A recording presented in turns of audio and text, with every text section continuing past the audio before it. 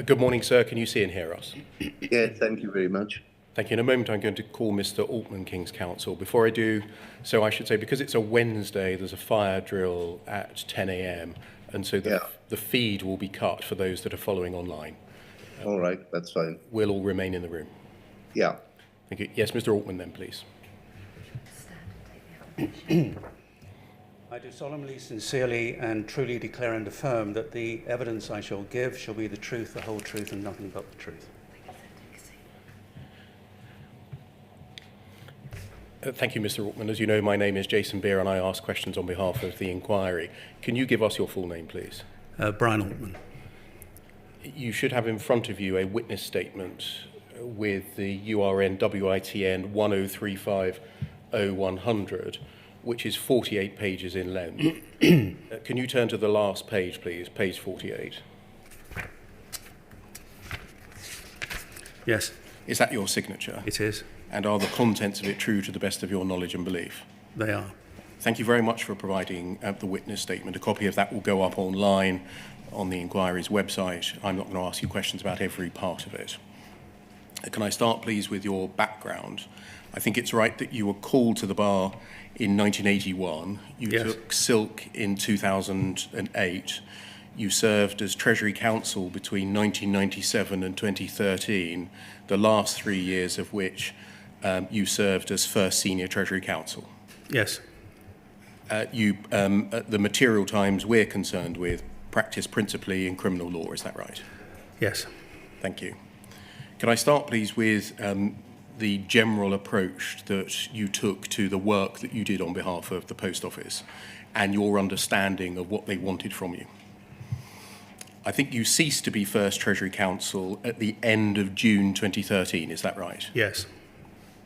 And you were instructed first by the Post Office the very next month in July. That's correct.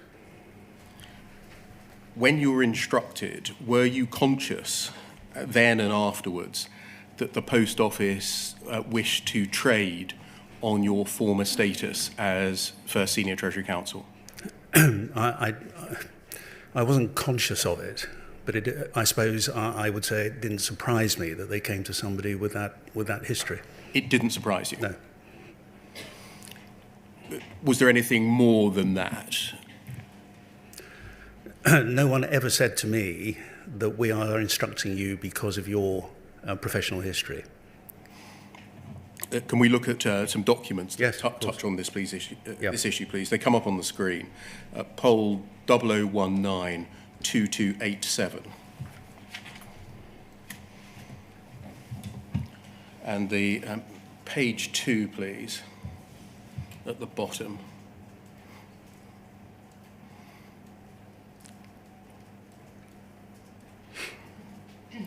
Thank you. This is an email chain that you're not party to.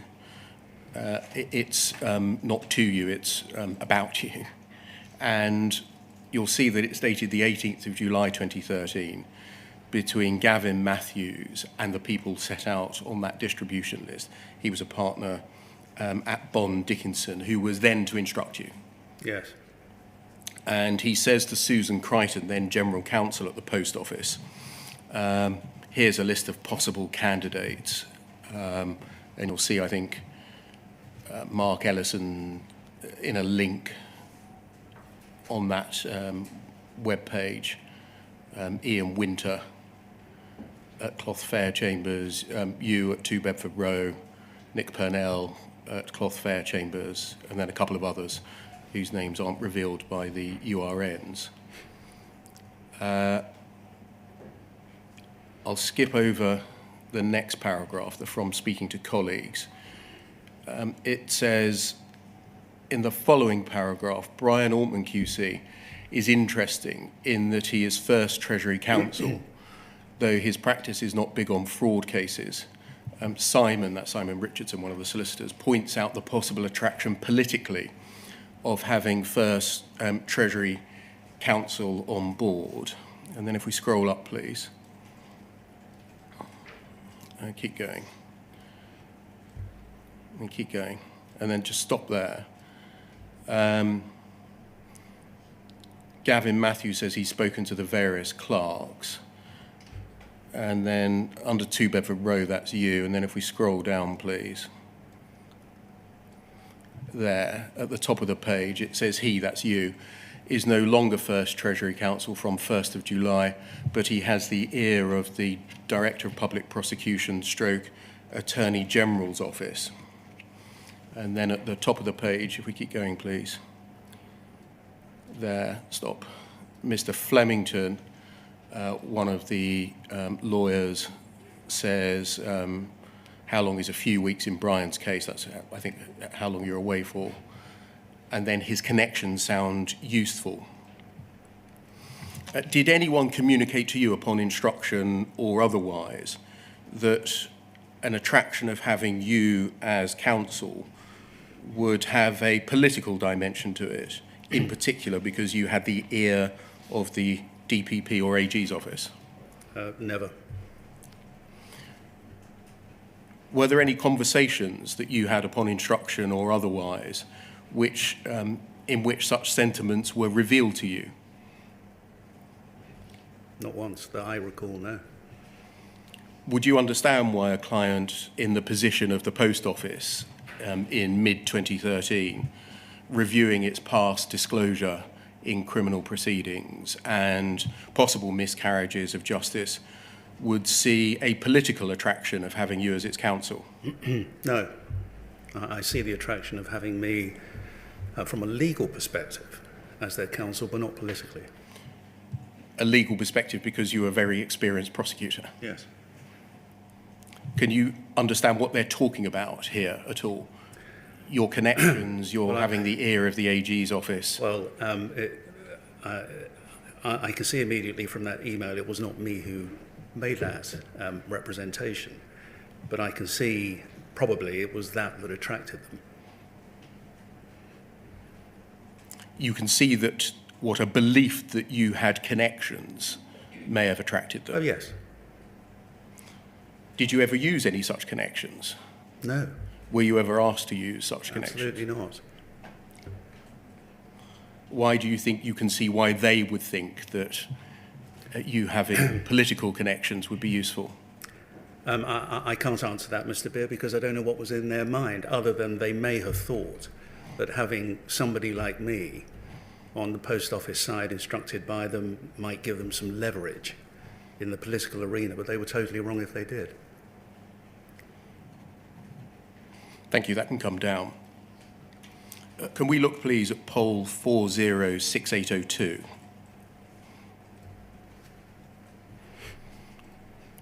This is your review. It's an advice, but it's badged up in the tramlines as a review of the 19th of December 2013. And essentially, we're going to look at the detail later, but in summary, it consists of a review of the Post Office's investigatory and prosecutorial functions. Yes. And in particular, by looking backwards, advising the Post Office as to the continuation or non-continuation of those functions. Can we just look at page 40, please? And scroll down. And keep going and keep going. Thank you. Where you sign it off, do you see that? Yes. Against your name and your chambers is footnote 33. And footnote 33 takes us down to the foot of the page, where it says that you're a practicing barrister. You were first appointed first senior Treasury Counsel to the Crown at the Central Criminal Court by the Attorney General in December 2010. You remained in post until the end of your tenure in June 2013, appointed junior Treasury Counsel in 1997 and senior Treasury Counsel in 2002, appointed a recorder of the Crown Court in 2003, Queen's Counsel in 2008, and were made a bencher of the Middle Temple in 2010. And then there's a link to your Chamber's web page. We asked you when you were preparing your witness statement whether this was your usual practice to footnote your name or some other part of written advices and set out a mini career history, and you said it wasn't your practice to do that, and you couldn't recall why you did it on this occasion. I can't. Correct.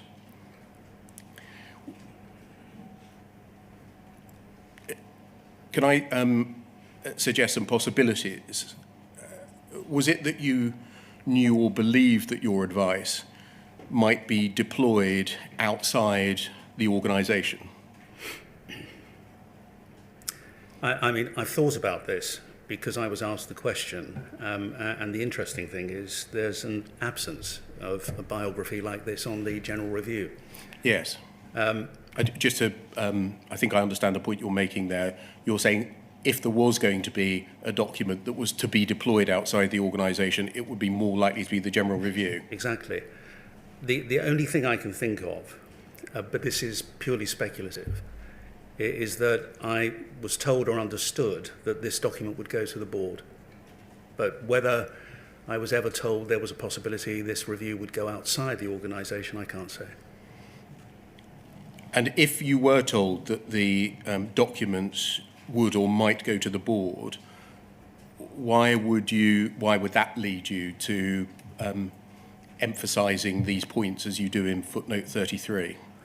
Well, all I can imagine is that I was either asked or I felt it was appropriate for the board to know who was giving the advice, because the advice in this review was not all one way. One of the points I made, having trawled through all of the policies that Post Office and Royal Mail had before Post Office, or at the same time as Post Office, were that they were in a parlous, unsatisfactory state of affairs. So that could have been my thinking, but I'm speculating. The essence of the advice that you gave was that the Post Office could properly carry on investigating and prosecuting crime on its own behalf. On what I understood at that time, yes. Did you think that that overall conclusion might be deployed either outside the organisation or to the board, and therefore you needed to emphasise how senior and experienced you were? Well, again, one of the thoughts I've had is they must have known who they were instructing anyway, so this was just, if you like, telling them what they already knew. Yes, because we're 5 months in now. Yeah. But I agree. I don't know the answers to that. So for you, this is a curiosity too? I can't remember. I mean, we're going back over a decade, and I can't remember, and I'm not going to say I was asked or if I felt it was a good idea to do it, or somewhere in between. I just don't know anymore. Can we turn, please, to poll 0021 4820?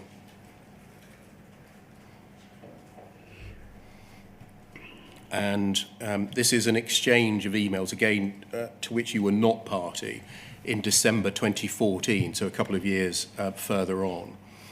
And the exchange is about what to say and what not to say to Nick Wallace in answer to questions that he was asking for the proposed broadcast of a second one-show piece. And can we go to page 4, please? At the foot of the page, please. Thank you. His question is at 6. We would like to put to you some opinion about the Post Office's approach to investigating and prosecuting sub-postmasters. We're in possession of an expert opinion from a professor in criminal justice, which implies Post Office's dual function as an investigator and prosecutor and its 300-year cultural history of using it against its agents is unique. That's not to say he thinks you're the only organisation with prosecuting powers, but that you have a unique culture of prosecuting your agents. He implies the approach lacks the checks and balances of a typical prosecution by the CPS. In his opinion, this creates a situation where miscarriages of justice are more likely to occur. I'll stop there. Attention.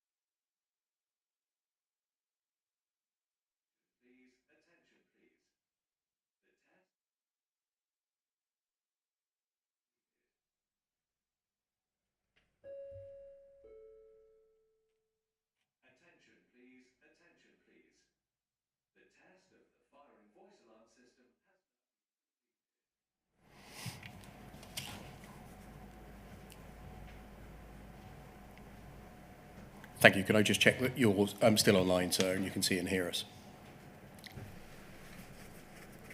Yes, I can. Thank you. Thank you very much. Mr. Altman, I read the question, the Nick Mullins question, and then the answer, and I believe this is written in by Roderick Williams, one of the Post Office litigation lawyers. He says we should ask for this opinion. The privilege over it could have been waived.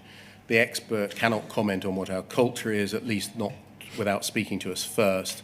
If this expert believes miscarriages of justice are likely to occur, he should set out for us the how and why, so that we can be sure they don't. Justice demands that. And then this, we've consulted former first Senior Treasury Counsel Brian Altman in connection with our prosecution practices. Brian's advice is privileged, and we cannot do anything which might waive that privilege. Please, therefore, do not do anything referencing Brian without clearing it with legal first. We've let Brian know that we may want to name check him, and this was contemplated when he was instructed. So two questions arising from that. Is it right that when you were instructed, you were told that you might, to use these words, be name-checked? If I was, I've long forgotten it. I.e. that your name might be deployed? Yeah, I have absolutely no recollection of that. And then later on, by December 2014, can you recall again being told that the Post Office, may want to deploy your name to the BBC? I don't. I have absolutely no recollection of that either. Was this an issue that ever arose to your recollection, that we want to say we, the Post Office, have got Brian Altman on board? He was first Senior Treasury Counsel. You can be assured that we're doing the right thing. No, well, as I sit here now, I have absolutely no recollection of that. Can we go forwards, please, to poll 0029 7951?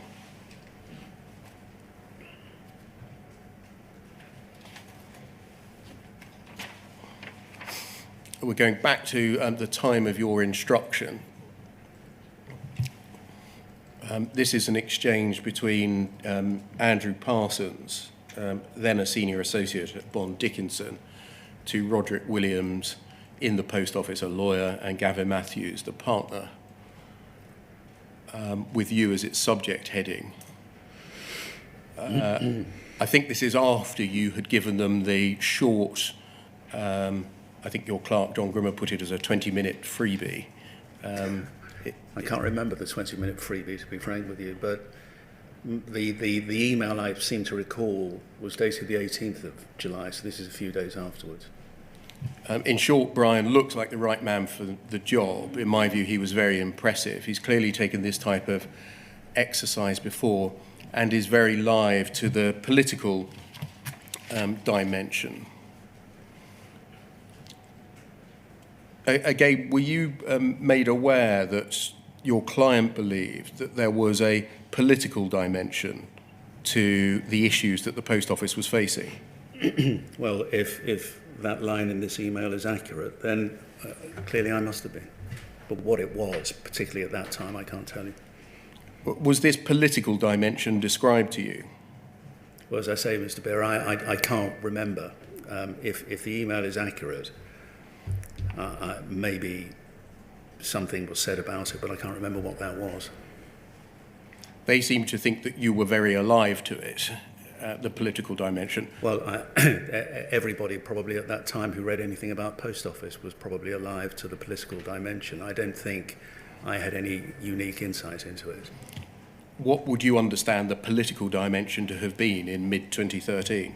Well, again, speculating, because I can't remember this. It would inevitably be the fact that Post Office was, in effect, a government-owned organisation.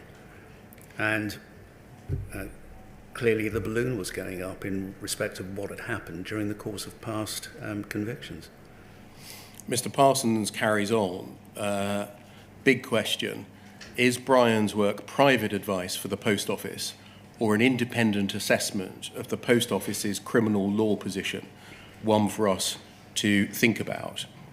Do you understand the distinction between those two species of instruction? Absolutely. Of those two, well, firstly, could you explain what you understand the distinction to be? Well, private advice is advisory work to the client, which is privileged, and an independent assessment of Post Office's criminal law position, with the emphasis on the word independent, would be something that might be published. How was the instruction first presented to you on those two alternatives? Mr. Beer, like me, you will know that the terms of reference went through so many drafts, and frankly, when I saw them, for the purposes of making my statements, I couldn't sort out one from the other with any great ease. But I have to say, at no time did I ever understand that this was going to be some publishable independent review. And I think, unless you correct me, that all of the terms of reference, in fact all of the drafts, were always couched in terms of non-publishability. And that was always my understanding. And you'll note what I said in my witness statement, that when I did come to write the general review, it was headed legally, professionally privileged. I set out all the terms of reference, which included its non-publishable nature, and also that it was clear to me that this was advisory in nature and not an independent investigation. So of those two species of instruction set out there, you understood this to be client advice in the ordinary sense? Yeah, private. And you were not being asked to conduct a public or independent review of the Post Office's prosecutorial investigatory practices or its past prosecutions? No, sir.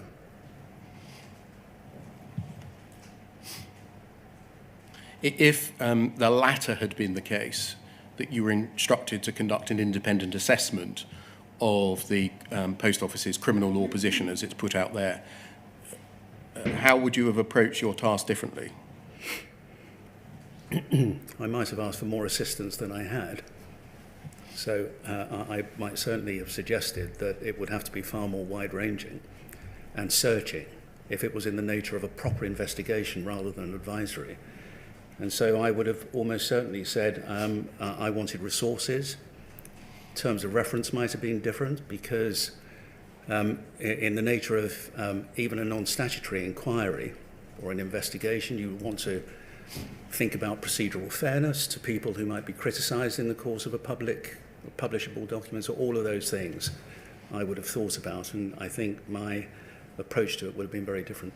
So your instructions, your terms of reference would have been different, your approach would have been different, the resources that you would have asked for would have been different, and presumably your relationship with your client would have been different. Yes, I mean the whole thing, the whole approach would have been entirely different. I would have kept them at arm's length, and I think it would have taken a substantial period of time, longer than it actually did, although the general review took, as you can imagine, a long time to put together without any assistance. I'm not criticising, but that's the fact. But it would have taken much, much longer to perform a proper independent investigation, of which, since that time, I have experience.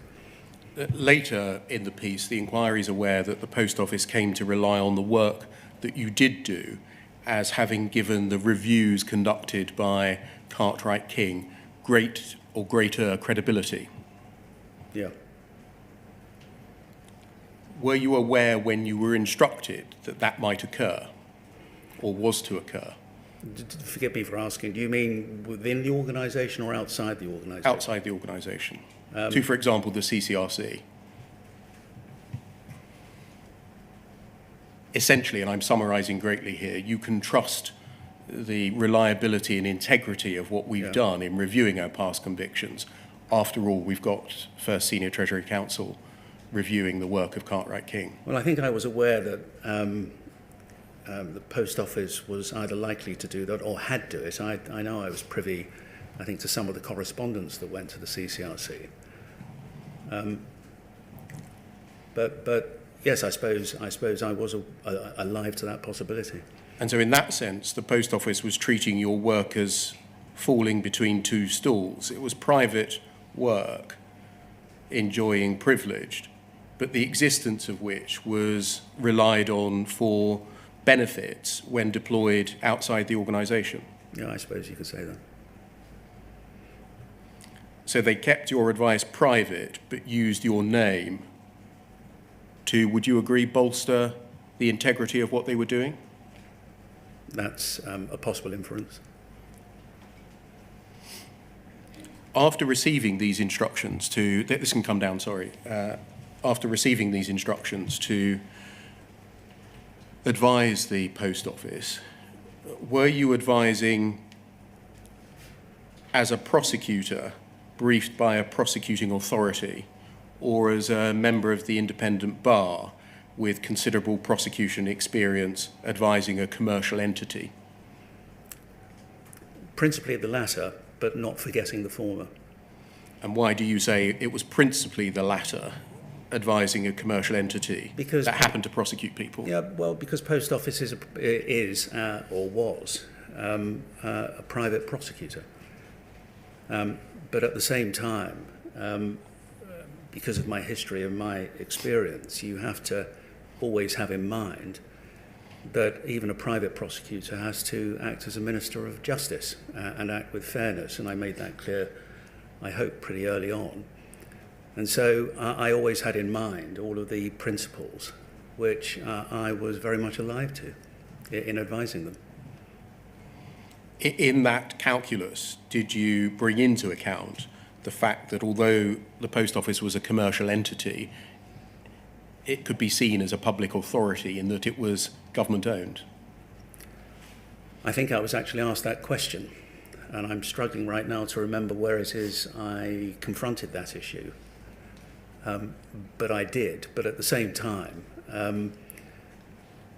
I don't think it made any real difference to my approach to the questions I was asked to answer. And why was that?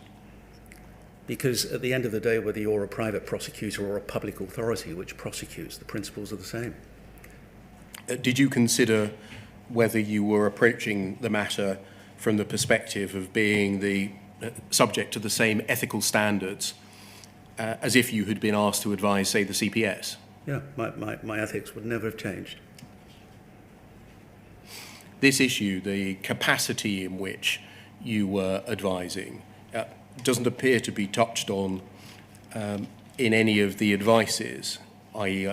I'm advising you as a commercial entity, but the same applicable ethical standards apply. Was there a reason for that?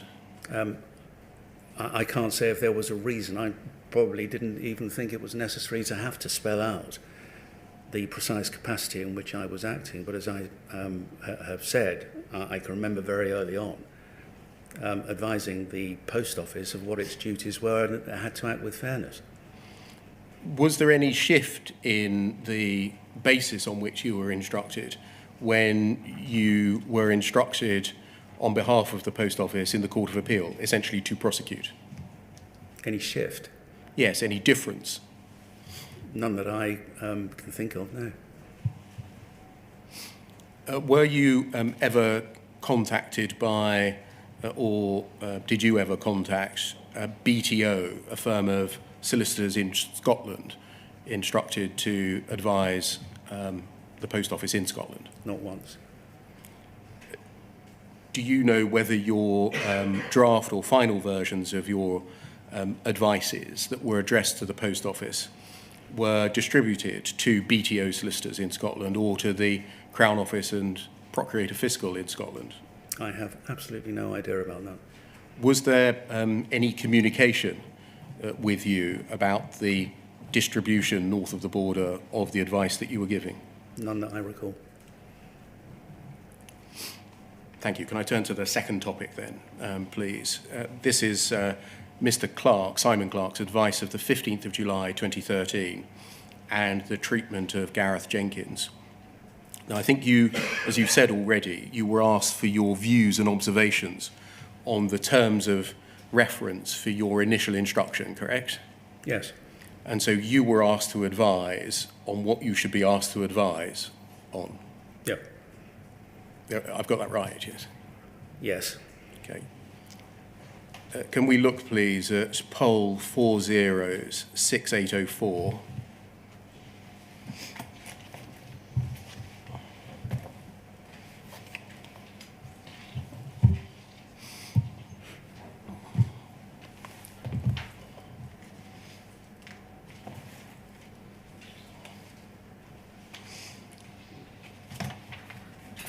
And if we go to the final page, which is page 5, please, and scroll down a little, we'll see that this is your document, and it's signed off on the 2nd of August 2013. And so if we go back to the first page, please. So these are essentially your observations on the draft terms of reference, your instructions. Yes. Do you know why they weren't just called instructions if this was a straightforward client-barrister relationship giving private advice? I suspect because they came from Bond Dickinson and the nature of that firm. They weren't a criminal firm, and I'm not even sure that Gavin Matthews, who was the principal point of contact, was a litigation lawyer. Even in civil law, though, when barristers are instructed, they're normally called instructions. You may be right, but I have to say I didn't see any substantive difference between the use of the terms of reference or instructions. In any event, this is your advice on the things that you're asked to advise on. And if we look, please, at page 3,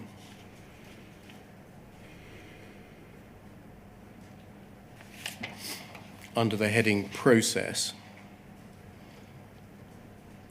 you say paragraph 2 of the process section of the overarching terms of reference includes the possibility of my meeting Dr. Jenkins. I note this is queried. Not meeting and hearing him, where there may be questions potentially impacting on non-disclosure by him and his role as an expert, risks exposing the final report to criticism. However, this is not a judicial or public inquiry with the formal receipt of evidence. This is something I shall need to think about carefully. At this very early stage, I'm not unnaturally undecided. For now, it may be better for the terms of reference to remain silent about him. I think I say something more over the page as well about that. Yeah.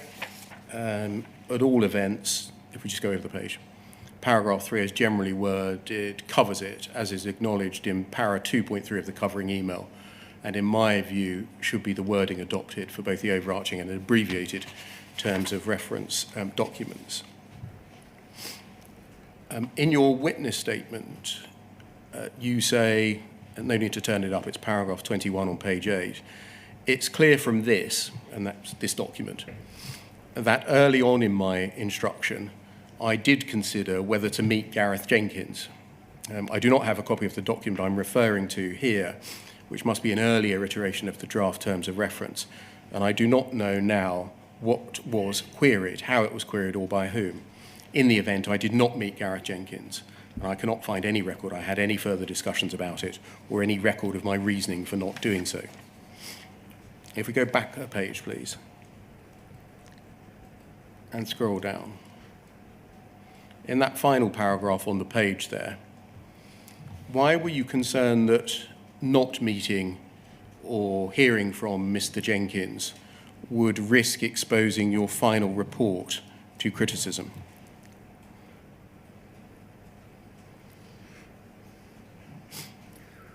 Well, I think it's in the first line where there may be questions potentially impacting on non-disclosure by him. And so I suspect I had in mind, at that point, the question, why was it that Gareth Jenkins, particularly in the Seema Misra case where he gave live evidence, had not disclosed what he knew about those 2 Horizon Online bugs. And so I suspect my thoughts at that time were targeted at that particular issue. I'm so sorry. No, it's all right. But I suspect as time went on, I came to the conclusion that the reasons why he had not revealed those bugs in trials in which he had provided witness statements, or in Seema Misra's case in particular, where he'd given live evidence, was not ultimately material to the questions I was being asked to consider. It was the impact of that non-revelation on convictions that was what I was being asked to look at. And Mr. Altman, I'm going to explore that distinction that you've just drawn. Yeah. That reasons irrelevant, impact important. Would it be, as you've written it here, that not meeting him would be turning a blind eye to a potentially useful source of information? That's why you wouldn't want to do it. That's why I would or would not want to do it. Would not want to do it. If you're suggesting that I'm turning a blind eye, I was not turning any blind eye to anything. You'd identified here that if you didn't meet him or didn't hear from him, it would expose your final report to criticism. In the event you didn't meet with Mr. Jenkins, did you? No, I didn't. But whilst we're on this point, why was the product of your instructions, your terms of reference, to be called a final report, rather than what we normally provide, which is advices and opinions? It was just a use of words. I think I regard this as an advice. And in fact, the review document is referred to as a review, not a report. You say it's not a judicial or public inquiry with the formal receipt of evidence, the thing that you were undertaking. Does that suggest that you thought that it was some form of inquiry, a private inquiry or a private review, rather than just client advice? I think there is a mixing of terms here. But I have no doubt that I was being asked to give private advice to the post office. In the last line, you say, for now it may be better for the terms of reference to remain silent about Mr. Jenkins. Why did you consider it best for the terms of reference to remain silent on Mr. Jenkins? Because I hadn't resolved at that point whether I was going to see him. That's a separate issue, isn't it? Whether or not you saw him, to whether or not the terms of reference should mention him. Yeah, well, I think I see what you're driving at, but I just felt that we were debating, me and Gavin Matthews, as to what the terms of reference should be. So my view was, if I had not yet resolved to see him, then there was no point sticking it in the terms of reference, which were ultimately my instructions. Had the centrality of Mr. Jenkins to the issues been communicated to you by this stage, August 2013? Well, I'd clearly understood what had happened in the trials, and I'd clearly read the Clark advice. And so it had either been communicated to you, or you had by this time realised that he was a central figure? I understood that. Why wasn't there an investigation into how and why Mr. Jenkins came to give evidence that Mr. Clark had advised was misleading and a breach of his duties to the court? Well, when you say an investigation, because I wasn't conducting an investigation, I was giving advice to the post office. Why didn't you give advice that the post office should investigate why Mr. Jenkins had come to give evidence that was, according to Mr. Clark, misleading and in breach of his duties to the court? Because I come back to what I had thought, that the advice I was giving was about the impact of that failure on the prosecutions and the convictions, not the reasons why he had failed to do it. What did you know at this point about how Mr. Jenkins had been instructed? Do you mean his instruction as an expert? Yes. I'm not sure I was told. Did you ever ask for or review any instructions that he was given? I can't remember having done so. Did you ever appreciate the risk that Mr. Jenkins had himself been manipulated by the post office or misinstructed? No. I suspect, I assumed, because I was not told otherwise, that he'd been properly instructed throughout. Did you check whether that was in fact the case? There is nothing in the material I've seen to say that I did. did you check whether Cartwright King were going to address that issue, namely the proper instruction of Mr. Jenkins as an expert? Address it with? By examining the files or by speaking to Mr. Jenkins? I can't remember if that was said or not. As part of your assessment that we're going to come to in the general review later on, you say that Cartwright King's review was fundamentally sound. The process, I felt, yes. This issue, by removing him from the terms of reference, meant that the Gareth Jenkins issue remained shelved, didn't it? Never to be returned to. Not during my review, no. Did you ever get the sense that nobody in the post office, or indeed Cartwright King, wanted to look too deeply at how Gareth Jenkins had been instructed, and instead their better narrative was that he personally was to blame for disclosure failings? I never thought that, and I never saw it, and doing the best I can, I don't think I ever heard it either. Now, the document that you said in your witness statement that you hadn't got, the draft terms of reference upon which you were commenting, can we look at those, please? I think they are POL 0029 8010.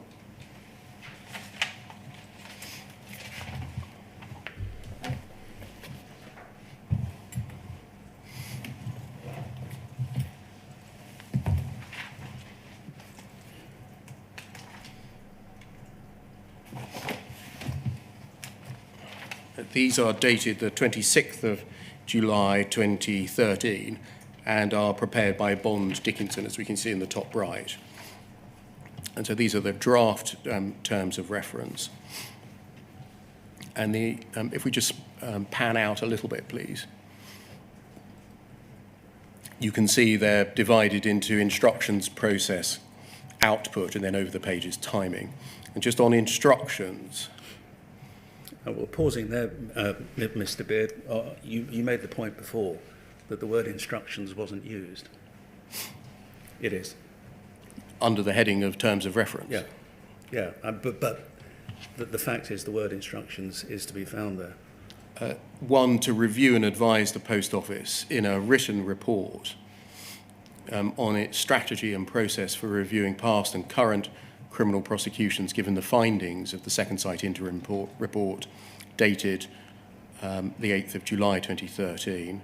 Secondly, to advise the Post Office on its response to the CCRC and any subsequent action required in dealing or responding to any actual potential appeals. Three, to advise the Post Office, where not covered by one above, on the role of Dr. Gareth Jenkins and the impact on possible appeals. And so Bond Dickinson had included, as we see, instructions to advise on the role of Gareth Jenkins and the impact on possible appeals, yes? Yep. And then under process, if we scroll down a little bit, under 2, to meet with John L. Singh and Cartwright King, and then in brackets, Dr. Jenkins, to understand the past and current procedure for prosecutions. Sorry, Mr. Beard, I heard you name John L. Singh. Where do I find that? Under 2. Under output or under... Oh, sorry, under process, yeah. To meet with John L. Singh and Cartwright King and query Dr. Jenkins. Yeah. Well, that was a query I must have had in mind. So your draft terms of reference did include, as one of the 5 things that you were asked to do, explicitly to advise on the role of Gareth Jenkins and its impact on possible appeals. Yeah. Yes? Why did you consider it wasn't appropriate to advise the Post Office on the role of Gareth Jenkins? Why did you, if we scroll up please, suggest that paragraph 3 was removed? Forgive me, paragraph 3 under instructions. Yes. Well, I haven't seen this and I didn't recall advising that it was that paragraph that came out, because I did advise on Gareth Jenkins, the role and the impact on possible appeals. But you said, we've seen your advice, that these terms of reference should remain silent on Gareth Jenkins. So why should Gareth Jenkins be excised from the terms of reference? Why should he be cut out? Well, I mean, he wasn't cut out because I did advise about his impact, and I think I come back to the answer I gave earlier, that I felt the reasons why he had failed as an expert to discharge his duties of disclosure was not what I was being asked to advise upon. It was the impact. But you were given the opportunity to self-define what you were being asked to advise on. You're right, I was, and that's the only answer I can give you. That must have been my thought process. But why at this very early stage were you putting out of reach the possibility of an exploration of Mr. Jenkins' role?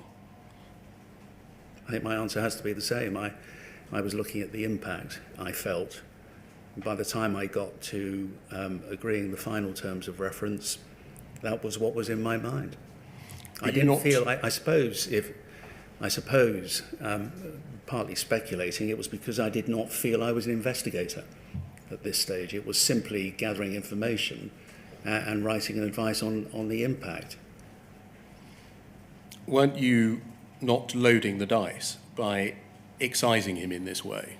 I don't see it that way.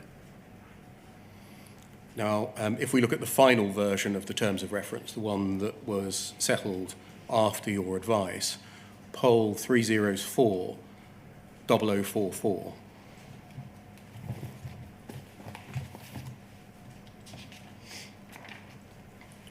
These are the settled terms of reference for your appointment. And if we just look, if we scroll down gently,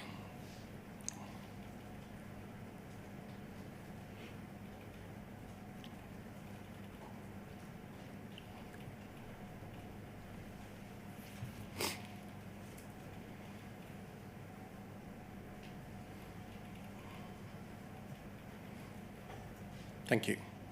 We can see that Mr. Jenkins' role, and indeed any reference to him, has been entirely cut out from these terms of reference, hasn't it? Yes. Can I turn to what you say in your witness statement about this? If we turn it up, please. What paragraph is it? It's paragraph 26.5 on page 13.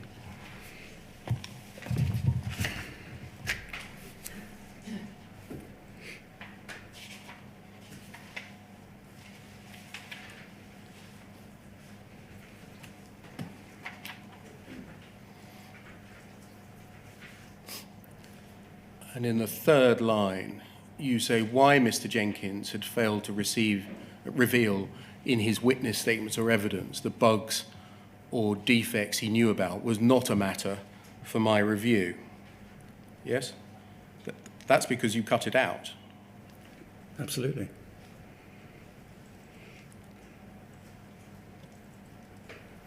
You're explaining in this paragraph a later aspect of your instructions, and you're explaining to us why your reviews didn't address the issue of why Mr. Jenkins had failed to reveal in his witness statements or evidence the bugs or defects that he knew about. And you say it's not a matter for my review. But again, that's because it was your choice to exclude it, wasn't it?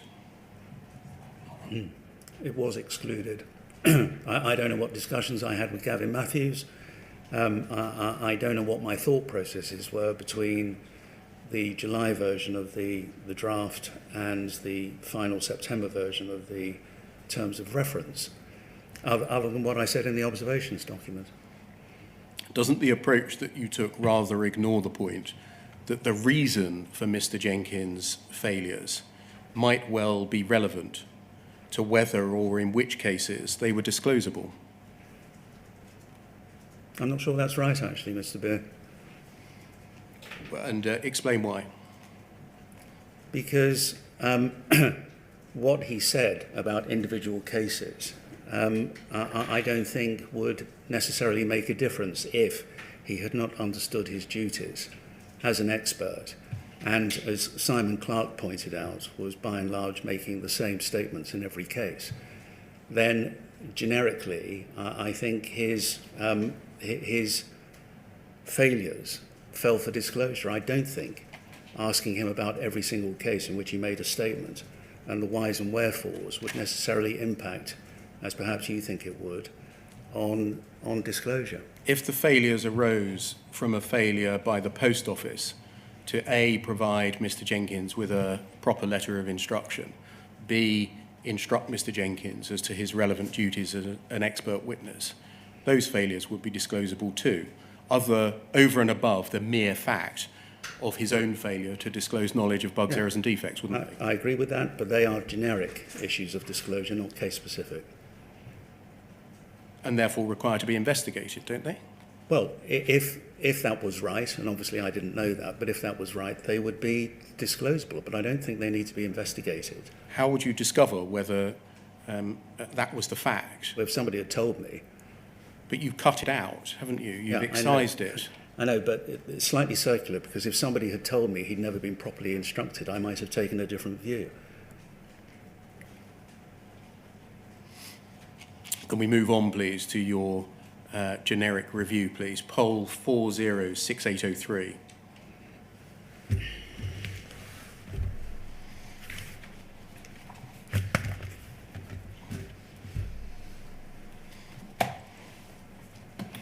This is your general review dated the 15th of October 2013, and this is the main product of your terms of reference, as they've been called, yes? Yep. I.e. the terms of reference we've just looked at. Yes. And can we look at a part of it, please, on page 47?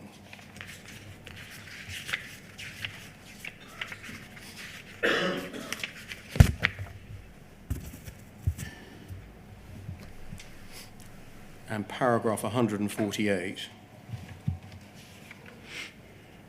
I should have introduced this a bit more broadly to you. If we go back to page 44.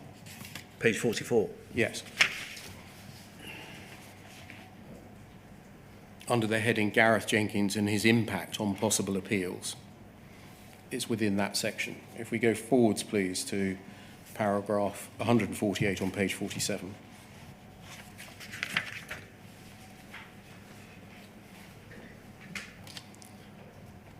You say, I'm not clear whether Mr. Jenkins was challenged about the non-disclosure to the post office. That's the non-disclosure of a bug. And if so, what is the explanation for it? But given the second site inquiry, based in part on his relations, has led to the current review, Gareth Jenkins is to that extent tainted, and his future role as an expert is untenable. It should be remembered that the post office had been unaware of the existence of the second of the two defects revealed to second site by Mr. Jenkins until a year after its first occurrence. Before writing this, did you inquire as to the reason for Mr. Jenkins' non-disclosure?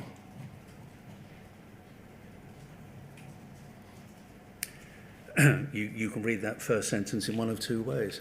I either did and wasn't clear about it, or I didn't and I wasn't clear about it.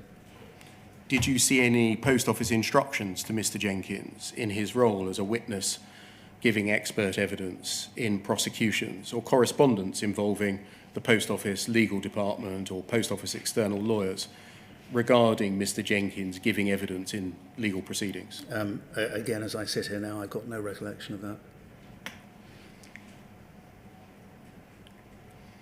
If you didn't see such instructions to Mr. Jenkins, and I've no material to suggest that you did, why did you not ask to see them to inform your work? You know, with the clarity of hindsight, Mr. Beer, we can all do things better, and that's something that I could have done better, but I didn't. You were working, I think, on the basis that Mr. Jenkins knew about the receipts and payments mismatch bug, and that he had first revealed it to Second Sight in the course of their investigations in 2013. Yes? Yep. You did not discover, and you were not told, that he'd in fact disclosed the existence of the receipts and payments mismatch bug to the Post Office IT team and an operational team in late September 2010. You're talking about the issues notes? Yes. I didn't know that.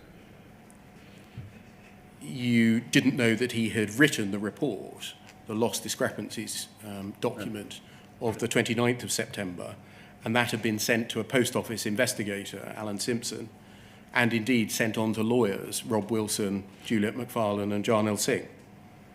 You didn't know about that at the time you were writing. No, not only that, but I seem to recall that when the second site report dealt with the receipts and payments mismatch bug, it reported that Post Office didn't know about it until 2011. Yes. Yeah. No, I didn't know about it.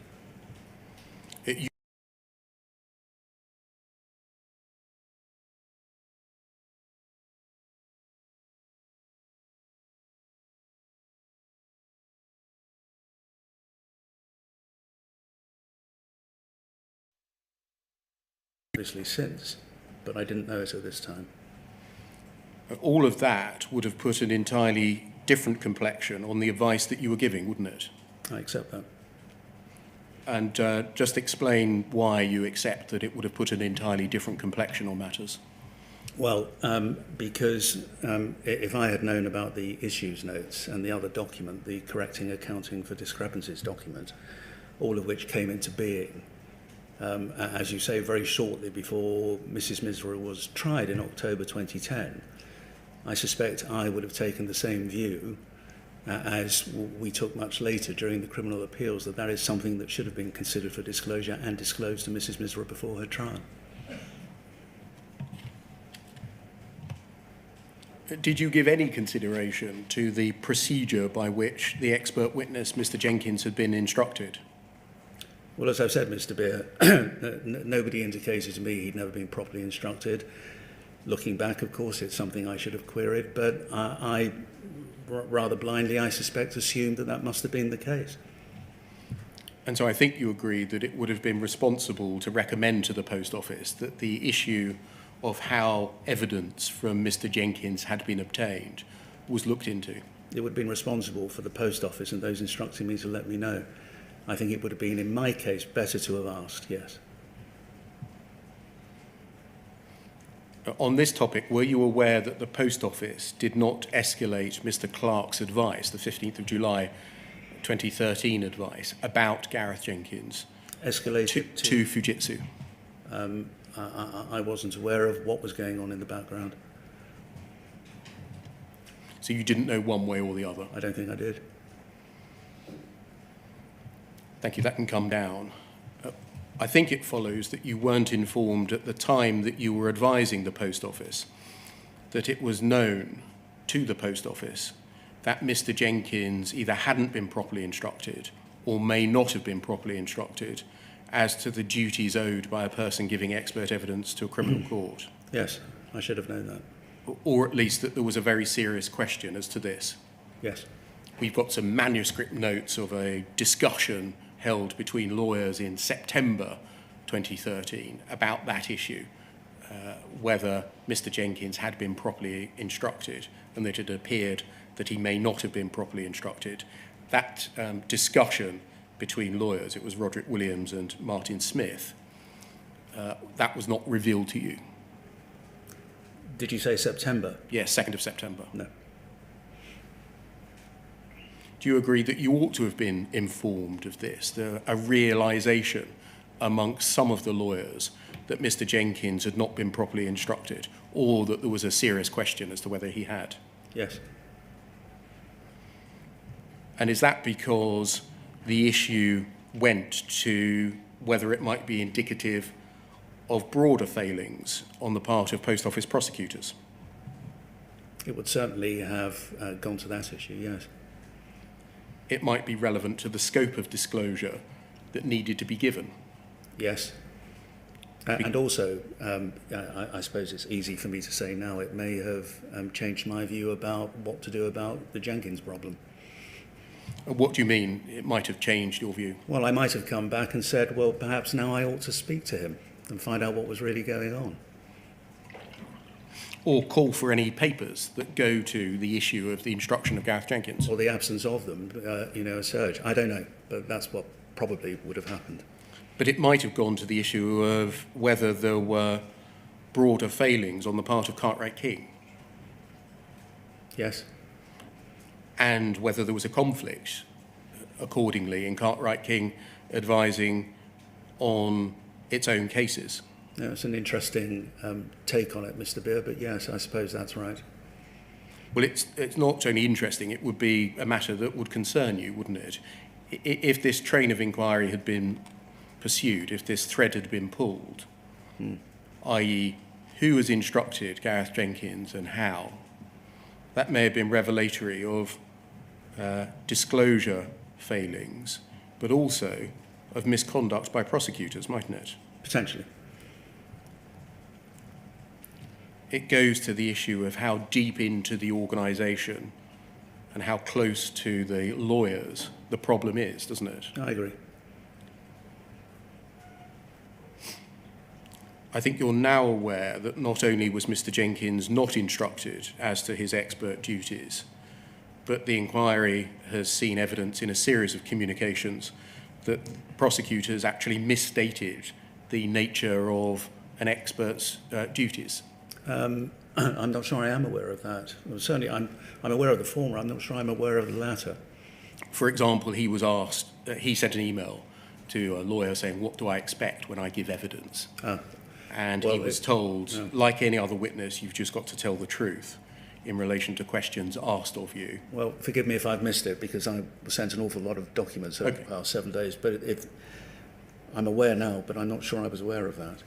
And he was told, you can only be asked questions about issues that you've addressed in your report. You can't be asked questions about things that aren't addressed in your report. I didn't know that.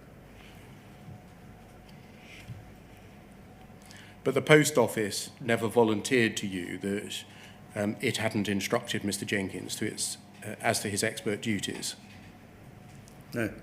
And did it provide any email communications which Mr. Singh had with Mr. Jenkins? Sorry, ask that again, Mr. Yes. Did the Post Office provide you with email communications between Mr. Jenkins and Mr. Singh, in particular in the course of the Seema Misra trial? You mean after my instruction in 2013? Yes. I can't remember. Were you told about the process by which the so-called generic statement written by Mr. Jenkins came to be created? No.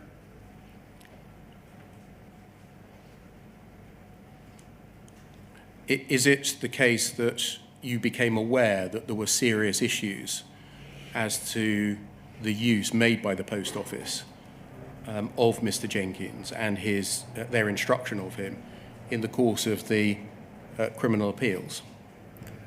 I learned a lot then, which I was unaware of previously.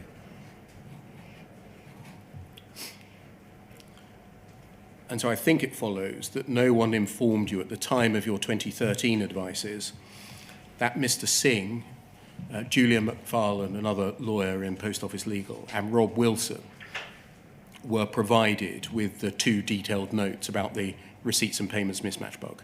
No.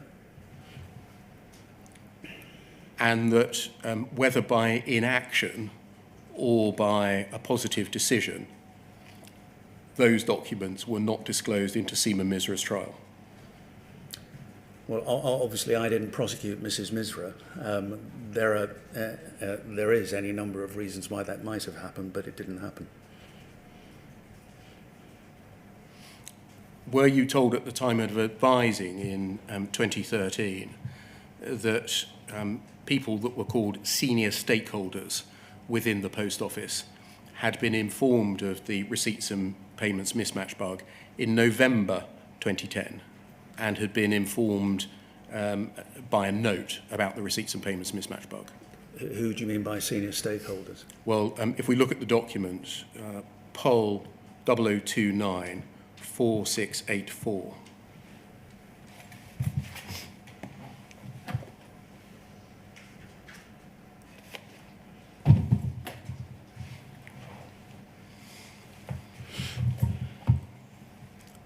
So you'll see this is an email of the 15th of November 2010. Yeah. The subject is a receipts and payments resolution proposal meeting. I think it's an invitation. You'll see there's a list of required attendees and optional attendees, and a note is attached. And then if we scroll down, please. Thank you. The aim of the meeting is to discuss the working group proposal to resolve discrepancies generated by branches following a specific process during completion of the trading statement. And if you just scan the next few paragraphs. Do you want me to read those, Mr. Yes, please.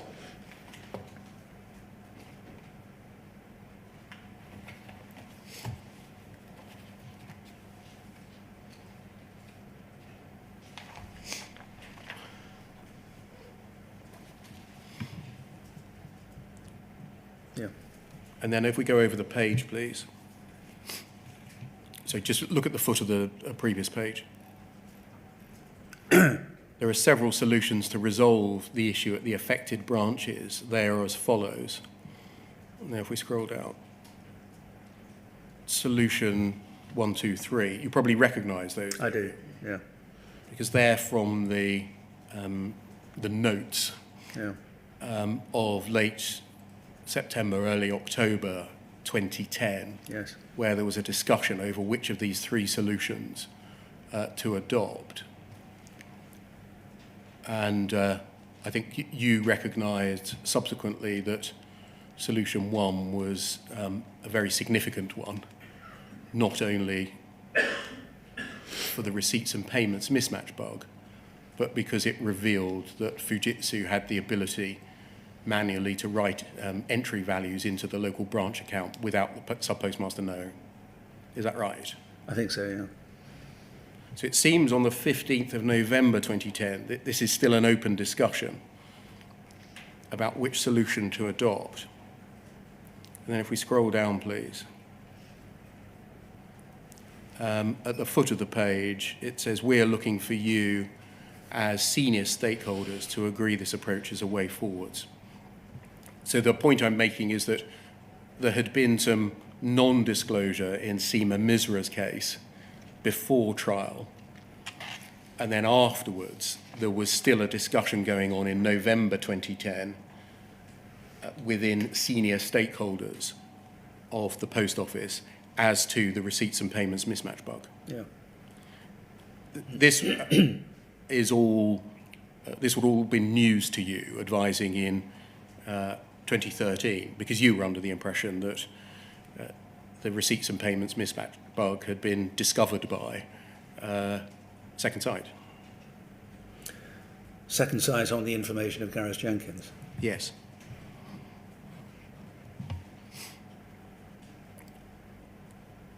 And so you didn't know when you were advising how high up in the Post Office knowledge of the receipts and payments mismatch bug had gone.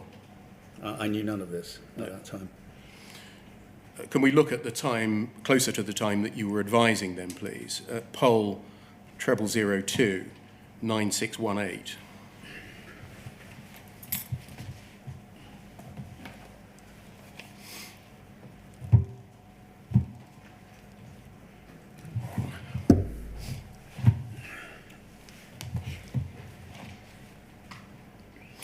And if we scroll down, please, and keep going, and keep going. Thank you. An email of the 25th of June from Mr. Warmington of Second Sight to Simon Baker within the Post Office, giving an extract from the draft Second Sight report. This is the draft section of the report dealing with the two defects. Please let me know if I've got anything wrong. Sorry, I'm just trying to pick up where you found that. Yeah. So where it says, Simon, this is the draft section of the report dealing with the two defects. Please let me know, yes, sorry. Please let me know if I've got anything wrong. Yes? Yep. And so he is sending a draft section of the second site report that deals with the two bugs, yes? And then if we scroll up, please. A reply from Mr. Baker, I'll need to double check a few things. And then keep going up, please. Stop there. Mr. Baker, seemingly to Leslie Sewell, says, Joss got this from wrong. I can get back to him on most of the questions, but need your help on who in Post Office knew about it. I know from the email that Rod sent that Mike Young knew, but don't know if it went any higher. So within Post Office, a discussion of how high up within the organisation knowledge of the receipts and payments mismatch bug went. And then scroll up, please. Leslie Sewell, the Chief Information Officer, replies, copying in the company secretary, I don't know if it went any higher than Mike. Andy Mook also managed service at the time. And if I remember correctly, Mark Burley was also involved. Can't recall whether we said anything to the press. And we didn't have an independent board. Paula Venables would have been network director. So there was an internal discussion approximately to the time that you were being instructed as to how high up within the organisation knowledge of the receipts and payments mismatch bug went, yes? Yeah. I mean, I never saw any of this. No, I'm about to say. Yeah. The fact of the knowledge of the receipts and payments mismatch bug by senior stakeholders was not revealed to you. No. The fact that lawyers responsible for prosecuting knew about the receipts and payments mismatch bug was not revealed to you. No. And the fact that proximately to the time that you were being instructed, the Post Office was having an internal debate about how high up within the organisation knowledge of the receipts and payments mismatch bug went was not revealed to you. No. When were you first made aware of the mismatch bug? In the the RPM, the receipts and payments mismatch bug, you mean? Yes. When I read the second site interim report. The 8th of July one. And when did you first see an RPM, as you call it, document referring to the three options?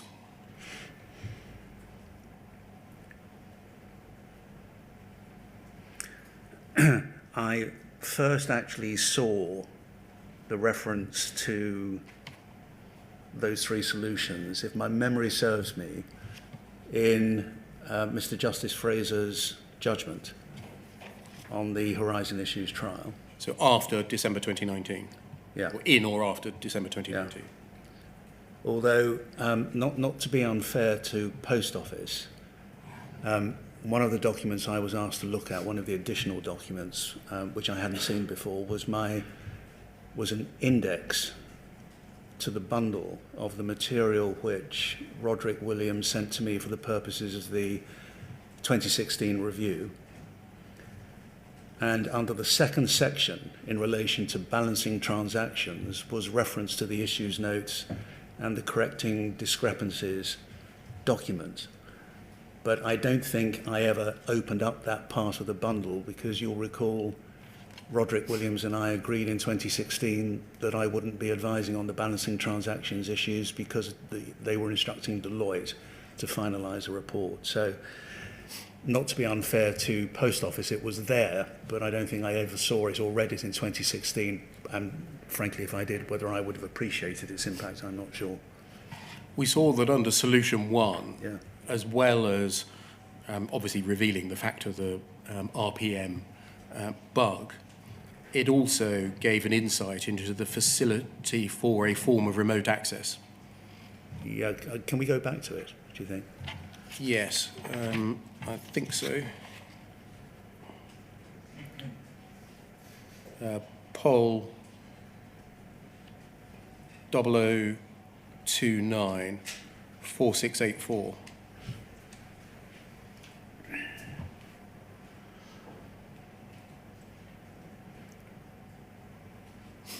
Page 2. solution one?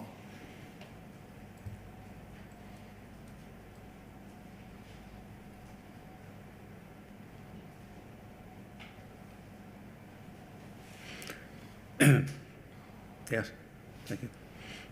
What were the implications for you that a form of remote access, meaning that branch accounts could be changed without branch knowledge, either in error or by a malicious actor, meant to the prosecution of offences? Well, as I say, I didn't actually see, in the sense of read the documents until we came to the criminal appeals, but it would have raised the possibility of unexplained shortfalls not being unexplained. Was there anything, would it have revealed anything broader than that about the ability of a prosecutor to stand before a court? I wouldn't say this is a real loss. Yes. Well, of course it would impact on that. So I missed your answer. Forgive me, of course it would impact on that. And how would it impact and in what way? Well, it would impact on any prosecution of the offence of theft. If you are trying to prove that there has been the permanent of the appropriation of money with the requisite intention, you would struggle if that was known. And sitting here thinking about it, it would probably also impact on potential allegations of false accounting as well. And in what way in relation to false accounting? Well, in the situation where a postmaster would offer the prosecution a plea to false accounting in consideration of the post office dropping theft, if a postmaster had known that this kind of activity had interfered with the branch accounts, then they might be pleading guilty on an entirely false basis, that any false accounting for which they felt they were responsible for or had almost certainly been responsible for might not be the case. Thank you. So that's an appropriate moment to take a break, if it's convenient to you, until 11:15. Yeah, certainly. Thank you very much, sir.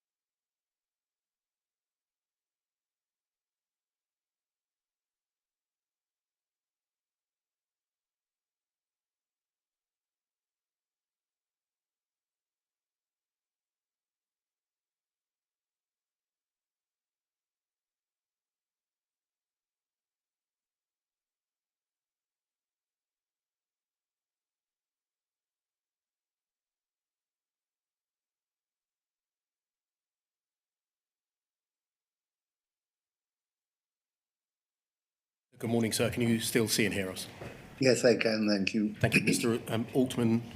Having looked at what was cut out from your review in relation to Gareth Jenkins and what information was not revealed to you by the Post Office, can we look at what you did do on your more limited understanding or knowledge of the position in relation to Mr. Jenkins? Can we see, firstly, your general advice, please, your general review, poll 406803.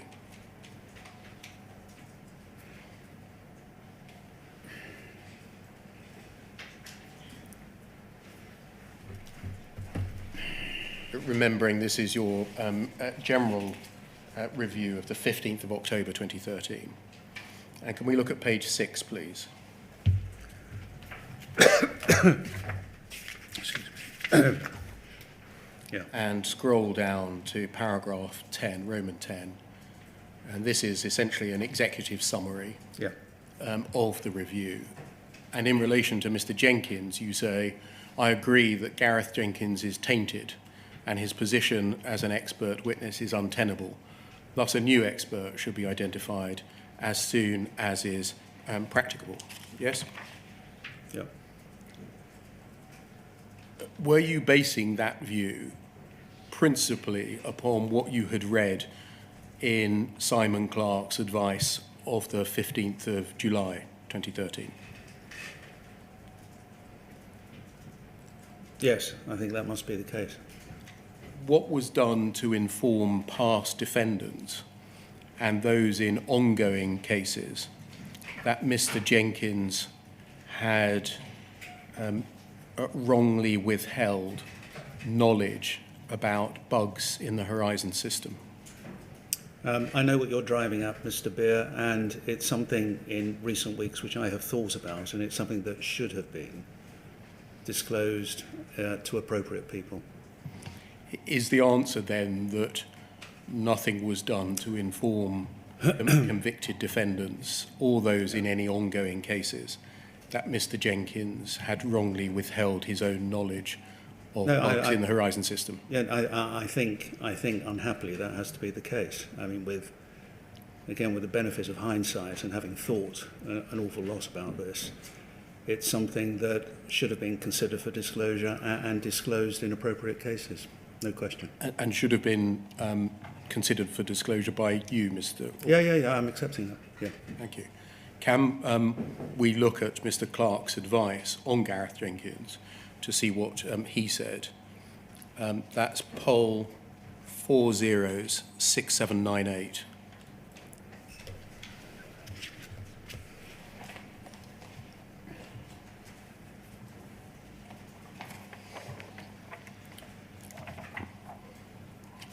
This is the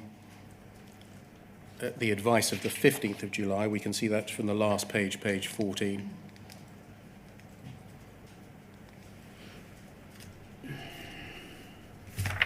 We just scroll down. So the Clarke advice of the 15th of July about Gareth Jenkins. And you'd certainly got this, I think other material shows, by at least the 2nd of August. Yes. 2013, so within a couple of weeks of it having been written. And then if we just look at what Mr. Clarke had said by looking at page 5,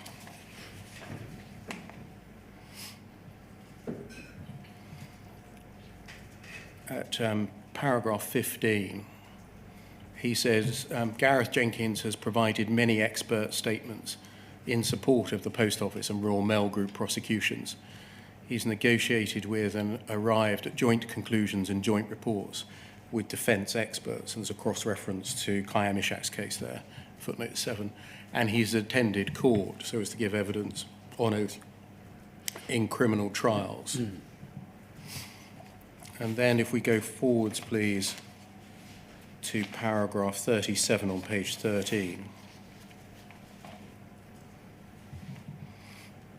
What does all this mean? It means that Gareth Jenkins has not complied with his duties to the court, the prosecution or the defence. The reasons why the 38 Gareth Jenkins failed to comply with this duty are beyond the scope of the review. The effects must be considered. I advise the following to be the position. Gareth Jenkins failed to disclose material known to him but which undermines his expert opinion. This failure is in plain breach of his duty as an expert witness. His credibility as an expert witness is fatally undermined. He shouldn't be asked to provide expert evidence in any prosecutions. Those current and ongoing cases where Gareth Jenkins has provided an expert witness statement, he should not be called upon to give that evidence. We should seek a different independent expert to fulfil that role.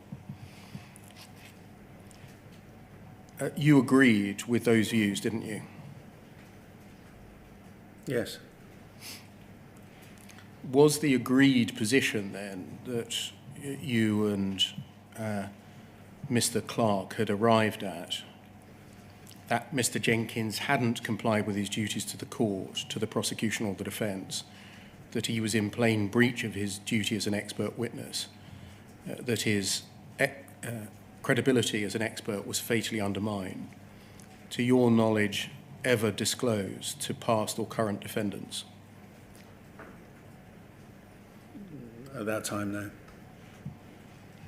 And just to be clear, we're not here referring to the fact of his knowledge of the bugs, errors and defects said to have been concealed by him, but rather an assessment by the prosecutor that his credibility had been fatally undermined.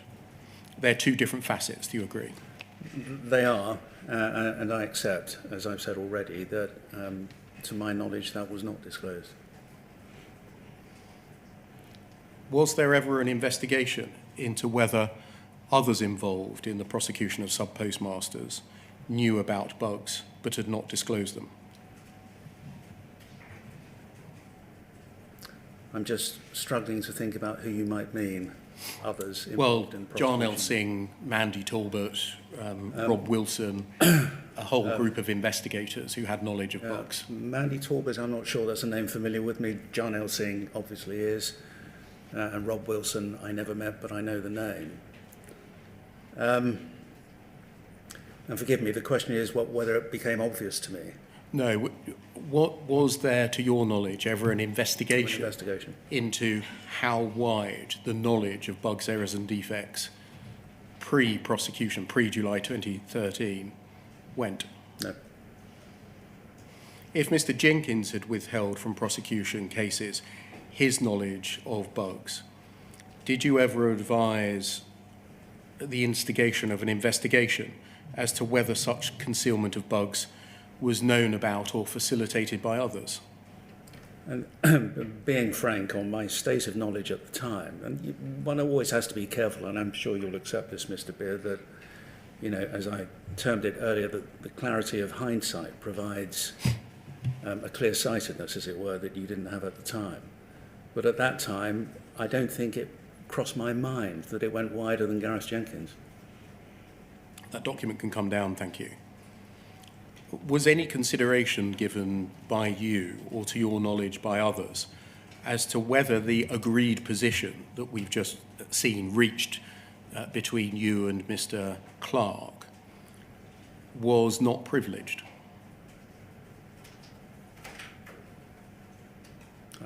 I don't believe we ever had that discussion.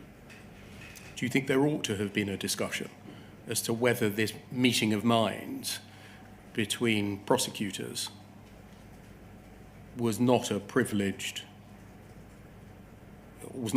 information and ought to have been revealed? Well, I've already agreed with you about the latter. And if the latter had been the decision I'd arrived at or the advice I gave, then I don't think privilege would have come into it. So is it, on your understanding, a failure to think about the issue rather than thought being think, given but privilege cloaking the answer? I don't think privilege would have, if I had applied my mind to the fact that Gareth Jenkins' credibility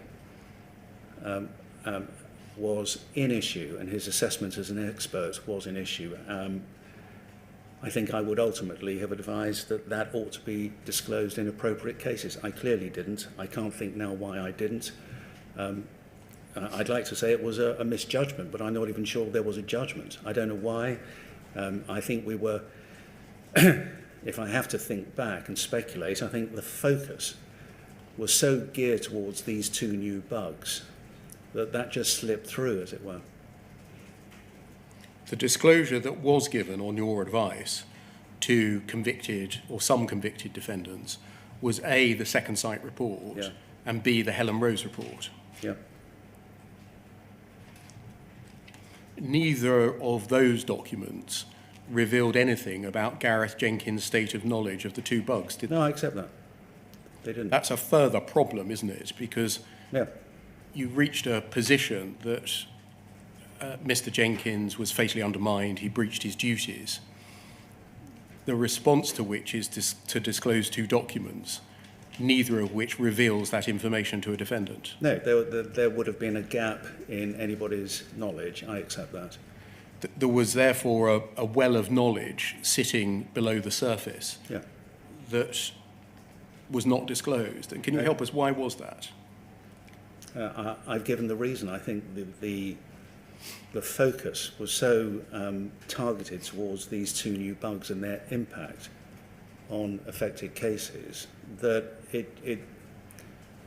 it's hard to look back and think, how on earth did I miss that? But I think I just missed it. It's as simple as that. Is it a little worse than that, though? Because if we look at the second sight report, i.e. the thing that was disclosed to convicted or some convicted defendants, poll 302 9650,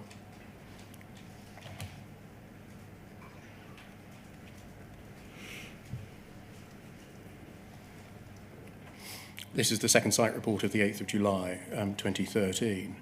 If we look at page 5, please.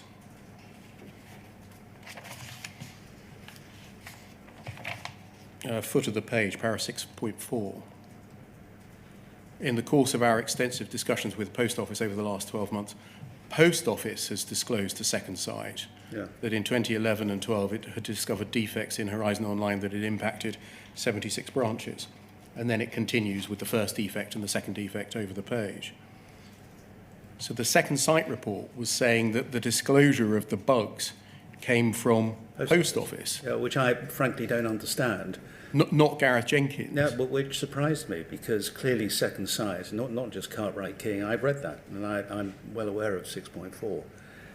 And I didn't understand why Second Sight itself was not reporting it was Gareth Jenkins. I'm not criticising them at all for 1 minute, please don't. So you knew that it was Gareth Jenkins who was said to have made the relevant disclosure. Yeah.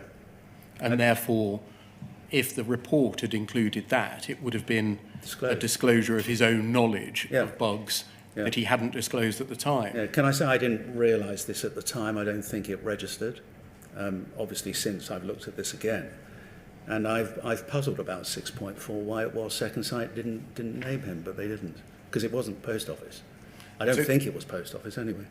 And so the document that is disclosed to some convicted sub-postmasters materially misleads them on this point. Yeah, but I wouldn't want you to elide the failure to advise disclosure of the fact that it was Gareth Jenkins who brought this to the attention of Second Sight and the fact that Second Sight itself reported Post Office. I don't think anybody made that link.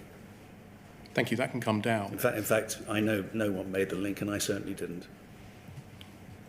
What criminal offences may have been committed by Gareth Jenkins based on the facts as you knew them by the time you were advising in October 2013? I'm not prepared to speculate about that, and I'm not prepared to speculate because if you're thinking about perjury requires certain conditions which nothing I had seen suggested might be present. And perverting the course of justice and having a tendency to pervert the course of justice with the requisite intent is a particular offence, and I was not prepared to speculate, nor am I now, as to whether he was dishonest or just incompetent. I asked what criminal offences may have been. Yeah, well, the maybe would include those two, but as I say, it's speculative on my part because I don't know all the evidence. So at the time, on the basis of the information that you had, the possible offences that may have been committed by Gareth Jenkins included possibly attempting to pervert the course of justice? Perverting the course of justice. Right. Conspiring to pervert the course of justice? Well, that depends on whether there are two or more parties involved. And possibly perjury? Possibly. Do you agree that nowhere in the Clark advice on Mr. Jenkins, in any subsequent advices written by Mr. Clark that you saw, and nowhere in your advices was the question raised as to whether or not Mr. Jenkins had possibly committed criminal offences? No. Why was the question of possible perjury or possibly perverting the course of justice never addressed? Because I think at that early stage, and in fact with all witnesses who give evidence to civil or criminal courts, or indeed in public inquiries, simply because a witness hasn't complied with their duty in this particular case as an expert does not lead inexorably to the conclusion that somebody has committed any of those offences. And again, it would never have crossed my mind that that required a police investigation. You're ahead of me, Mr. Altman, a little bit, but I'm asking at the moment why we see no consideration of it. For that reason, it wouldn't have crossed my mind that any police investigation or any consideration of whether he had committed offences was anything A, I was asked to do, or B, I would have volunteered. Given that the assessment by Mr. Clark was that Mr. Jenkins had known about the bugs in the Horizon system and had failed to reveal them, while simultaneously stating that the Horizon system was robust when he gave evidence in the Seema Misra case. But why was the question of the commission of a possible criminal offence not discussed by anyone? Well, I think I've answered that, Mr. Beer. Was it discussed outside the confines of the advices, i.e. in conference or in telephone conversations? I have no recollection of that. Was there any discussion about the provision by Mr. Jenkins of statements which had given false information, i.e. the criminal consequences or possible criminal consequences of that? I have no recollection of that either. I'm sorry, Mr. Altman. We've heard a lot at this inquiry of I can't remember or I have no recollection. I am taking what you were saying. Well, let me not say that. How am I to take what you were saying? That you simply have no recollection one way or the other? Yes. Or you do? Yeah, that's it. Fine. Yeah, I'm sorry. I know it's rather loose language, but I'm being asked for recollections of conversations which I've never put in writing from getting on for 11 years ago. So No. I follow that, but in my experience, some people say I have no recollection of that when they mean I don't know one way or the other. Yeah. Others use it when they actually mean I don't recollect anything of that kind, but if there had been, I rather think I would remember, if you see what I mean. I do. Well, it's the former. It's the former. Thank you. Mr. Altman, you said today that you think that your approach at the time would have been, this was just one of those occasions, of which there are many, on which a person gives false or inaccurate evidence to a court or an inquiry. Is that right? Yes.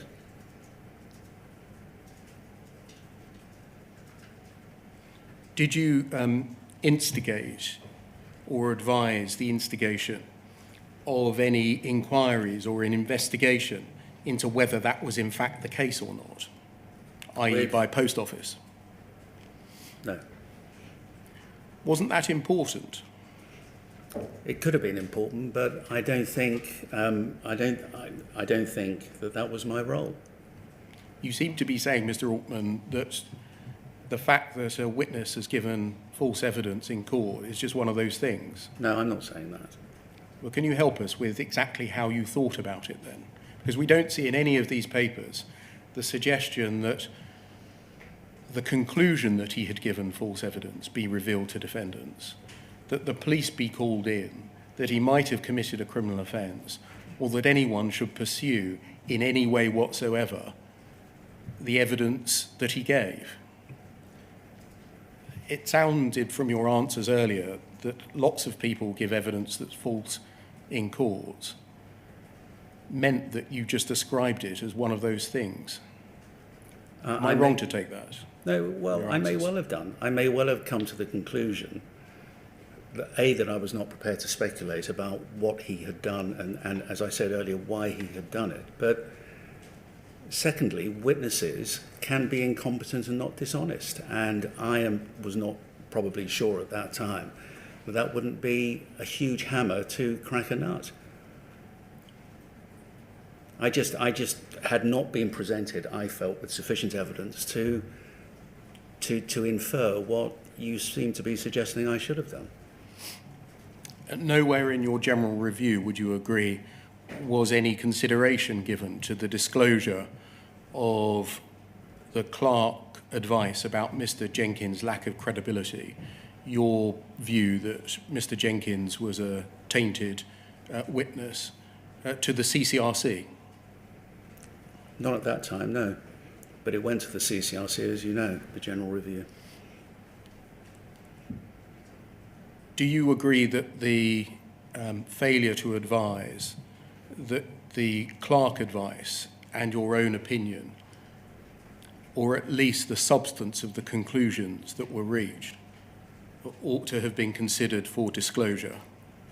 If we're still talking about Gareth Jenkins' credibility and the Yes. assessment of a witness, I've accepted that twice now. Did you consider the question of making a report to the Attorney General? No. Or the DPP? No. And I think you said that it didn't cross your mind to advise to call in the police. No.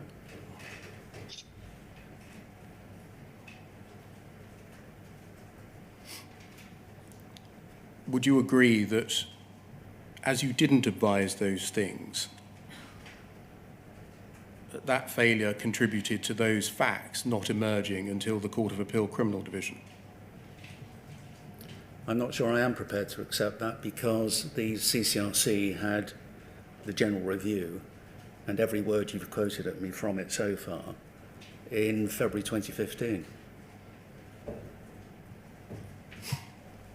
And so are you suggesting that if the CCRC had wanted to disclose that to defendants, applicants or appellants, it was down to them to do so?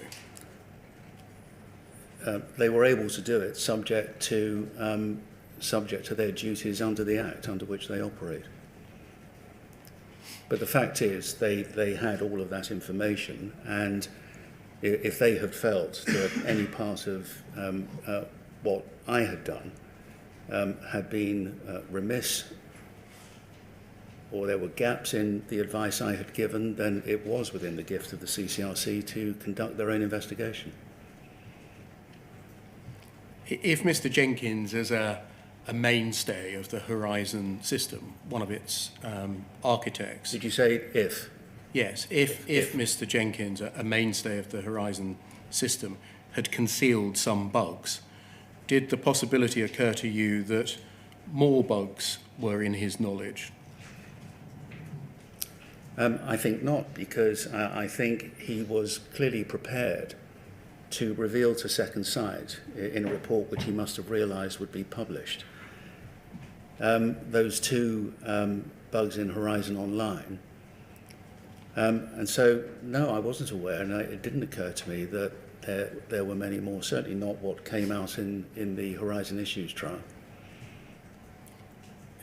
At no point in Mr. Clark's advices, nor in, I think, yours, is the question of the relevance of the conclusions which you'd reached about Mr. Jenkins addressed through the prism of a possible abuse of process argument considered. Is that right? Well, I think in general terms I was talking about non-disclosure. Yes, and so you didn't view this through the different lens of its effect on an abuse of process argument. Well, I did later, but these are different sides of the same coin. If non-disclosure itself can often be the argument which underlines the first limb of abuse of process. So it's all much the same argument. Can we look forward many, many years to UKGI 301-8137?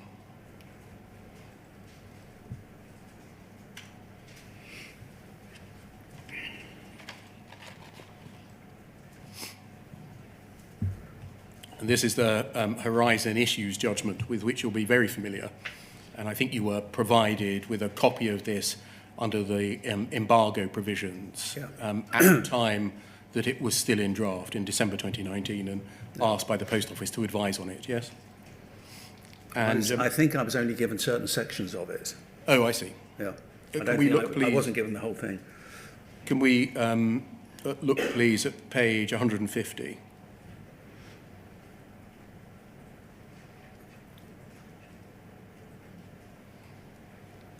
And paragraph 508.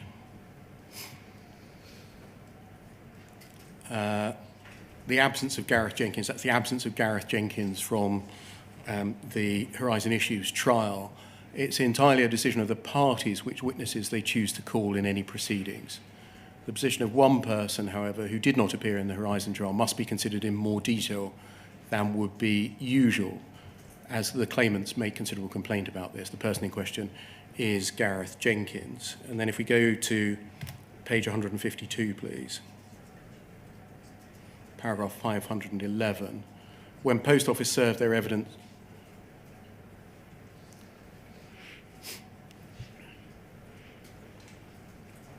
sorry, my monitor has gone blank. Gone blank. No.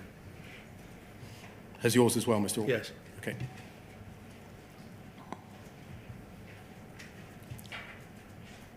I say amazingly, mine hasn't. So can we pause for 2 minutes, please?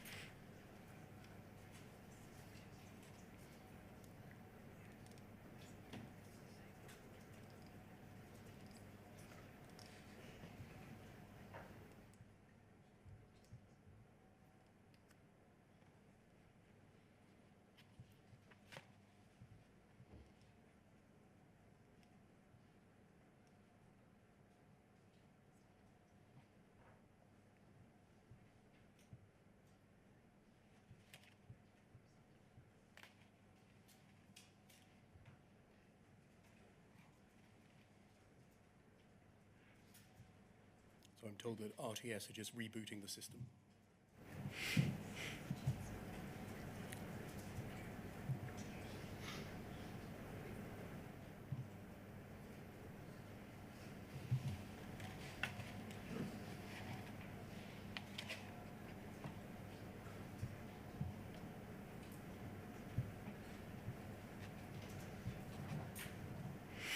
Thank you. We were just looking at paragraph 511. When the Post Office served their evidence of fact, the claimants had asked the Post Office why there was no statement from Mr. Jenkins, whether Mr. Jenkins was available to give evidence, and also whether he was involved in one of a team of what the claimants referred to as the shadow experts. This description was challenged by the Post Office, and the question of shadow experts is addressed further below. No explanation was given for Mr. Jenkins' absence in response to these requests or in evidence in the trial, although it was confirmed that Mr. Jenkins was not one of the team of so-called shadow experts. 512, there the matter might have rested. However, in the Post Office's closing written submissions, an explanation of sorts was for the first time provided. Reading on, this explanation by the Post Office included the following passages in its written submissions. 144, the claimants understandably complain that Mr. Jenkins and the other source of Mr. Godseth's information could have given some of this evidence firsthand. However, 1, taking account of Mr. McLachen's evidence specifically addressed things said or done by Mr. Jenkins in relation to the Misra trial, Post Office was concerned that the Horizon Issues trial could become an investigation of his role in this and other criminal cases. 2, moreover, Post Office was conscious that if it had only adduced first-hand evidence in the trial, it would end up having to call more witnesses than could be accommodated within the trial timetable. And 3, furthermore, so far as Post Office was aware, the relevant parts of Godseth 2 were most likely to be controversial. For example, the Misra trial was a matter of public record. The 4 bugs were covered by contemporaneous documentation, and Post Office had no reason to doubt Fujitsu's account of the documents it held. End quote. Did the fact that the Post Office explained the absence of Mr. Jenkins in this trial as a witness in these terms in any way concern you or surprise you? I'm not sure which part of the judgment this is and whether these are the parts of the judgment that were sent to me. But what surprises me is, I suppose if that's the question you're asking me, is, and I'm being careful here because this is the commercial litigation, but of which others had conduct, but using him in the background as a shadow expert to inform their case, I suppose, is the key issue. The reasons 1, 2, and 3 given for not calling him in their closing submissions do not include that Mr. Jenkins had for at least since 2013 been regarded as an unreliable or tainted witness. Well, I see that here, Mr. Beer. I don't know because I'm just not sufficiently familiar with this judgment, certainly not now, whether that was dealt with anywhere else. But if you're focusing my attention on that particular paragraph, then you're right. Did you think, when reading this, hold on, there's nothing here about Mr. Jenkins having been assessed by the Post Office to have been a tainted and unreliable witness? I can't tell you what I thought when I read this.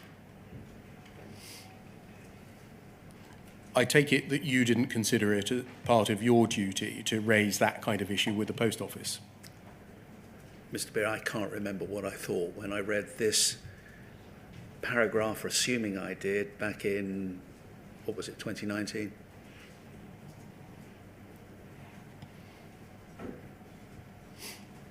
Thank you.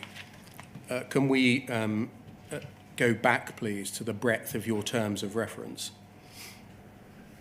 by looking at poll 406801?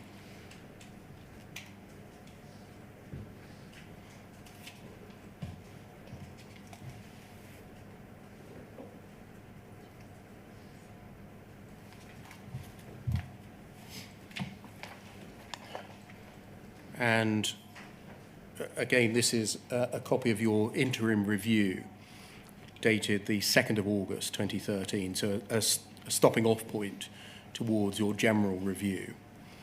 And if we look at page 5, please, and paragraphs 11, 12 and 13,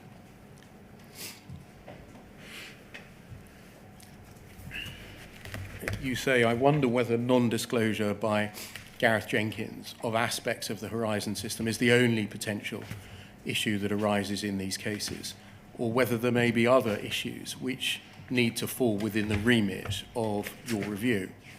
I question whether the sole issue of non-disclosure is too restrictive an approach to take to the review. I've considered the list of issues which were reported to Second Sight in the course of their review by multiple sub-postmasters as being of particular concern. One such concern was, quote, post office investigation and audit teams that have asset recovery or prosecution bias and fail to seek the root cause of reported problems. I've also considered spot review SR22, in which, according to the sub-postmaster, the issue was the lack of synchronisation between post office and Camelot records for remmed-in scratch cards. Reading on, this case example does not appear to me necessarily to be an issue of non-disclosure, but one that may be argued to relate solely to the proper functioning of the system. The spot review leaves the reader with the sense that there remains a dispute between the sub-postmaster and post office regarding this case. Has this case and others like it fallen within Cartwright King's review? And so in those 3 paragraphs, you're saying the review by Cartwright King is focused on non-disclosure. Reading what Second Sight and some associated documents say, I wonder whether the terms of reference for their review need to be much wider. Agreed?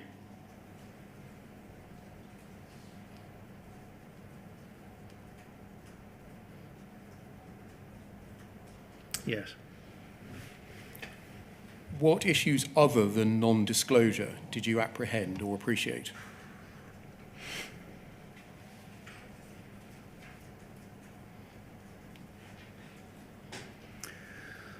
Well, looking at paragraph 12 again, it's almost impossible to put my mind back and, as it were, back engineer what I was thinking about in those paragraphs. But one issue has to be those last 3 lines of paragraph 12. The post office was manipulating its prosecutorial function in order to embark on debt recovery. So that's one example, and I think 13 contains another example, namely functioning of system causing losses rather than disclosure issues. Where was the issue that you raised in paragraphs 11, 12 and 13 heeded? Well, there's a question, Mr. Beer, because this was the 2nd of August. Obviously, my terms of reference weren't crystallised until the back end of September. And the review, as you know, or the final review, was dated the 15th of October of that year.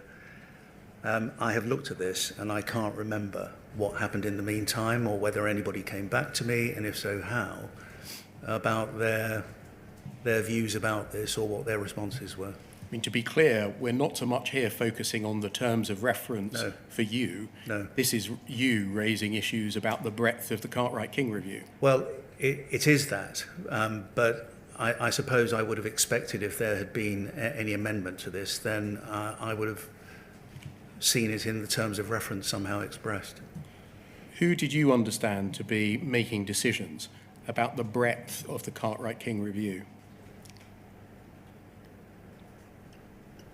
At that time, Cartwright King, I suppose. Did you understand whether civil litigators, i.e. non-criminal lawyers at Bond Dickinson, were having influence over the breadth of the Cartwright King review?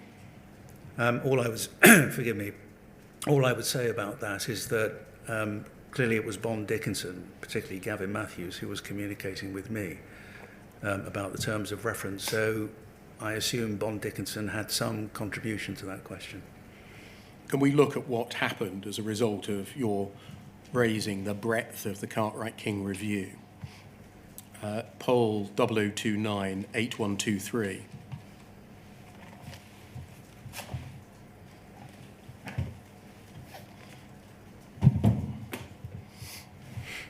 And start by page 3, please. 2nd of August, your email sending through both of your documents dated the 2nd of August, including the second of them, the interim review. Yes, which is the document we've just looked at. And then if we scroll up, please.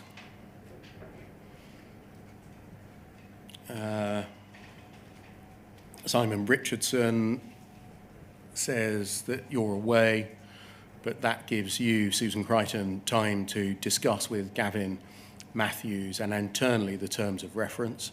And then scroll up, please.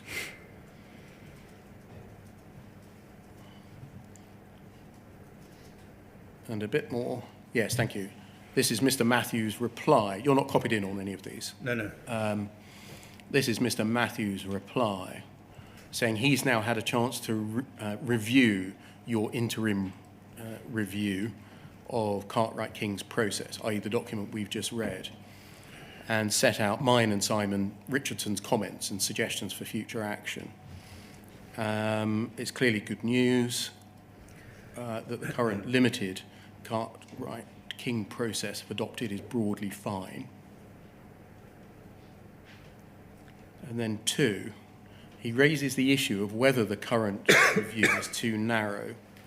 See paragraphs 11, 12 and 13, which I've just read to you. He references the list of issues in the second site report and spot review 22 as examples of other issues which may need to fall within the ambit of Cartwright King's review. Whilst this should be put to Cartwright King, my own view is that it may be very difficult for Cartwright King to expand the review on issues on which second site have failed to come to any conclusion. And then scroll down, please. Our advice is 3, Bon Dickinson, Andy Parsons should sit down with Brian Altman to walk him through the spot review process and the second site report so that he can understand the impact of his review on the civil side. Sorry, so we're on 3, forgive me, I was reading 1 and 2. So we read 1 and 2 Yeah. of the first part and then 3 of the second part. Right. Yeah, well, that didn't happen. Were the ramifications of widening the scope of the Cartwright King discussed with you? No, I don't think they were. Was the fact that it might impact on the civil side, i.e. on civil claims, raised with you? No.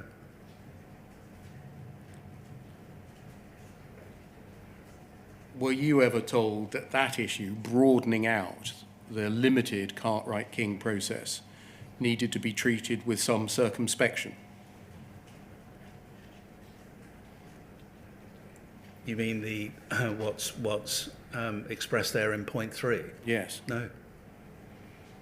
In your interim review, we've seen that you were alive to the fact that Second Sight was raising questions which were unanswered, may need following up, hence your paragraphs 11, 12 and 13. Yeah. But here the Bon Dickinson seem to think otherwise, don't they? It appears to be so, yeah. Did you meet Andy Parsons, as is suggested here, that there should be a sit-down with you to walk through the second site report so you can understand the impact on the civil side? What's the date of this email, please? If we scroll to the top, Is it 5th of August? it's 5th of August. Well, the only way I can answer that, and if it was contemporaneous, is you've got my work log, I think, for that period. And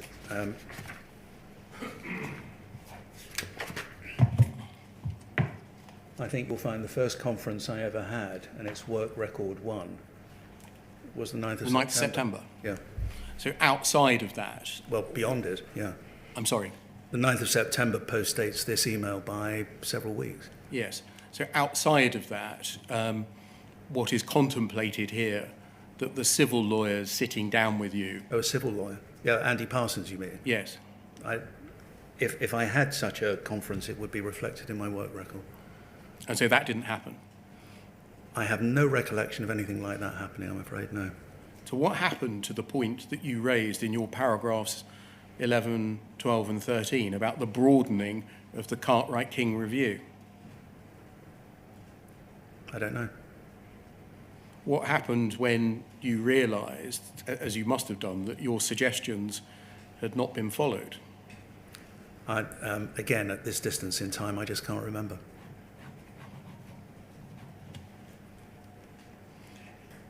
Did you ever get a sense of a lurking difficulty here, that the things that you were suggesting ought to occur for the purposes of the criminal law were causing the civil lawyers some concern? Well, this is the thing, Mr. Beer. No. I cannot remember anybody saying to me, Brian, if you advise this is going to have an impact on civil liability. I don't recall anybody saying that to me. Because if I had, there would only have been one answer. Which would have been? That I am afraid that the advice I give you on disclosure will have no bearing on your exposure to civil liability. But at all events, what was contemplated by the civil lawyers here, namely a sit-down and a walk-through of the impact of your activity on the civil side, did not occur, to your recollection? On this occasion, I'm going to go further and say it didn't happen. Thank you. Can I turn to my third topic then, the cut-off date of the 1st of January 2010, yes. And in particular, Seema Misra's case. Yep. This document can come down, thank you. Now, I think by the time you came to write your general review in October 2013, you knew that Seema Misra had been convicted of a criminal offences in October 2010. Yeah, but she had also, of course, pleaded guilty to offences of false accounting in 2009. Yes. And by the time you came to write your general review in October 2013, you were aware, I think you'll agree, of a wide range of material that undermined the Post Office's key witness in the case against her, Gareth Jenkins. Yes. And by the time of your general review of October 2013, you knew that it was Gareth Jenkins who had given live oral evidence against Seema Misra. Yes. And most significantly, you were in possession of the 15th of July Simon Clarke advice. Yes. On reading the Clarke advice, you didn't disagree with the conclusions that Mr. Jenkins' conduct was in breach of duties to the court as an expert and that his credibility had been fatally flawed. Indeed, you agreed with them. I did. And you didn't disagree with the advice that there were repercussions for past and present prosecutions and repercussions for past convictions. Indeed, you agreed with them. Yes. The Clarke advice was amongst the papers that you received, a very significant document, wasn't it? It was significant advice, yes. It had obvious implications, didn't it, for the safety of convictions in which Gareth Jenkins had given trials in which Gareth Jenkins had given evidence, whether in a witness statement or oral evidence. It had significance for, in terms of disclosure and a possible impact in some cases on safety, yes. It wasn't restricted to that, was it, though? It also opened up the proper functioning of the system, namely the disclosure of bugs by the Post Office. Yes. You agree that the information contained in the advice was disclosable on the basis that the Post Office had allowed, I'm going to use a neutral expression there, had allowed misleading evidence to be adduced in a number of trials, in written statements, and in one case through live evidence, promoting the safety of the Horizon system and even allowing a defendant to be convicted on the back of that disclosure failure? Well, I think it's the same question you're asking me, Mr. Beer, about what I've already accepted, that his credibility should have been considered for disclosure and disclosed with the benefit of hindsight. And I'm asking it specifically now through the lens of the Seema Misra case. Well, the Seema Misra case is slightly more complicated, I'm afraid, because at that time, as I said earlier, the focus was on Horizon Online, her branch was affected, or the theft count was, if my memory serves me, between 2005 and 2008, so it was a legacy Horizon issue. And I accept that when we came to the appeals all those years later, the landscape was completely different. But at that stage, I think one of the problems was that, and perhaps taking a naive view, that the two new bugs, and I only knew about three, I think, at that time, Calendar Square or Falkirk, which was a legacy bug, and the two new bugs in Horizon Online, which had been revealed to Second Sight and which they had reported on, I felt could not be material in her case. And what I'm going to explore over the next, I think, half an hour or so is the change of view. Yeah. Between what the position you took in mid to late 2013, yeah, and then the position adopted in the Court of Appeal 7 or so years later. Yeah. So by the conference on the 9th of September 2013, you knew that Mr. Jenkins was the sole expert witness for the prosecution in Seema Misra's trial, because I think you'd read the transcripts by then. I think, I mean, it's hard to recollect exactly what I had seen, but there's no question I had seen some transcripts because the conference... I'll try and help you on this. Right. Let's look at poll 406485.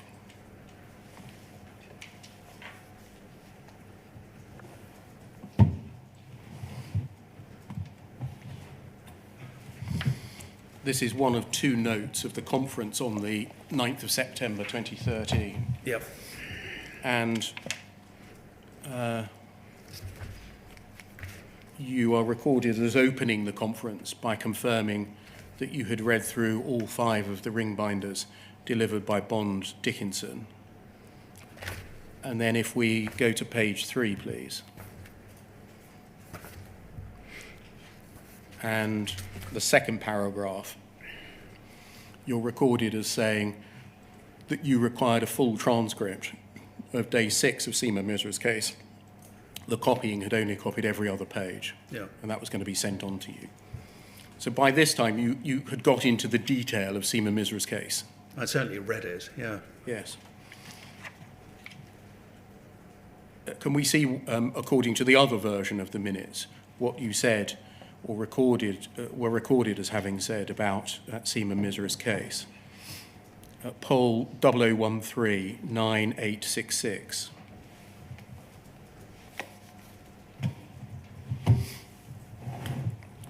Notes of the meeting with you on the 9th of September, and you'll see who was present. I've only seen this note in the past few days. I'll take it slowly then.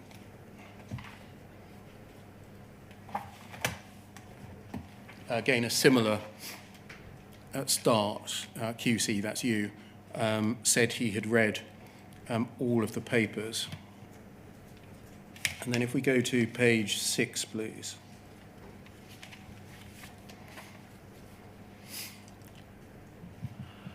And about a third to a half of the way down where it says QC. If that can be highlighted. QC, this is you. Misra concerned. Pre-Horizon Online case. Issues were detailed, as I've seen. She went to prison. Jenkins gave evidence.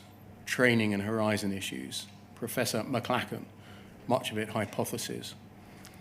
That is a case slipping through the net. Susan commented that she'd applied for mediation. You say, how are we going to deal with it if she comes forward and says similar? Susan Crichton says, either review all pre-2010 cases or we do nothing and wait for them to come forwards. You say, next problem, what disclosed? That's Roderick Williams. We will always have people who want to go back, and if we do, trying to prove a negative. you're recorded as saying, can't avoid the question. Provisional view, a sensible date to adopt, but can't avoid the possibility that miserers may crawl out of the woodwork. Deal with on a case-by-case basis, unless someone states cut-off is unreasonable.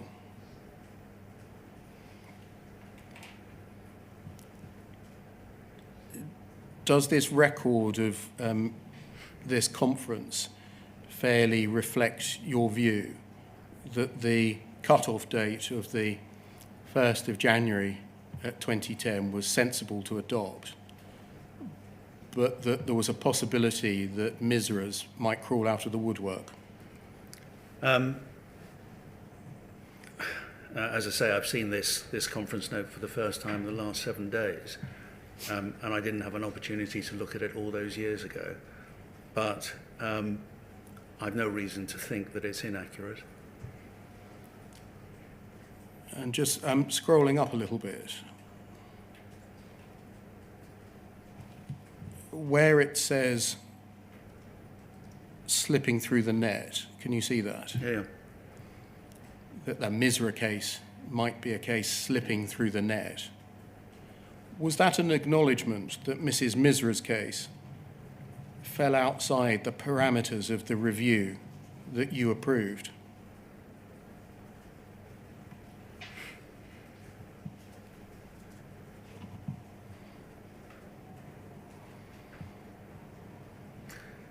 I mean, on one interpretation, and if if the note is accurate, answer yes. Was the cut-off date a principled decision rather than an attempt to close down complaints and prevent the floodgates from opening? Not from my perspective. Did you gain any impression that from the Post Office's perspective, the cut-off date of the 1st of January wasn't a principled decision, but instead an attempt to close complaints down and prevent the floodgates from opening? I mean, I dealt with this, you'll recall, in my general review, and I made comments in various places about Cartwright King keeping their mind open. I'm going to come, if it helps, Well, to the general review at the moment. I'm sure you will, but this was always my thinking.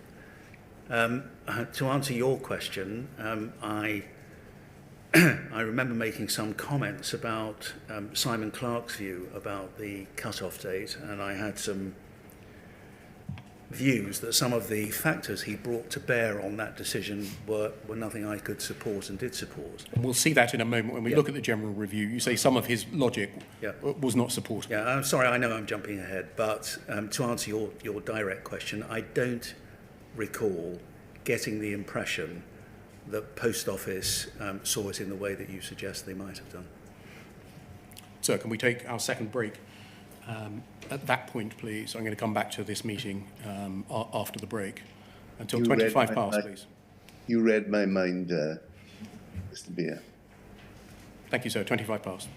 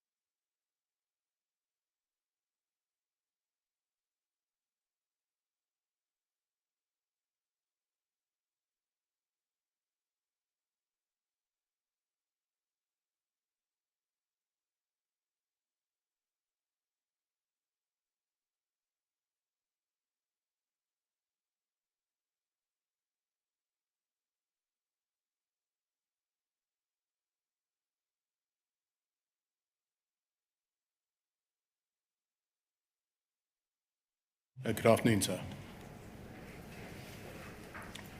Can we go back, please, Mr. Altman, to the note of the conference of the 9th of September 2013, poll 0013-9866.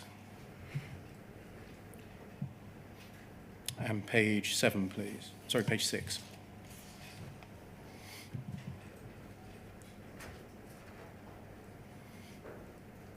About halfway down.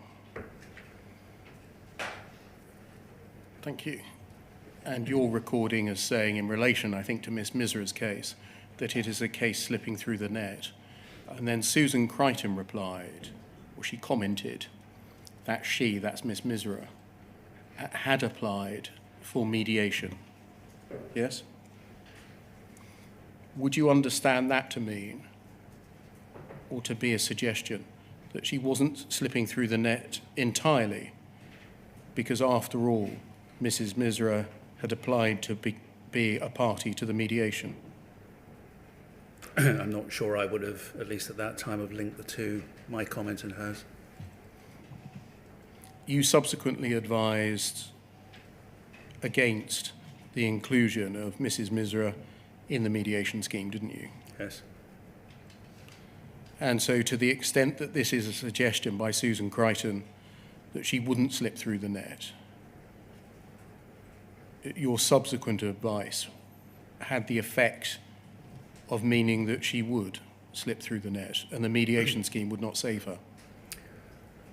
Well, you could infer that from this, but I suspect at the time that I was thinking about Mrs. Misra and the mediation, my view was principled, that clearly I was concerned that she was a case slipping through the net, but my approach to mediation, not just for Mrs. Misra, although she was the name that was put to me, I don't remember any other names of any other postmasters being put to me other than hers.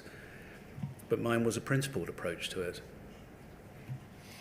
But you would agree that despite that principled approach, it would have the effect of excluding Mrs. Misra from the mediation and thereby obtaining any information Yes. through that route. I'm harsh though it may appear and unpalatable after all of these years, that is and was the effect of it.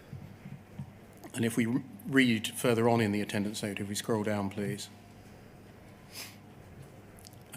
You say can't avoid the question, and then reading on to where I stopped off, you're recorded as saying, so any individual for 2005, I was prosecuted and pleaded guilty. And then you said, recorded as saying that Mrs. Misra was unique. Yeah. Did you regard her case as being unique? Well, there are two words there, which I take it this is Martin Smith's note, that he recorded, which I didn't see at the time. If I use the word unique, I'm prepared to accept I might have done, but whether it was simply a single word response like that or there was more to what I said, I can't tell after all of these years, then it could have related to the fact that she was the only case in which Gareth Jenkins had given evidence. And what was the significance of that? What were the consequences of that? Well, I don't, the trouble is in the context of a note like this, I can't tell you, but the consequences were that I suppose she wouldn't know that Gareth Jenkins had revealed what he had to Second Sight. I suppose looking back with hindsight after all these years, but the trouble is looking at this note and the way it flows, and if we carry on, perhaps. Yes, go over the page, please. If you would, because I think there's more context to this. I just wonder whether it was part of the conversation about the mediation. What, the fact that she was unique was a... Well, Mr. Beer, you're asking me about a single word in a document I've only seen this week, which I didn't see at the time, and I'm doing my best with what's in front of me. I don't know. Shall we look at what's about a third of the way down the page there? Yeah. It's recorded that Gavin Matthews asked Misra, should we apologise? Yeah. And you replied, it is recorded, I wouldn't. Yes. Can you recall the question of apologising to Seema Misra arising? Well, if Mr. Smith's note is accurate, then it did. And again, if Mr. Smith's note is accurate, I must have said something along those lines. Whether it would have simply been a 2 or 3 word response, I doubt very much. Looking back now, can you think why you would have advised not to apologise Yes. to Seema Misra? Yes, I can. Because for 2 reasons. It wasn't just about the fact that she had been convicted of theft, but she had also pleaded guilty to several offences of false accounting in 2009, which at that time, on what I understood, could not be related to any issues with Gareth Jenkins. And therefore, if Mrs. Misra was admitted to the mediation, as a point of principle, I just couldn't begin to understand why, in some form of quasi-civil process, Post Office wanted to ride both horses at the same time. Here they were saying, this conviction is safe, and those pleas of guilty are safe. And at the same time, we want to engage, or we could engage in mediation with her. I just didn't understand the idea of apologising to somebody, Mrs. Misra, as it was understood at that time, and at the same time potentially talking about financial compensation. So it was a principal point. I'm afraid her pleas of guilty, the convictions arising out of those pleas of guilty and the conviction for theft, were, like everybody else who were convicted claimants, were unoverturned at that point. And it was for the Court of Appeal to disturb those convictions, not the mediation scheme. You addressed these issues in your general advice. Can we turn that up, please? Poll 406581. 6581. Poll 406581. We had 6803, I think, before. Yes, we've obviously got it Never mind, twice. it's the same document.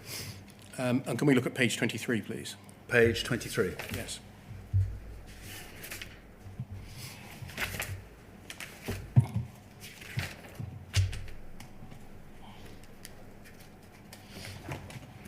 Yeah. And from this point, page 23 onwards, under the cross-heading Nature and Scope of Cartwright King's review, you, in broad terms, in summary, address the scope of the review, Yeah. looking at geographical extent, temporal extent, and other issues, correct? Yes. And then if we go,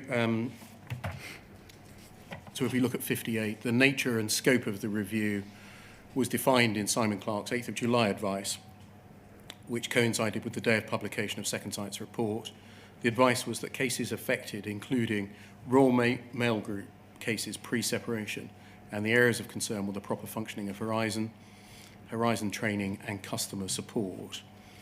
And then if we go, please, to over the page, and I'm afraid it's going to be necessary to read quite a bit of this, from 61 onwards, you address the temporal scope of the review. There was also consideration to the start date of the review. Horizon Online was migrated into all post offices between January and September 2010. Thus, the advice given was that the start date for the review process should be the 1st of January 2010. That's to say the earliest date for the Horizon Online rollout.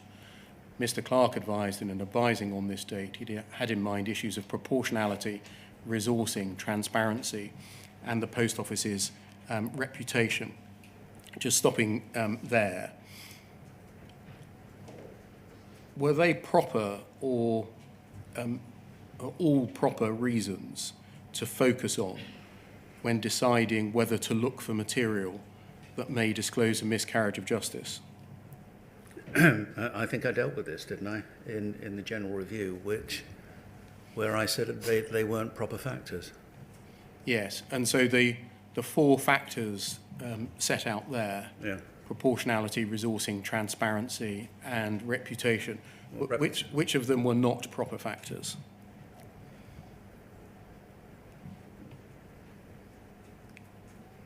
Well, if all 4 were designed to identify the 1st of January as the start date, as it were, for the review, all of them.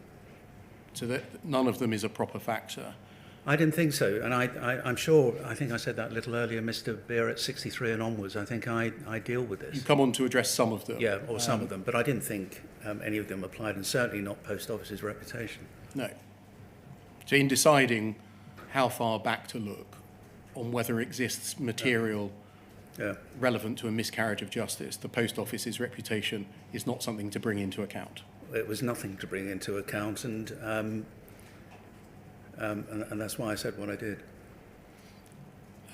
You record in 62, Simon Clarke's view was that any sub-postmasters prosecuted under the former Horizon regime would have served any sentence of imprisonment or performed any unpaid work requirement or paid a fine, and at all events, the publicity from Second Sight's report will put those defendants on notice. And in 63, you record that the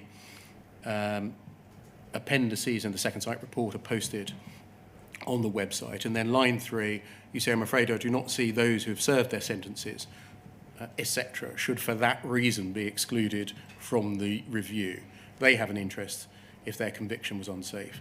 And there must be people who fall within the current review who've been released from their sentences or had non-custodial sentences imposed on them.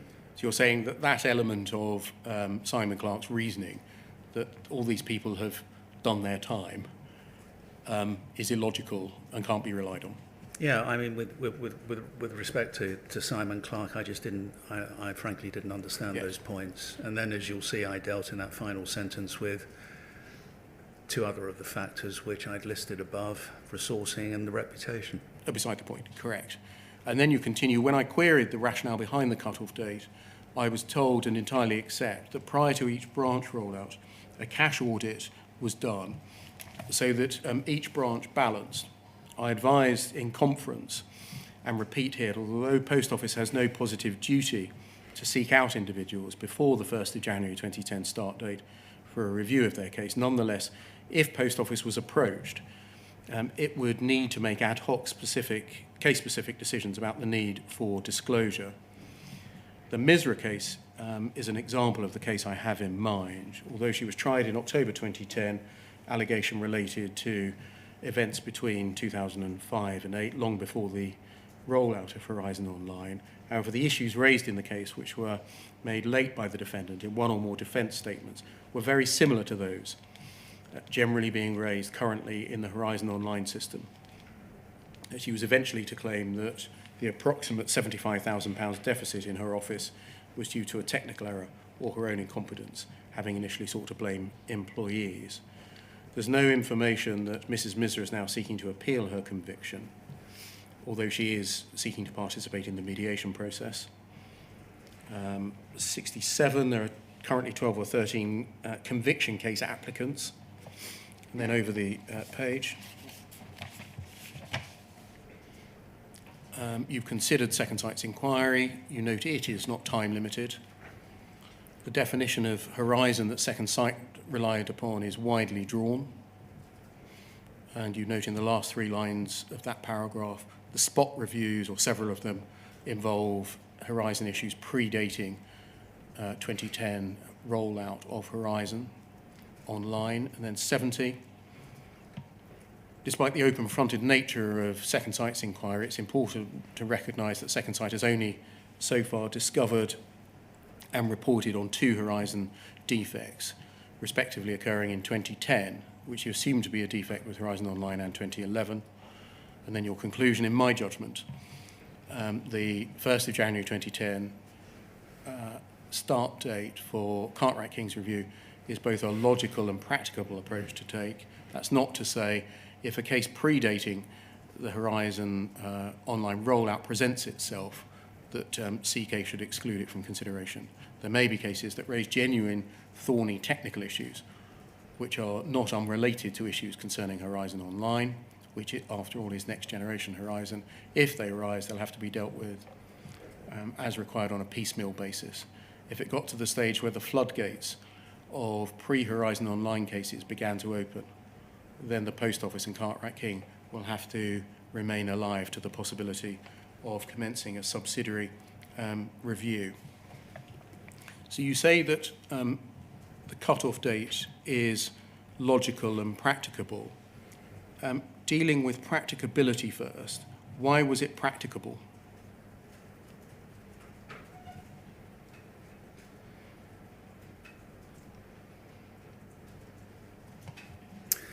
I think it was practicable because the bugs which had been revealed to Second Sight and reported by them in the interim review were accessible in the sense that they were more recent. And second, I have in the back of my mind that there was some problem in going back to legacy Horizon and understanding what might have happened with that system.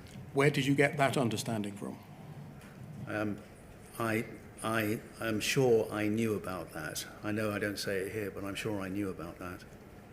What was the nature of the thing that you knew about? Simply, I think that it was the system archived or not live anymore, or something like that.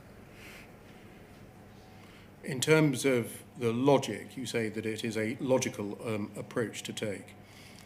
In saying that it was the logical approach to take, did you take as your starting point the assumption that there were no bugs in the old Horizon system? No, I didn't take that as an assumption because I knew that there was one, which was Calendar Square. But I suppose it was looking at the two new bugs which had come to light. Calendar Square or Falkirk had been litigated in the course of Mrs. Misra's trial in 2010 and was to that extent in the public domain. These were two new bugs. And they were two new bugs in Horizon Online. And that came online and was migrated to branches from the 1st or by the 1st of January 2010. And that was the logic to it. The balance of 71 is essentially a way of saying that if any other cases crawl out of the woodwork, isn't it? Yeah. We'll face them when they arise. Well, I think that's a rather harsh judgment, Mr. Beer, because I think what I'm really saying is I'm saying to Cartwright King and Post Office for that matter, you must remain alive to the possibility of commencing a subsidiary review. So, to the extent that I did use that term in the course of the 9th of September meeting, I mean, this document is the 15th of October, so it's 5 or 6 weeks on, and my thinking had moved on. And I recognised, and I wanted Post Office and Cartwright King to recognise, that if there is a legacy Horizon system problem, then you're going to have to potentially consider commencing a subsidiary review. That's what I meant by it. Can we look at a stepping off point between the 9th of September conference and the 15th of October general review? Namely an email of the 3rd of October, poll 0006 6825.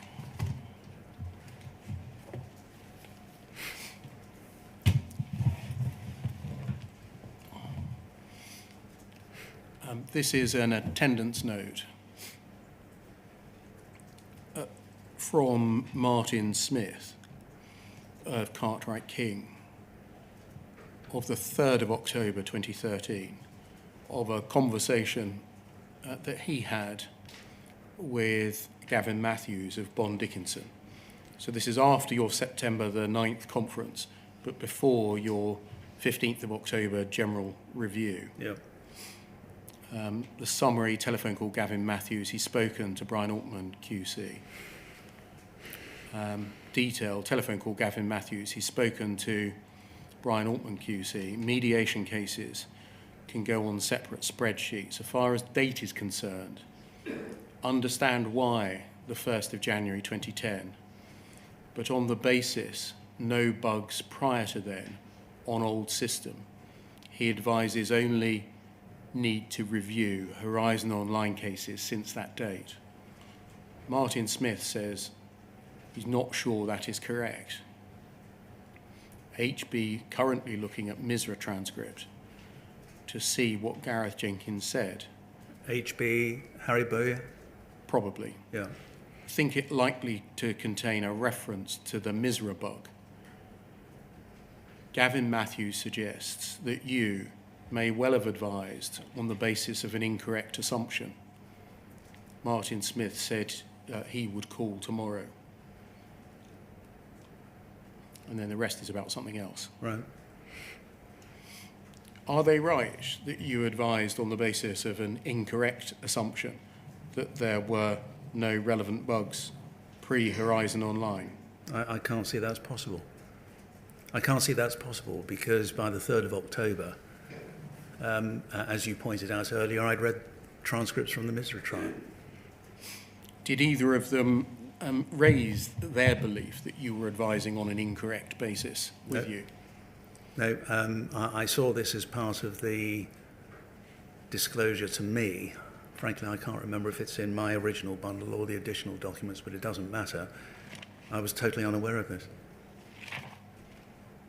And so Mr. Smith did not call you the next day, to the extent that that's a reference to him going to call you the next day? Well, I don't want to say no without looking at my work log, which would only be fair.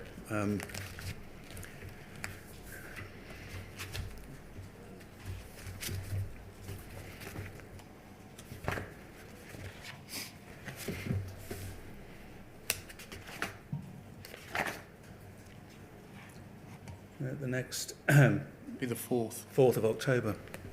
Yeah. So I had a conference call with Gavin Matthews, Cartwright King and Post Office for half an hour. On the 4th? On the 4th, but as you will know, that related to the scope of the review, and that is recited in the general review. But I don't recall anybody suggesting to me, you've misunderstood.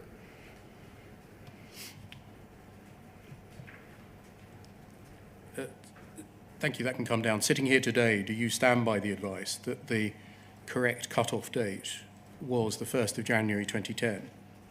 Yes, on the basis of my understanding at the time, which did, in my mind, it must have included, I knew about the Calendar Square bug in Legacy, and that was the only bug I knew about in Legacy. Yes, I do. And the corollary of which is that the Post Office should do nothing in relation to sub-postmasters convicted before that date, and instead wait to see whether they came forwards. Yes, and that was based on mixed fact and law. The law has never been post-conviction that a prosecutor has to go out and search for cases which may be unsafe on the basis of little or no information. And that was confirmed, actually, not at that time, but I'd always understood that to be position. That was confirmed in the Supreme Court in the case of Nunn in 2014. Had you not given consideration at this point to the fact that you regarded Mr. Jenkins as an unreliable witness? He had been a cornerstone of the case against Seema Misra, and that at least in her case, there ought to have been such disclosure. 5th time of agreeing with you, Mr. Peer. I've made that plain. Yes, I can see that.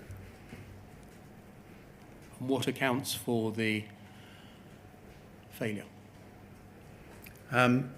If I cast my mind back, I think the only thing that would have gone through it is the fact that the failure by him was to identify in her trial bugs in Horizon Online, which would not have impacted. You told us today that your concern about admitting people like Seema Misra to the mediation scheme was that they remained convicted defendants. The mediation scheme could do nothing about that. Yes. Only the CACD could. Yes.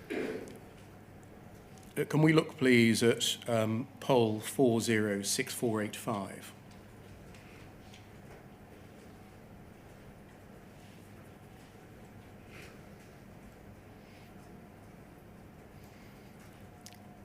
This is the other note of the conference on the 9th of September. Yes. And if we scroll down, please. And keep going. And keep going. Thank you, keep going. Which page do you want, Mr. Beer? I think it's on the 2nd page. Stop there.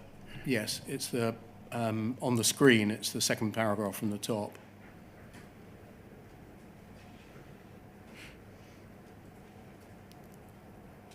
No, sorry, the wrong paragraph. If we keep reading, please.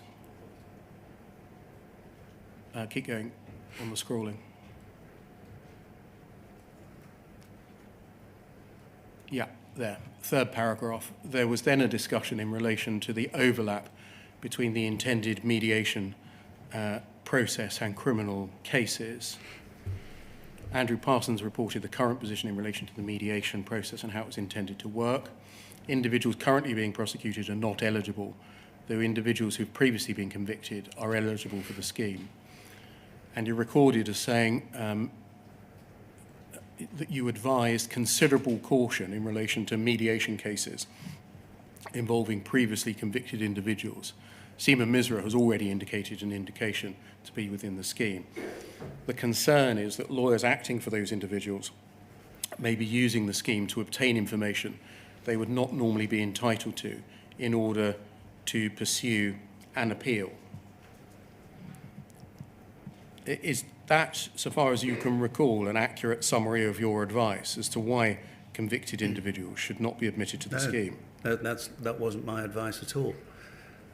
My advice was that there should be caution in relation to the mediation cases, and that was for the reasons I've already given. The way this is written may suggest this was my advice. It wasn't. The concern that lawyers acting for those individuals may be using the scheme to obtain information they wouldn't normally be entitled to was Cartwright King's or post offices. It wasn't my concern, as I made clear in subsequent paragraphs in the advice I later gave.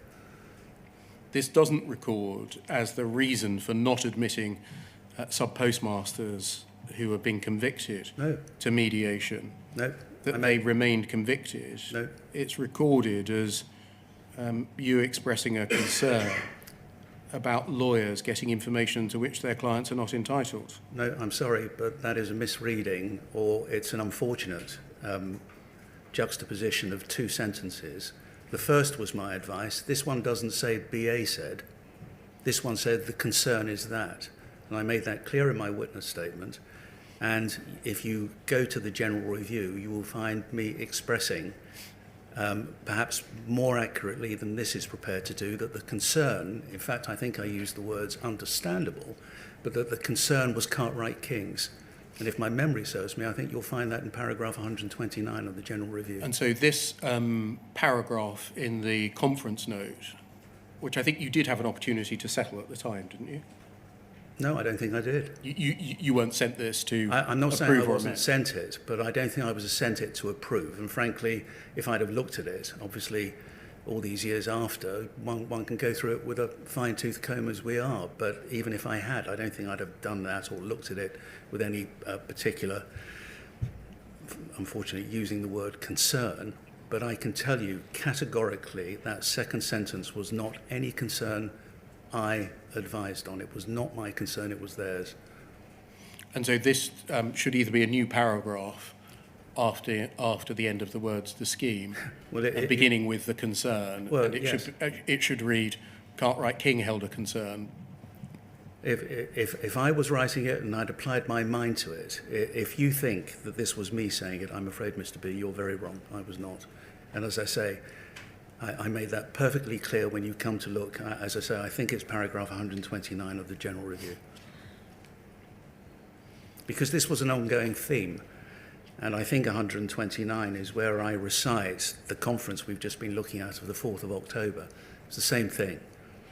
And, and if you look in that paragraph, I think I'm right in saying it's 129, you'll see I set out exactly the same words, almost, that it was Cartwright King's concern.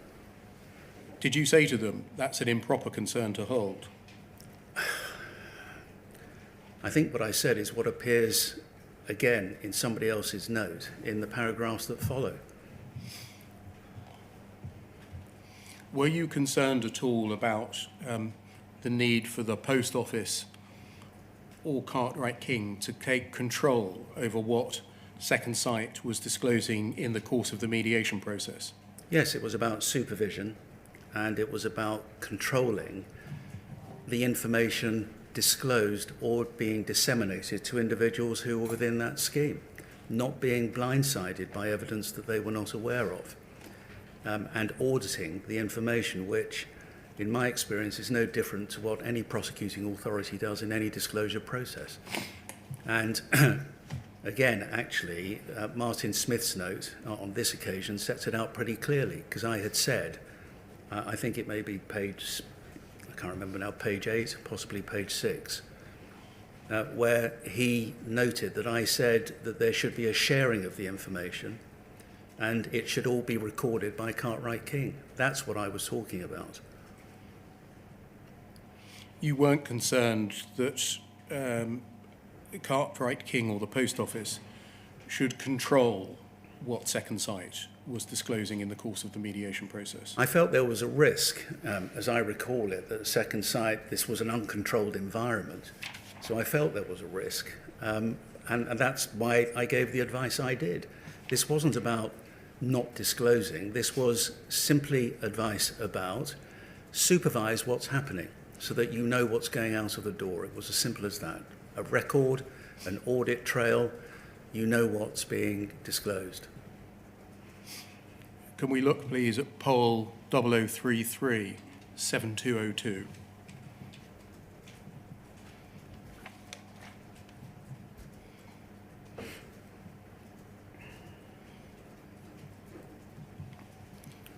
This is an email from you to Gavin Matthews about a fortnight after the conference. The first page concerns the terms of reference. Can we look at the second page, please?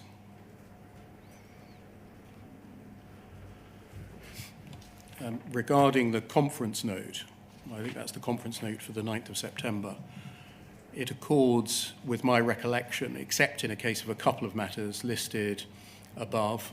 And then as to the final paragraph of the draft conference note, I did advise that Cartwright King needed to rethink the terms of the letter they're sending out. And then I also recall advising, one, there was no positive duty to seek out individuals before the 1st of January 2010, but if the Post Office was approached, it would need to make case-specific decisions on disclosure. And secondly, you recall advising about the need for the Post Office and Cartwright King to take control over what Second Sight was disclosing in the mediation process. Why was it necessary for Cartwright King to take control over what Second Sight was disclosing? Well, for the reasons I've already given, that I wanted to ensure that Cartwright King, as Post Office's external solicitors, understood what material was going out to postmasters.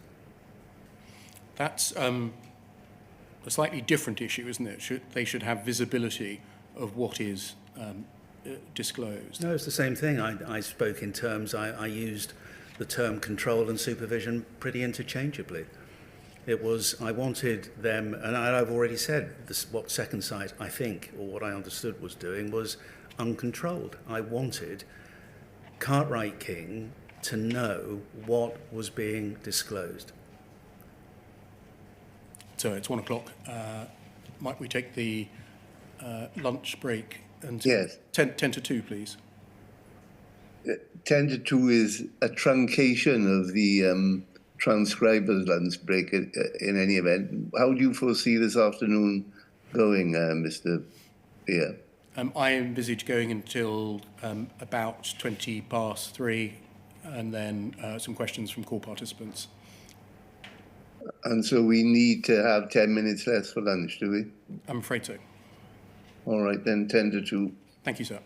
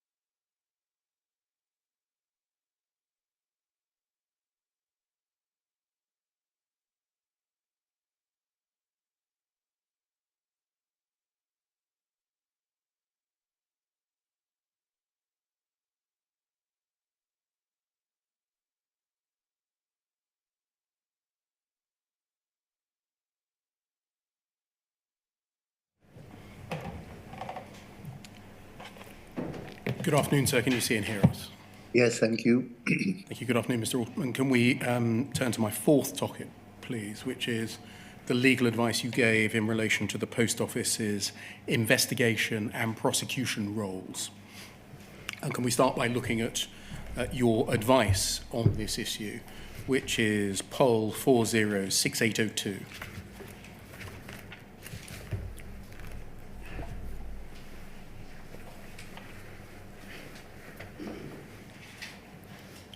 This is dated the 19th of December 2013 on its last page. I just want to ask you about a couple of parts of it. Can we start by looking at page 4, please?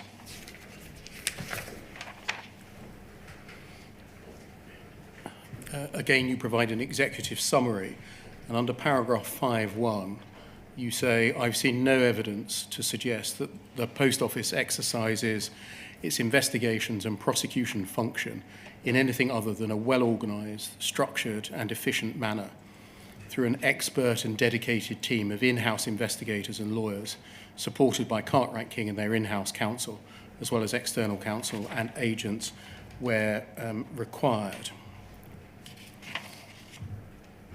How did you come to the view that the Post Office was exercising its investigation function in a well-organised, structured and efficient manner?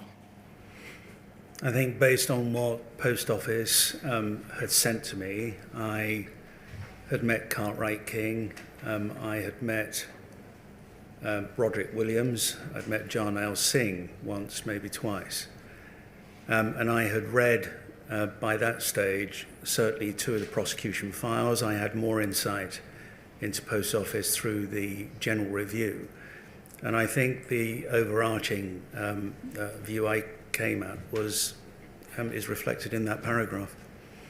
Focusing on the functions performed by investigators and your conclusion there about them, had you examined any documents or material relating to the training of investigators?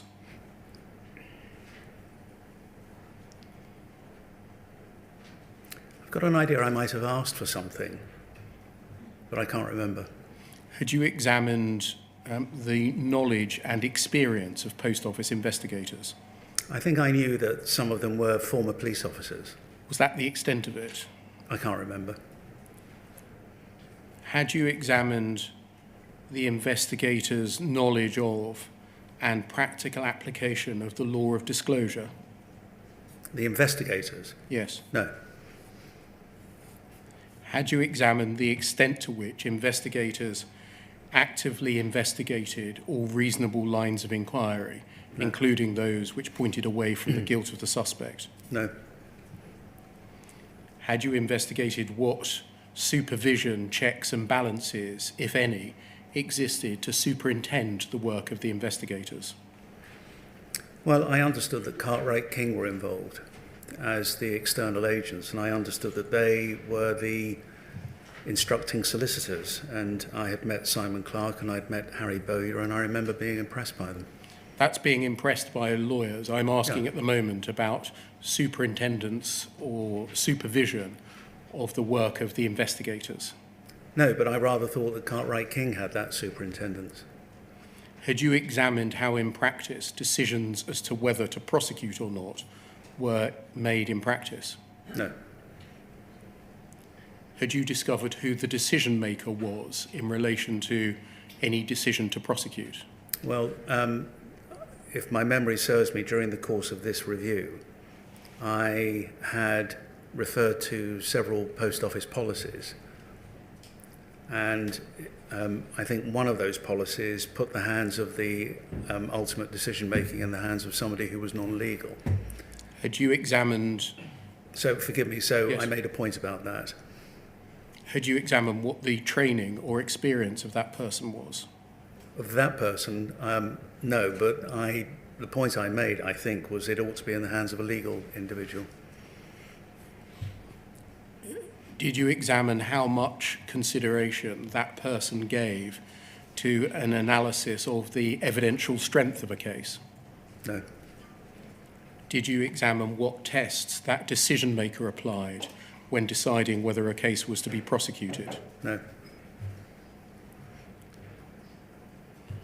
Given all of those things, how were you able to say that the Post Office exercises its investigatory function in a well-organised, structured and an efficient manner? I think I was talking more about the hierarchical structure and what had been presented to me in the way that Post Office, through those various policies, was structured. I don't think I was deep diving, nor do I think I was expected to deep dive all of the factors that you've just mentioned. If I had, this would have been a completely different exercise.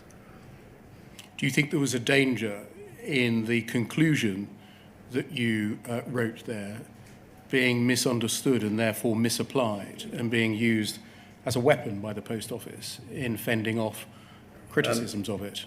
On the basis of what I've just said, yes, I can see that. At the time, I suspect I didn't appreciate that it would be. If we go forwards, please, to page 39.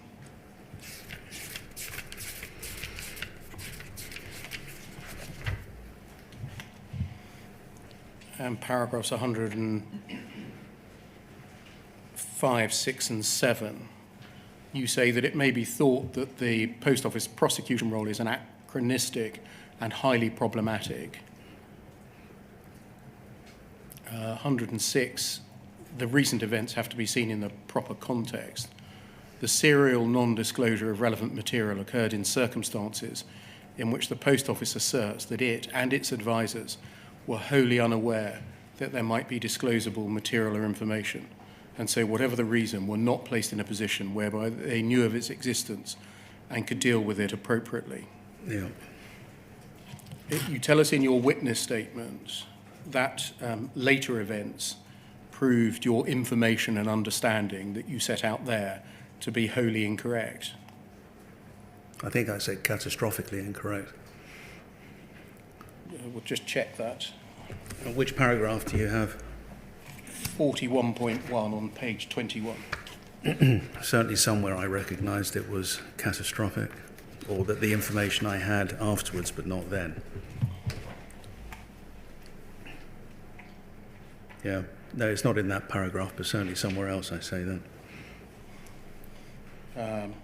Page 21 at the foot of the page, please. Bottom of the page.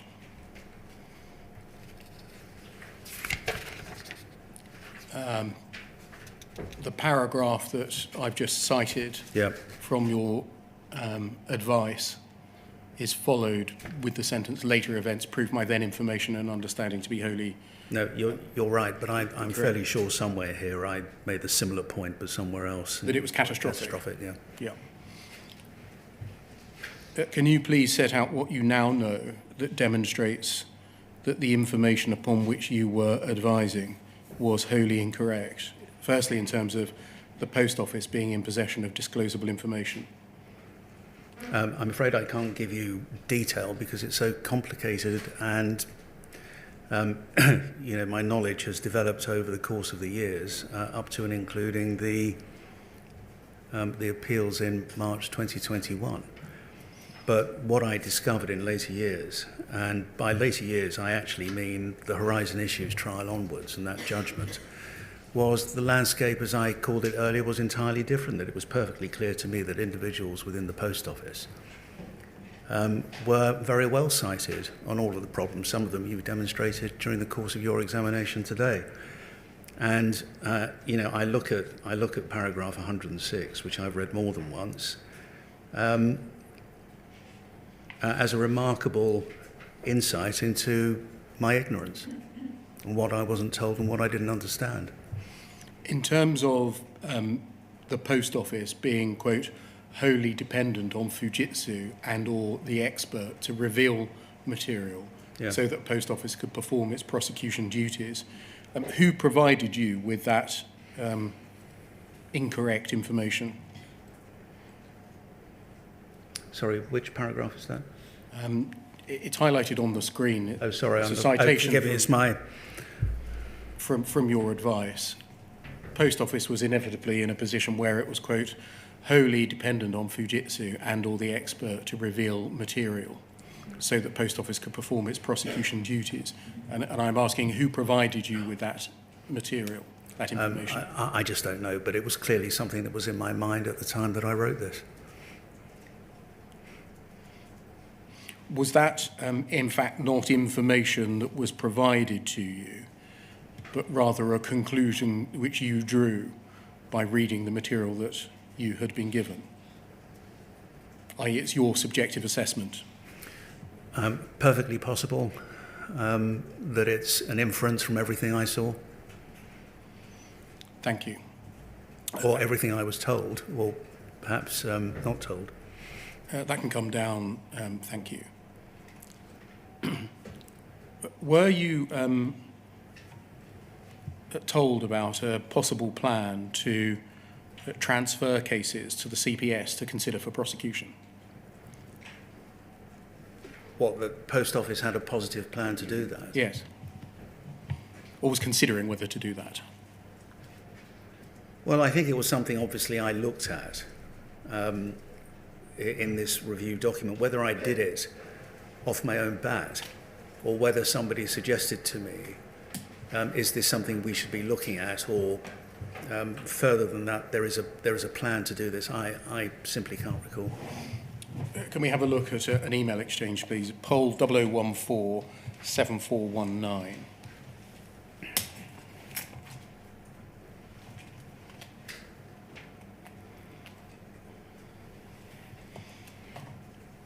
You'll see this is an email exchange that you're not included on. It's from Roderick Williams, litigation lawyer at the Post Office, to Chris Oyard and others, dated the 11th of January 2014.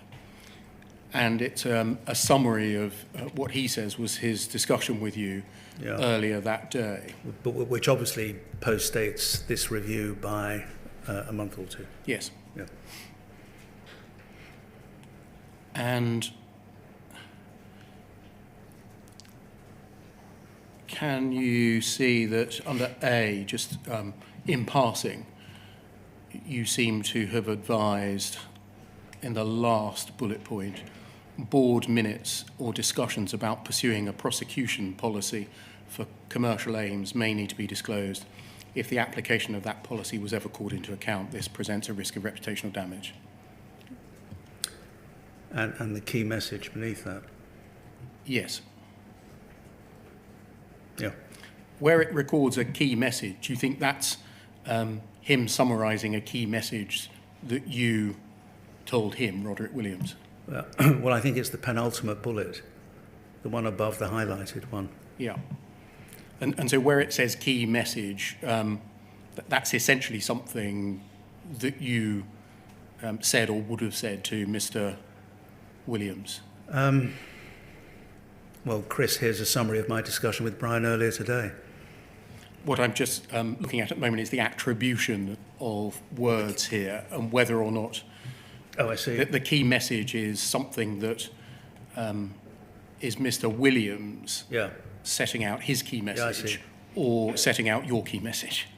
I suspect that's his key message, his takeout from his understanding of the advice I'd given that day. But based on what you had advised. Yeah. I understand. And can we look, please, further down the page to B, jumping from A, status quo, to C, all CPS. Yeah. A change of policy is not an admission that past practices were wrong. It would still be open to someone, e.g. a conspiracy theorist, to say this did drive the change, referring to the temporal connection between the change in policy and the challenge to past prosecutions. This could lead to inquiries about the reasons for the change, e.g. requests for disclosure or questions in Parliament. It's far from certain the CPS would take on any of our cases given the budgetary pressure it's under. We should start discussions at a high level within the CPS if we want to take this on. I don't just announce that the CPS is going to prosecute criminal conduct in our network without raising it with the CPS first. We should not lightly give up or cede to another our expertise in identifying and, where appropriate, prosecuting criminal conduct in our network. Key message, jumping from A to C risks sending the wrong message to the network about how we view criminal conduct, both past and present, and losing our expertise in monitoring our network without any certainty that prosecutions would be picked up by the CPS. However, a change in policy, however dramatic, does not present a pure legal risk of challenge to past convictions. Does that accurately record the substance of the advice that you gave? I can't say it. I can't say it does, and I can't say it doesn't. Not least because I have to say, when I looked at this email, I was not totally convinced. I was prepared to accept that I had given the advice in the conversation under A, but I looked at B, and when I first looked at it, I wasn't sure that that was what I had said. But so I can't answer that question, I'm afraid. I don't remember this conversation at all, this part of it anyway. What made you think that it might not be you speaking in relation to the issues under B? Simply because I wouldn't have said words like, e.g., a conspiracy theorist. I wouldn't have say that this did drive the change, referring to the temporal connection between the change in policy and the challenges to past prosecutions. That's not the way I express myself. So I looked at it and I was not convinced that this was me. The next bullet point, far from certain CPS would take on any of our cases given the budgetary pressure it's under. I know I did have that view, and I expressed it in the review document we've just been looking at. You saying you think you've been verbaled here? Sorry? You saying you think you've been verbaled? I don't want to be unfair to Mr. Williams. There are possibilities that I had this discussion. I just looked at it. I just didn't think it reflected the way I would express myself. But, it's possible. I just don't know. In any event, did you advise Mr. Williams that shifting cases to the CPS would, quote, risk sending the wrong message to the network? I don't think that's something that I would say, because that was a business case, and I don't think, looking at this now, that is something that would have been within my ken or understanding. That was something I think Post Office were very keen on, about the message. What message were they very keen on? Well, the one you just identified about the network and postmasters understanding that we'll pursue prosecutions. Exactly. So exactly what message were they happy or keen on being distributed to the network? That if you have your hand in the till, we'll prosecute you. Thank you. That can come down. Can I turn to the fifth topic then, please, which is the advice you gave about the distinctions or absence of distinctions between offences of theft and false accounting? Yeah. And can we begin by looking at poll 406588, please?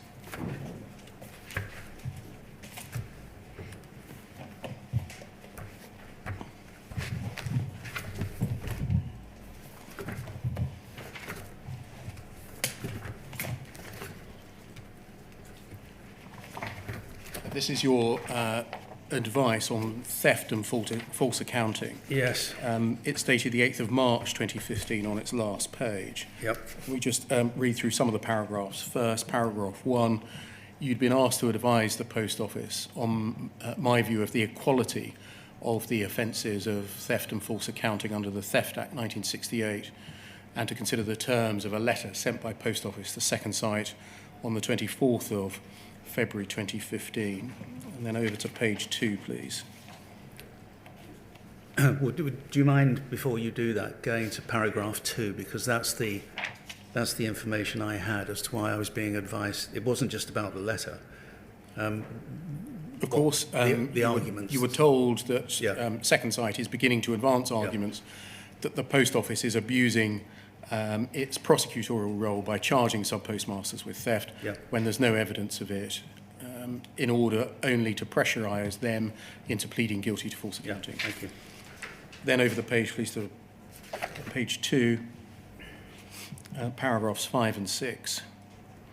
You say you've been made aware that Sir Tony Hooper has seen the letter. That's a letter sent by the Post Office, the second site. And the gist of what he has said, amongst other things, is that false accounting is a lesser charge than theft. So second site was not incorrect to characterise it as such. He added that, however, that if someone steals, then that is more serious than if someone falsely accounts to cover up an accidental loss of £10,000. But if someone falsely accounts for, say, £500,000, then that offence is of greater seriousness. And then page 3, please. And scroll down to paragraph 9. You say, first, there's no legal concept of equality of offences in law. All I think Cartwright King meant by it was that both are offences of dishonesty, carrying identical maximum sentences. This was a generalisation, but in reality means little or nothing. And then page 5, please. Paragraphs 14 and 15. You say, my point is that merely because the charges involve dishonesty and maximum sentences of 7 years is not to tell the whole story of how in individual cases a judge is likely to sentence one from the other. Each case involves a careful process of assessment and of culpability of the offender, harm caused, the aggravating and mitigating factors, and the individual guideline into which the offence fits. If I may say so, the so-called equality of the offences is an unnecessary and unprofitable focal point of attention. The other points raised by the letter have greater force and are defensible. And then lastly, paragraph 22 on page 7.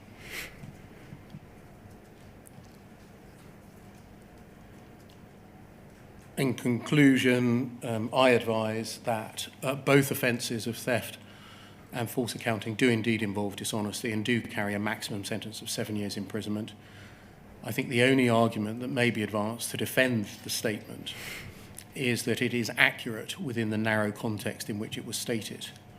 The point is that false accounting may be a lesser offence and may be a lesser offence in the context in which it's charged.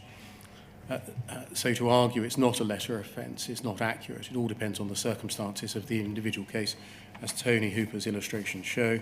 The statement is undermined by the fact that the seriousness or otherwise of any offence of theft or false accounting must always depend on its own facts, as is demonstrated by the many ways in which such offences may be committed and how offenders may be sentenced for them. Do you think you really addressed the substance of the issue being raised, namely that there was an allegation or suggestions being made that the Post Office had a practice of charging theft when there was no or insufficient evidence of theft in order to pressurise sub-postmasters into pleading guilty to the lesser offence of false accounting that had been included on the indictment? And that Cartwright King had said that Second Sight's suggestion that false accounting was a lesser offence was inexpert and wrong?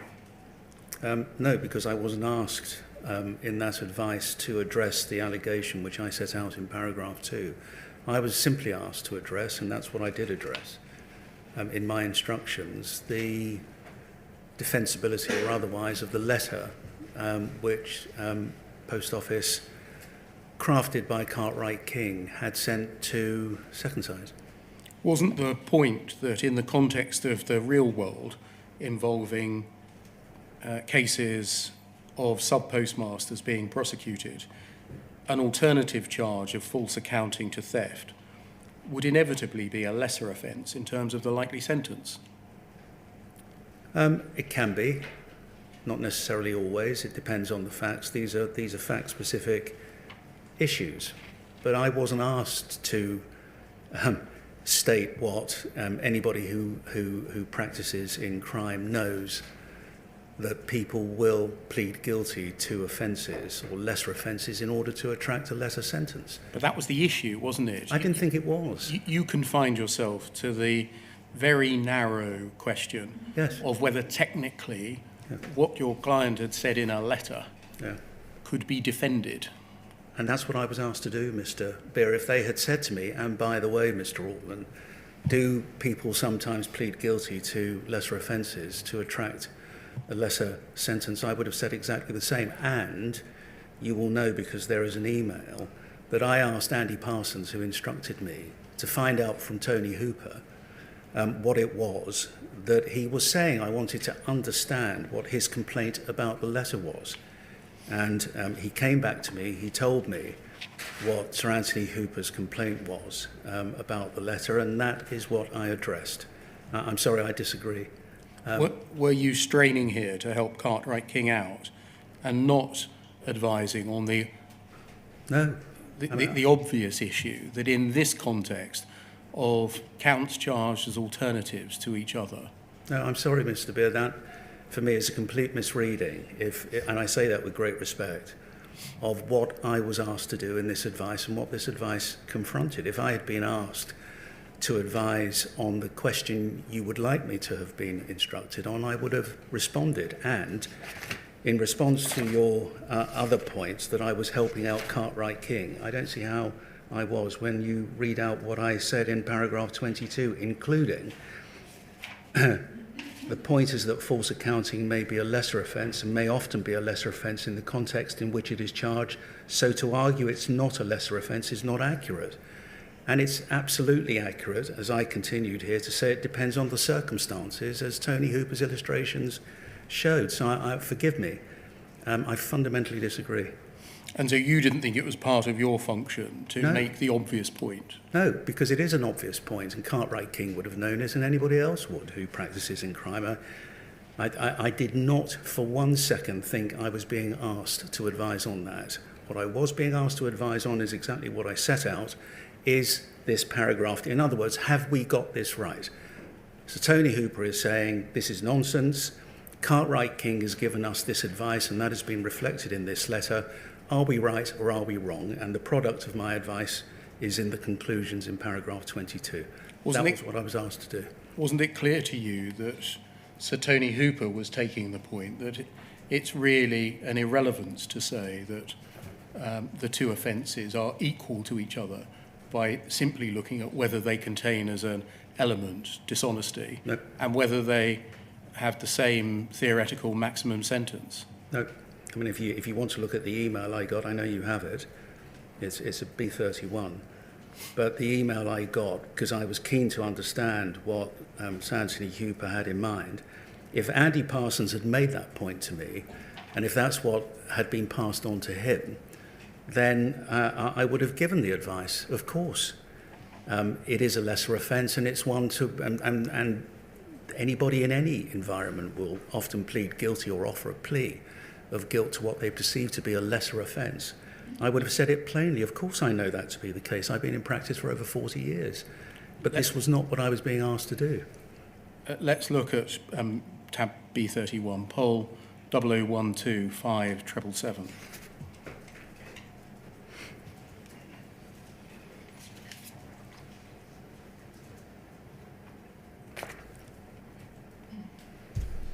And we look at page 2, please. At the foot of the page, email from you to Andrew Parsons in the run-up to giving this advice. Third paragraph. In the meantime, one question I have for you is I'd like some expansion, if you can get it, of precisely what Tony Hooper said. The equality of offences is not actually a criminal legal concept, although I understand what this is really all about. What did you mean when you said, I understand what this is really all about? It was all about a letter. It was all about a letter which had been sent by post office on the advice of Cartwright King to Second Sight, about which Tony Hooper had issues. That's what it was all about.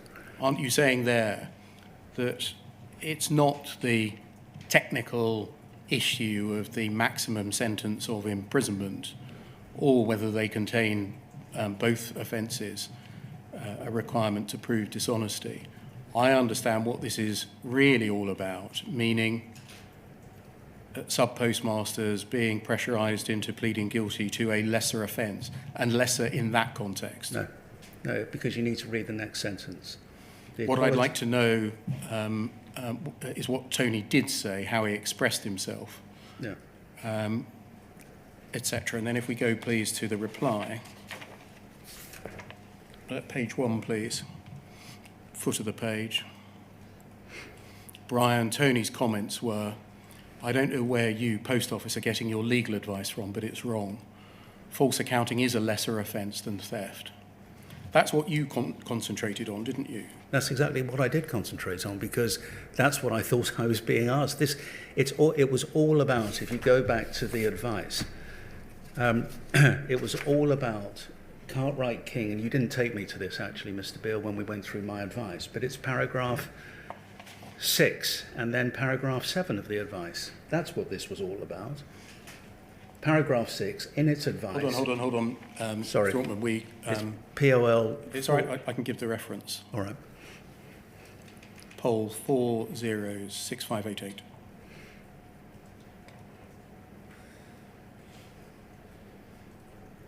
Second page, foot of. I think you wanted to read paragraph 6. Didn't you? Yes. In its advice, CK had said that SS's views were inexpert and wrong. On this particular topic, they said, the suggestion that the offence of false accounting is a less serious offence than that of theft. This suggestion has appeared in a number of contexts, most commonly where an applicant has pleaded guilty to the former offence so as to avoid the more serious charge of theft, or has pleaded guilty to the lesser offence of false accounting. And then please to the next bullet point. Over the page. In fact, both offences are equal in law, both are offences of dishonesty, both carry the same maximum sentence, 7 years imprisonment. And then paragraph 7, this was used as the basis for a letter that was sent to Second Sight, which included the statement, the suggestion that the offence of false accounting is a less serious offence than that of theft is incorrect. Both offences are equal in law, both are offences of dishonesty, and both carry the same maximum sentence.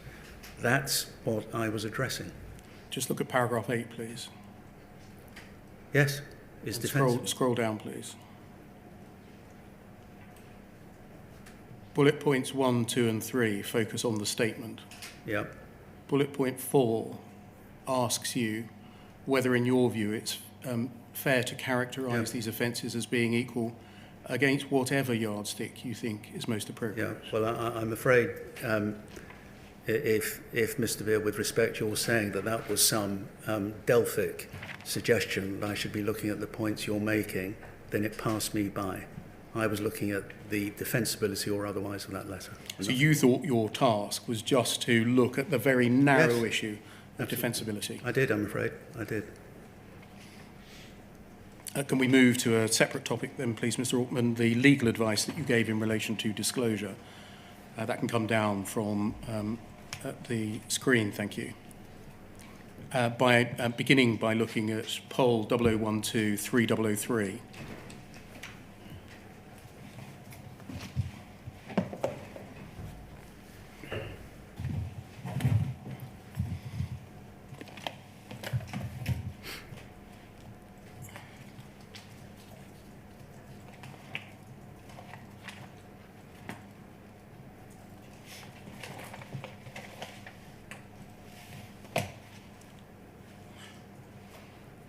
And if we just scroll down, please. Yes, sorry, just scroll back up, please.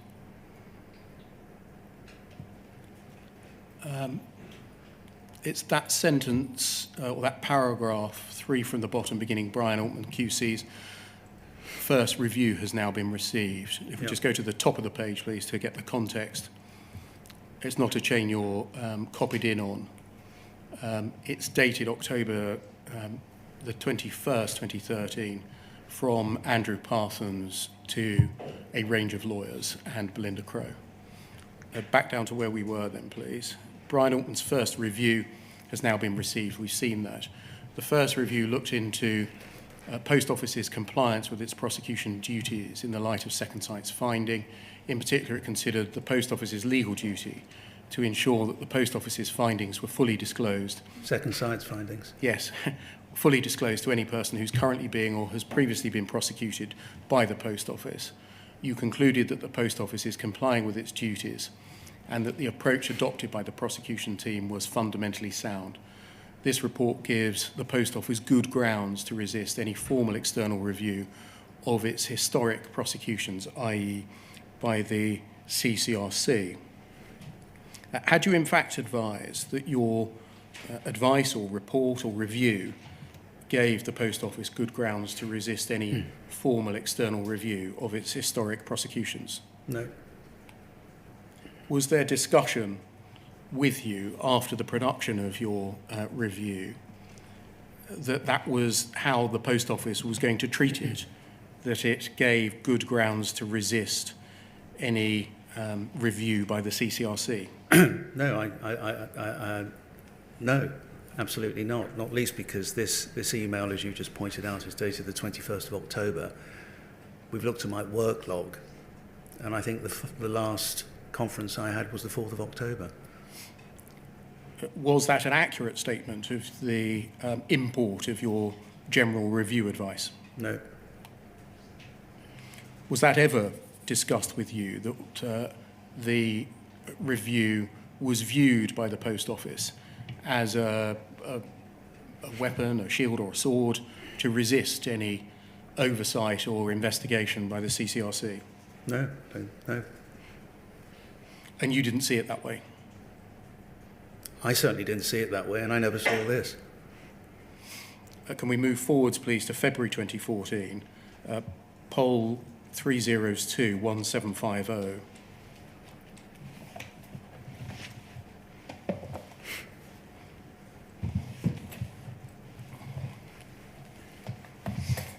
And can we start on page 3, please?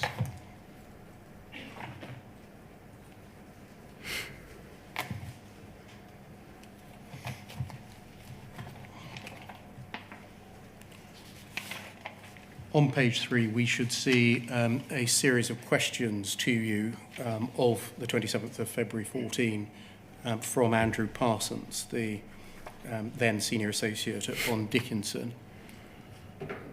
He attaches a report in Mrs. Brewer's case. And at the end of the report, Second Sight draw the following conclusion: that whilst we've not been able to establish a direct causal link between communication line problems and the losses reported, we believe that communication line problems did play some part in these losses. Post Office would be grateful for your thoughts on whether this type of comment is of a type that would be disclosable in other past or future criminal cases. Appreciate this is a broad, very broad hypothetical question, and that disclosures need to be considered on a case-by-case basis. We're looking for a steer on whether this type of general on evidence view could ever be over the disclosure threshold. And then if we look at your reply on page 1, scroll up, please. Sorry, page 2, scroll up. Thank you. You say, dear Andy, in principle, the comment found in 5.1 would, I'm afraid, prima facie be disclosable in any case involving assertions by a defendant that there was some causal link between communication lines. It says casual, it should have been causal. Yes. Yeah. And reported losses. The fact that Second Sight's view is unevidenced would not alter its potential disclosability as such. And then if we go to the bottom of the page, please. You say the best result for now, last paragraph, would be a concession from Second Sight, that this is a conclusion that's specific to this case only and does not apply across the board, unlike, for example, their conclusions in their 8th of July report. Whether Second Sight might be prepared to concede that remains to be seen. Then over the page, were they not to soften their stance and stand by their conclusion, then we may have a problem. You might then have to think of whether there's any other expert Post Office might instruct who could undermine Second Sight's opinion on this. How realistic in practice this is, and politically, only you will know. And then page 1, please. Foot of the page, please. Mr. Parsons, you're not included on this, distributes your advice. Please see below from Brian Altman, read the comms issue in Second Sight's report. Brian's view is the Second Sight statement is probably disclosable to other prosecuted or convicted sub-postmasters in a similar situation. My view is we're unlikely to make Second Sight change their opinion. Next paragraph, that's not to say Post Office should not challenge Second Sight's conclusion. We should be getting Fujitsu's view and assuming it's strongly supportive, giving it to Second Sight. Fujitsu's analysis can be deployed at mediation and may, subject to Brian's further thoughts, prevent the need for disclosure, mitigate the impact of the Second Sight report in criminal proceedings. When you gave your advice, you began by saying, I'm afraid that this is disclosable. Why were you afraid? It's just a term that I use. Were you softening your response to the Post Office by using that phrase? Softening my response? Yes, by saying, look, I'm on your side, but I'm afraid I've got to give you some unpalatable advice. I don't think so. It is, I'm afraid, a term I use an awful lot, and I just used it there. I mean, I'm very colloquial in the way I write, and I suspect that's all it is. You came up with ways in which the Post Office might be able not to disclose this information to other convicted defendants. No, I don't think that's fair, actually, Mr. Beer. What I was saying was, before disclosure in cases that may arise, that's the second paragraph, that you should, as it were, hammer this out with Second Sight and find out if it's an expert rather than an inexpert opinion and see what those discussions bring. That's all I was saying. I did not soften my approach to that, and I did not say that this should not be disclosed. I said before disclosure in respect of any cases that may arise. So in other words, I had already given the advice that it was prima facie disclosable, but that a Post Office were entitled to know what the issue was, whether it was a matter of expertise, and whether the expertise suggested by Second Sight was expert or inexpert. That's all I was saying. You said the best result for now would be a concession. Yes. This is case specific. Yes. Can we move on then, please? Seventh topic, Mr. Clark's advice of the 2nd of August, 2013. Can we look, please, at that to remind ourselves of it? Poll 406799.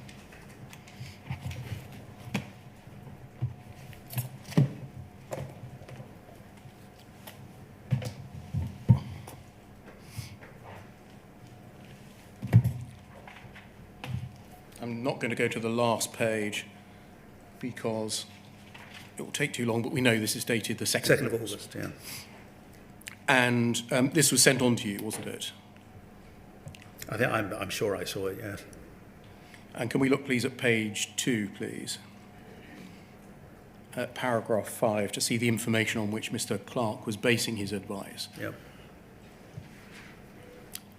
After the call on the 31st, the following information was relayed to him.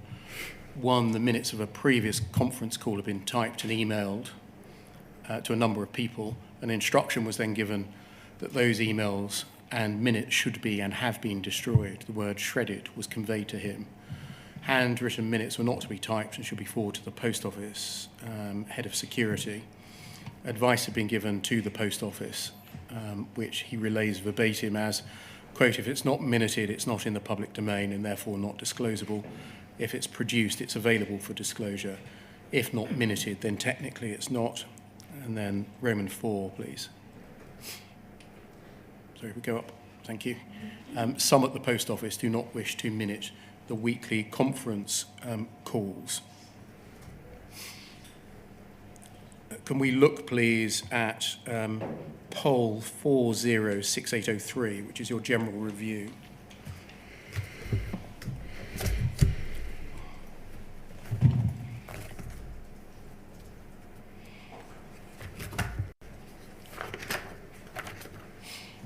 And look at page 36, please.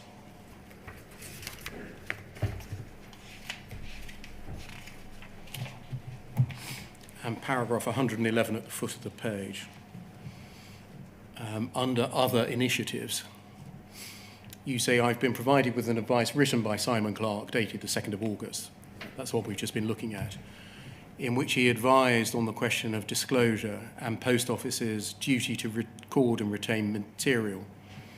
In it, he confirmed advice he'd given Post Office at a meeting at head office on the 3rd of July that there ought to be a single central hub, the function of which was to act as the primary repository for all Horizon issues.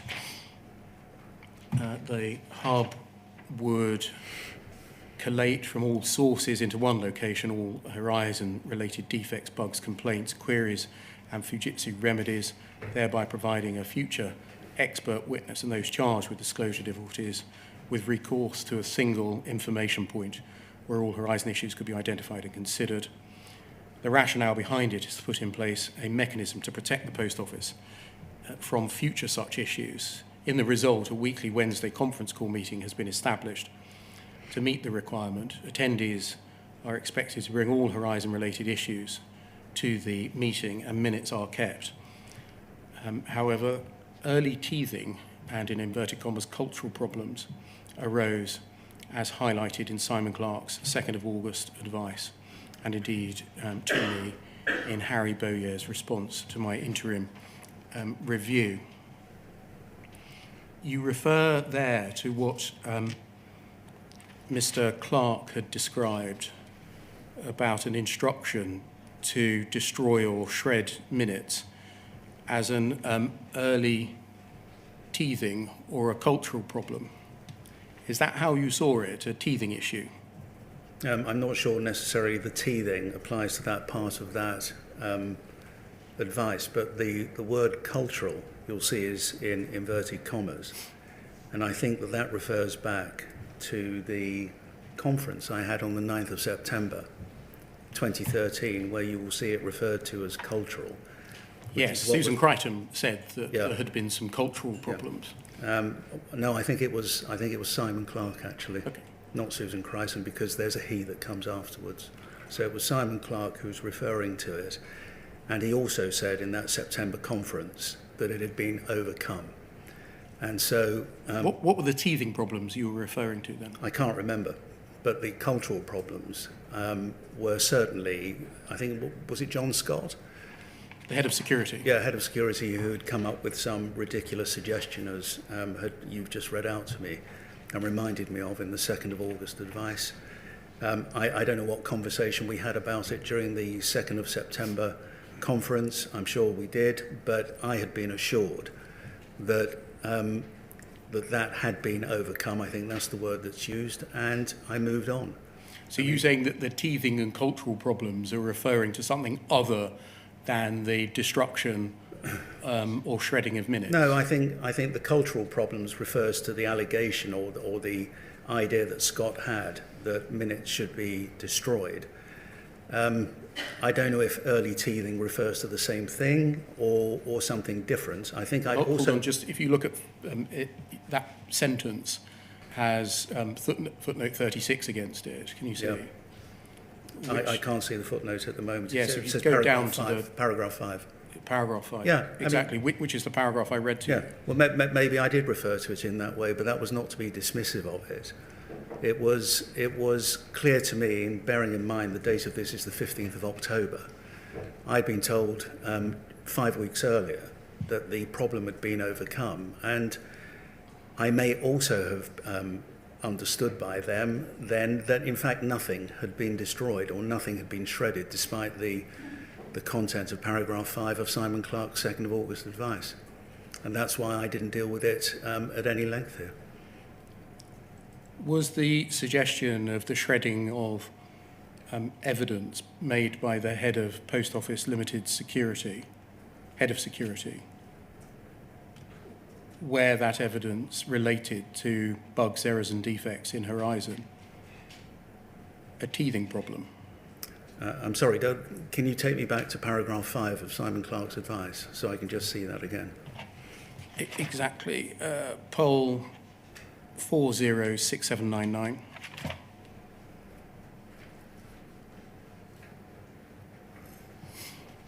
And over the page.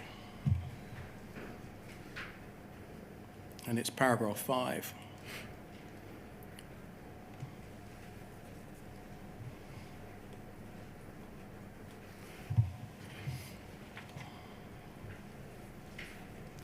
Sorry, where does it say bugs, errors and defects? That's what I'm asking. Yeah. No, I mean, this all dealt with, this all related to the Wednesday hub meeting. The purpose of which was to collate issues. About? Yes, of course, I get what you're saying. But I had understood all this time later that it was a proposition put forward by John Scott, which had, and it had been dealt with swiftly. And he'd been told in no uncertain terms that that would not happen. I also understood that that had not happened, and it had been overcome. Maybe it's an unfortunate choice of a word, but I didn't mean to dismiss it, as I said already. You would agree that the word a teething problem, when the head of security is suggesting that evidence should be shredded, is something a little more than teething, isn't it? I accept that.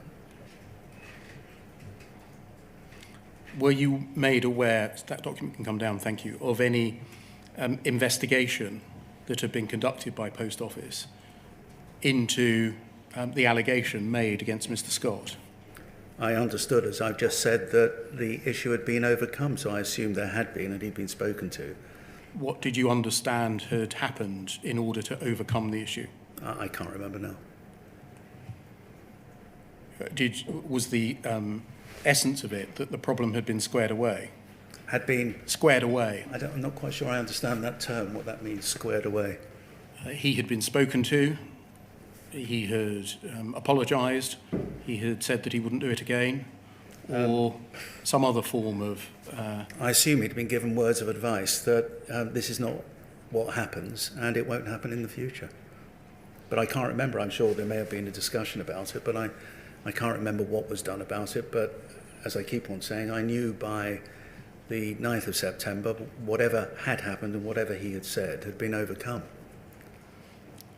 Did you give any consideration around October 2013 to the issue of whether an instruction by the head of security to destroy or shred recorded information concerning Horizon issues failed to be disclosed? No, I didn't. Can we turn to my eighth topic then, please? Legal advice in relation to the CCRC. Can we start, please, by looking at poll 304-0046?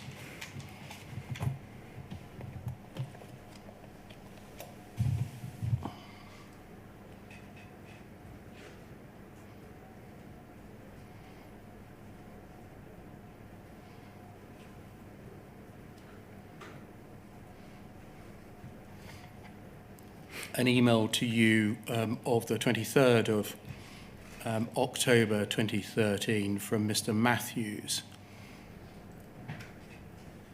Subject, CCRC draft letter. As mentioned at yesterday's meeting with, with Chris Oyard, I attach a proposed letter to the CCRC in the light of the fact that you've now completed your review of past and current prosecutions. Leaving aside the fact I've drafted it to be sent by Susan, please can you review and amend it? I'm not precious about my drafting.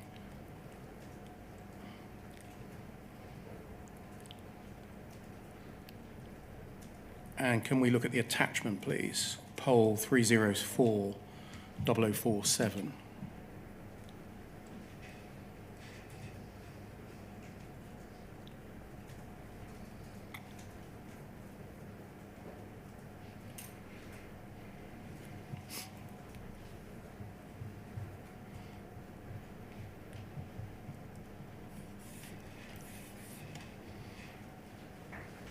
It's a one-page letter to the CCRC. Second paragraph, I'm now in a position to confirm that Brian Altman, Queen's Counsel, has completed his review of the Post Office's strategy and process for reviewing past and current prosecutions, given the findings of the Second Sight interim report. I'm now in a position to give you an update. As you'd expect, Mr. Altman's review has been thorough, leading to a detailed report. I'm pleased to confirm that overall his view is that the review is fundamentally sound and he's not detected any systemic or fundamental flaws in the review process or in the evidence arising from it. He has, however, highlighted that because the review is a continuing process, and the Post Office has a continuing duty of disclosure. Both Post Office and the external firm of solicitors must be prepared to keep under review and reconsider past cases and disclosure decisions. To give you detail, the process involves reviewing all cases going back to the 1st of January 2010, this being the earliest date on which Horizon Online was migrated into all Post Office branches, and is a start date which Mr. Altman, Queen Counsel, considers to be logical, proportionate and practicable in the light of the known circumstances. The scheme involves the Post Office's solicitors identifying every case within the above-mentioned review period in which the primary or main evidence against the defendant was based on Horizon data. This is done by a SIFT review process. Once a case is identified, senior in-house prosecutors at the solicitors carry out a full case review to determine the question, quote, had the Post Office been possessed of the material contained within the Second Sight interim report during the currency of any particular prosecution, should or would Post Office have been required to disclose some or all of that material to the defence? And then some statistics are to be set out.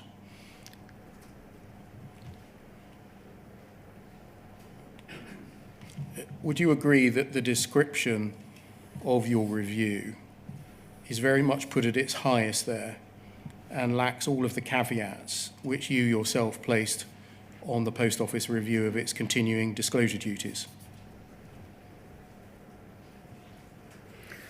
Well, it doesn't set them all out, I agree with that. And it does tend to put it at its highest, or at least is an attempt at a summary. Of course, there's no mention about the concern over the integrity of Mr. Jenkins' evidence. No, I can speculate why, but I suspect because Gavin felt that this was a letter that was going to the CCRC about historic cases, but I also, in other words, that Gareth Jenkins' taint going forwards, that he would not be used, was not in this letter, but I take the point, if by it you mean, it should also have referred to that fact.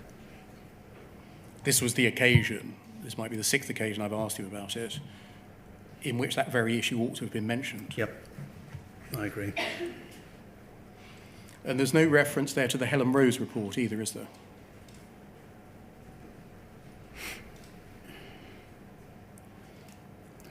Well, I'll take it from you. There is a reference to the Second Sight interim report, but not to that, no. Do you know why that is? I've no idea. Was the impression ever conveyed to you that in relation to the Helen Rose report, from the Post Office's perspective, the least said is the soonest mended? No. So can we take our afternoon break there, please, until 3 o'clock? Yes, of course. Thank you very much, sir.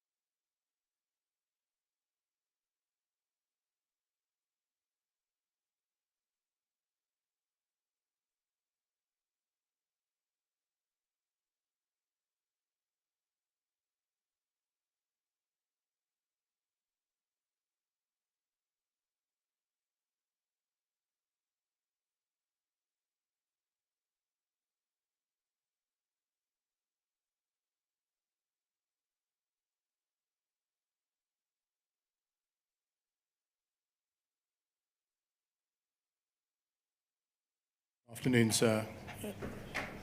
Can we continue, Mr. Altman, by looking at the disclosure to the CCRC issue, which is my 8th and last topic?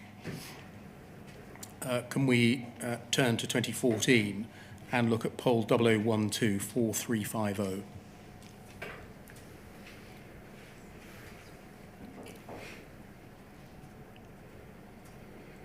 This is a letter dated the 5th of June 2014 to the CCRC.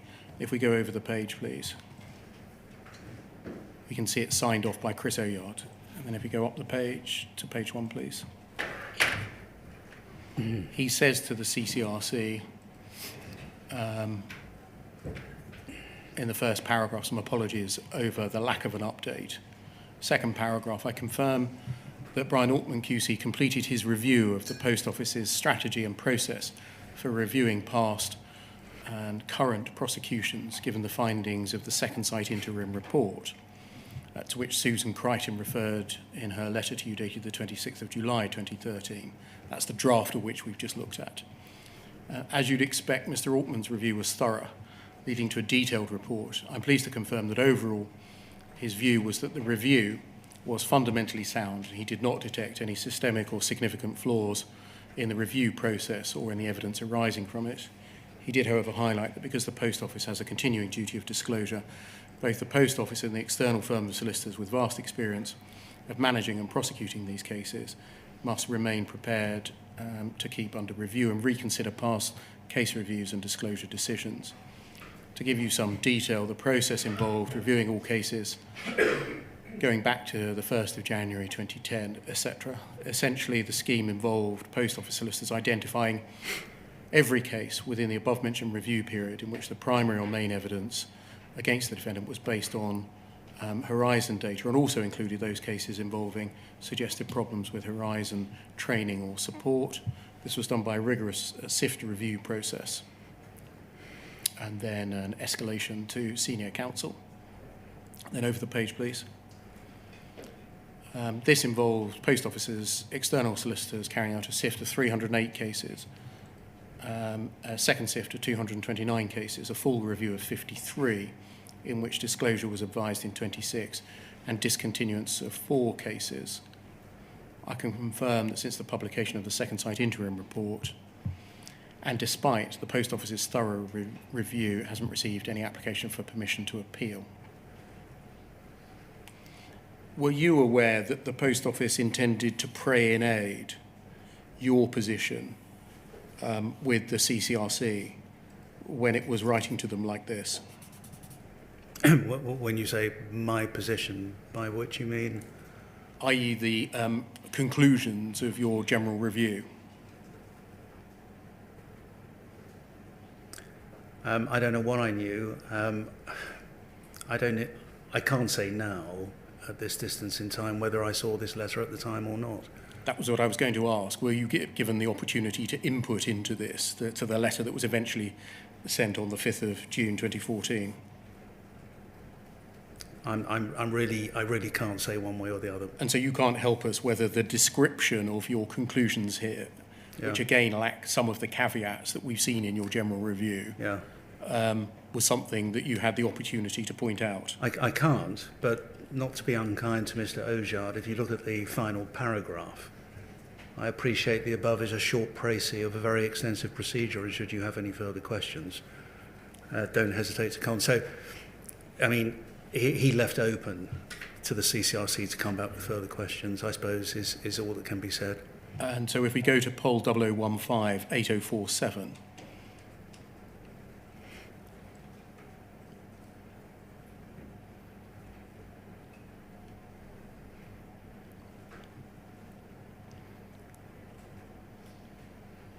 sorry, poll 0015-0847, thank you.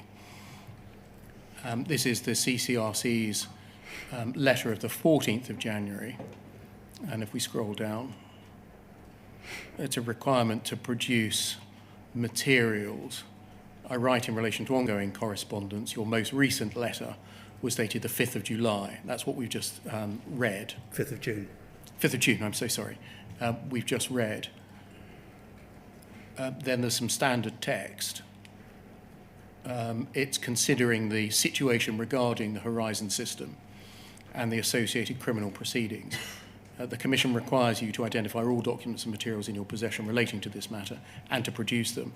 Specifically, the Commission requests a copy of Brian Altman KC's report. Yes?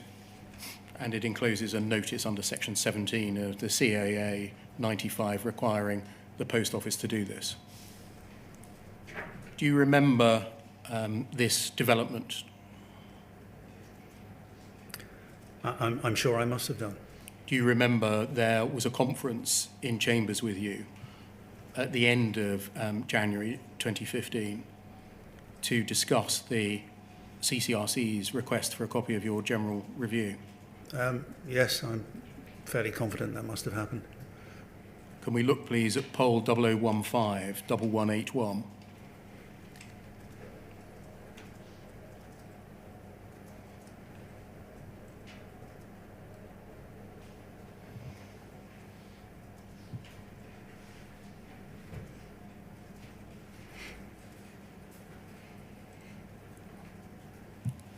This is the reply to that letter. Yeah. And it seems a chase call on the 27th. The Post Office has had the opportunity to consider fully the letter and then scroll down. The author notes that the Commission is now considering, this is Jane McLeod, incidentally, the author of this letter, the then General Counsel. The Commission is now considering the situation and notes that the letter and notice specifically requests a copy of Brian Altman KC's report. Background.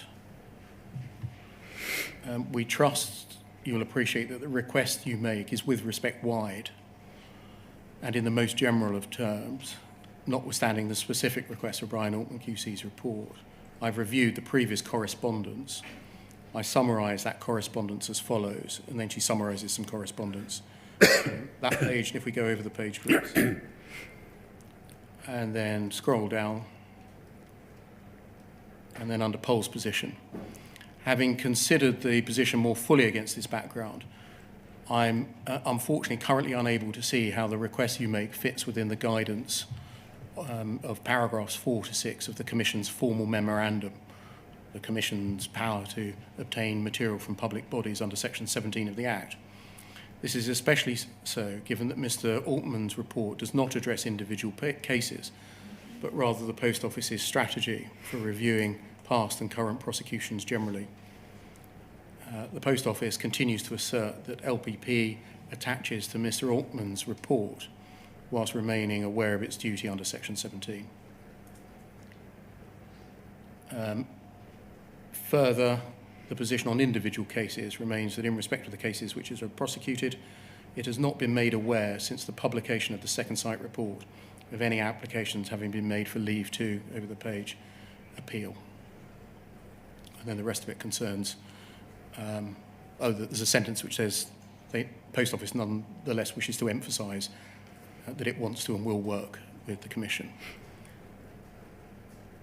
Was it the conclusion of the conference that you had at the end of January that the Post Office should maintain or assert privilege in respect of your general review? I can't remember what happened in the course of that conference, but undoubtedly the general review was legally privileged, but of course that didn't disentitle the Commission from having sight of it. No. Did you form a view at the time that the Post Office was, on the one hand, praying in aid your conclusions in correspondence with the Post Office, with the CCRC, and with the other, saying you're not entitled to see those conclusions? No. I mean, first point, as you've demonstrated, yes. Second point, no. I think all that this letter demonstrates is that Post Office wanted to be absolutely clear on what basis my review was going to be disclosed to them under the notice. It doesn't say that, though, does it? It doesn't say we need clarity as to the basis on which... Oh, I think it does, because if you go back to the previous page at the bottom, yes, isn't Jane McLeod talking about the memorandum And if my memory serves me, doesn't the memorandum say that the Commission can only ask for or issue a notice in relation to specific cases rather than a sort of generic notice? I think that's all that was being said here. So why was the Post Office deploying your advice at all then to the CCRC? Well, that I can't answer.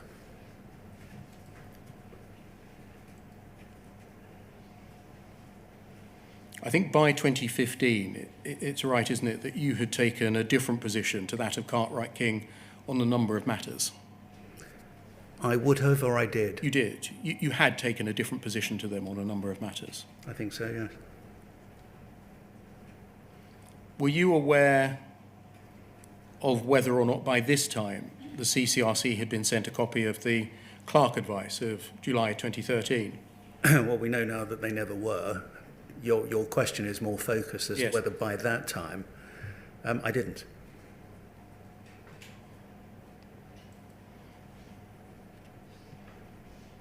Can we move on, please, to poll 0022 359?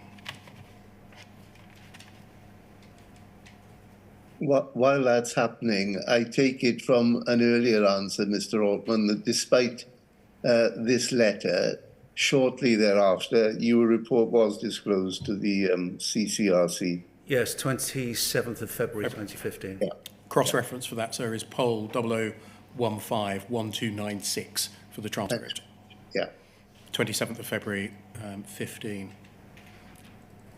This is an agenda for a conference with you on the 27th of March 2015 within a project or Operation Sparrow. Yeah. You see the heading there. Yeah. And you're one of the people to whom this agenda is distributed. Please find below agenda at Finsbury Dials.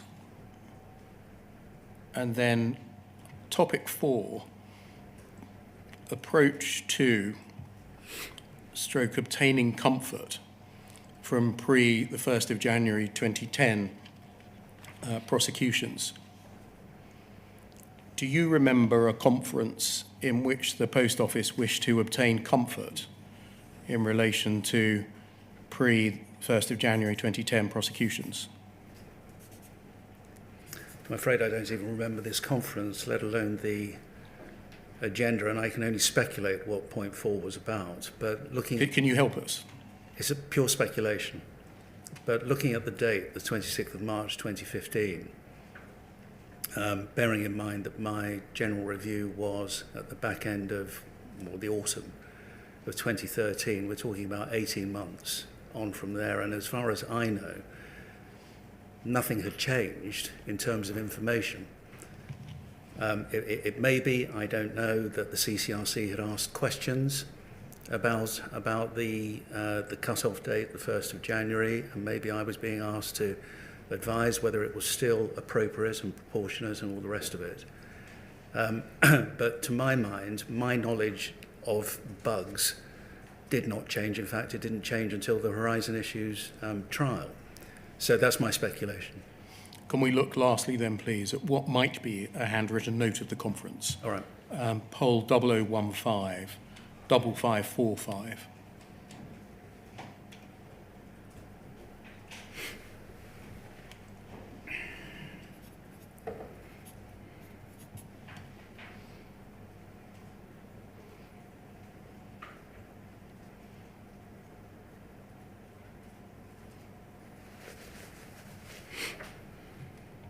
Poll 0015 5545. Can you see a date in the top right-hand corner Yep. of the 27th of March 15, which corresponds with the date set out on that agenda? Yeah, and whose note is this? I don't think we know. I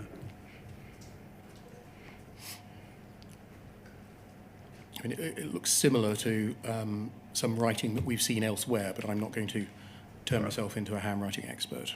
No. Can we see 2/3 of the way down the page, please? If you just pan out, please. Yeah,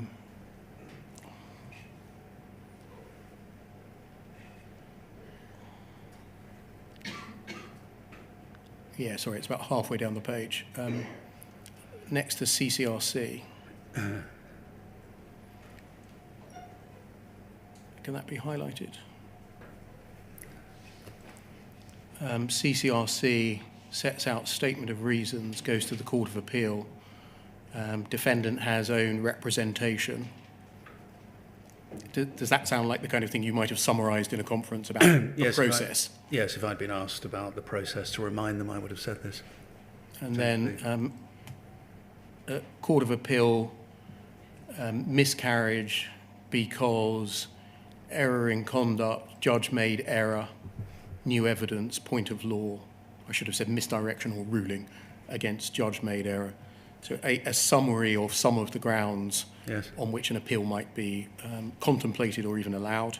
Yes. And then scroll down, please. And then underneath the two horizontal lines, look at horizon, sufficiently reliable question mark. If not, what happened in the particular case? Can you help us as to whether that was you speaking, and if so, what you might have been saying?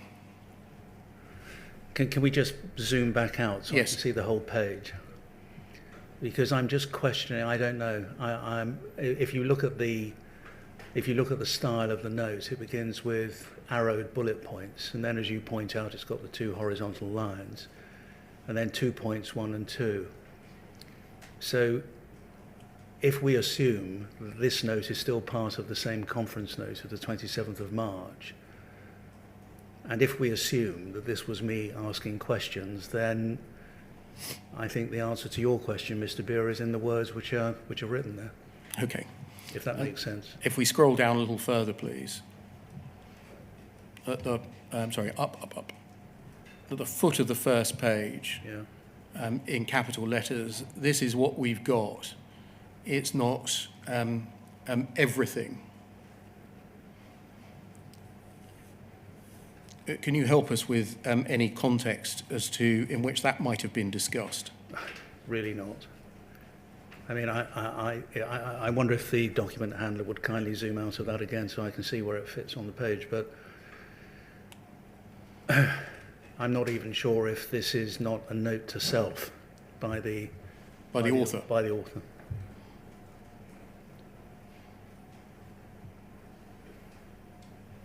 The passage under the two horizontal lines, look at horizon, sufficiently reliable.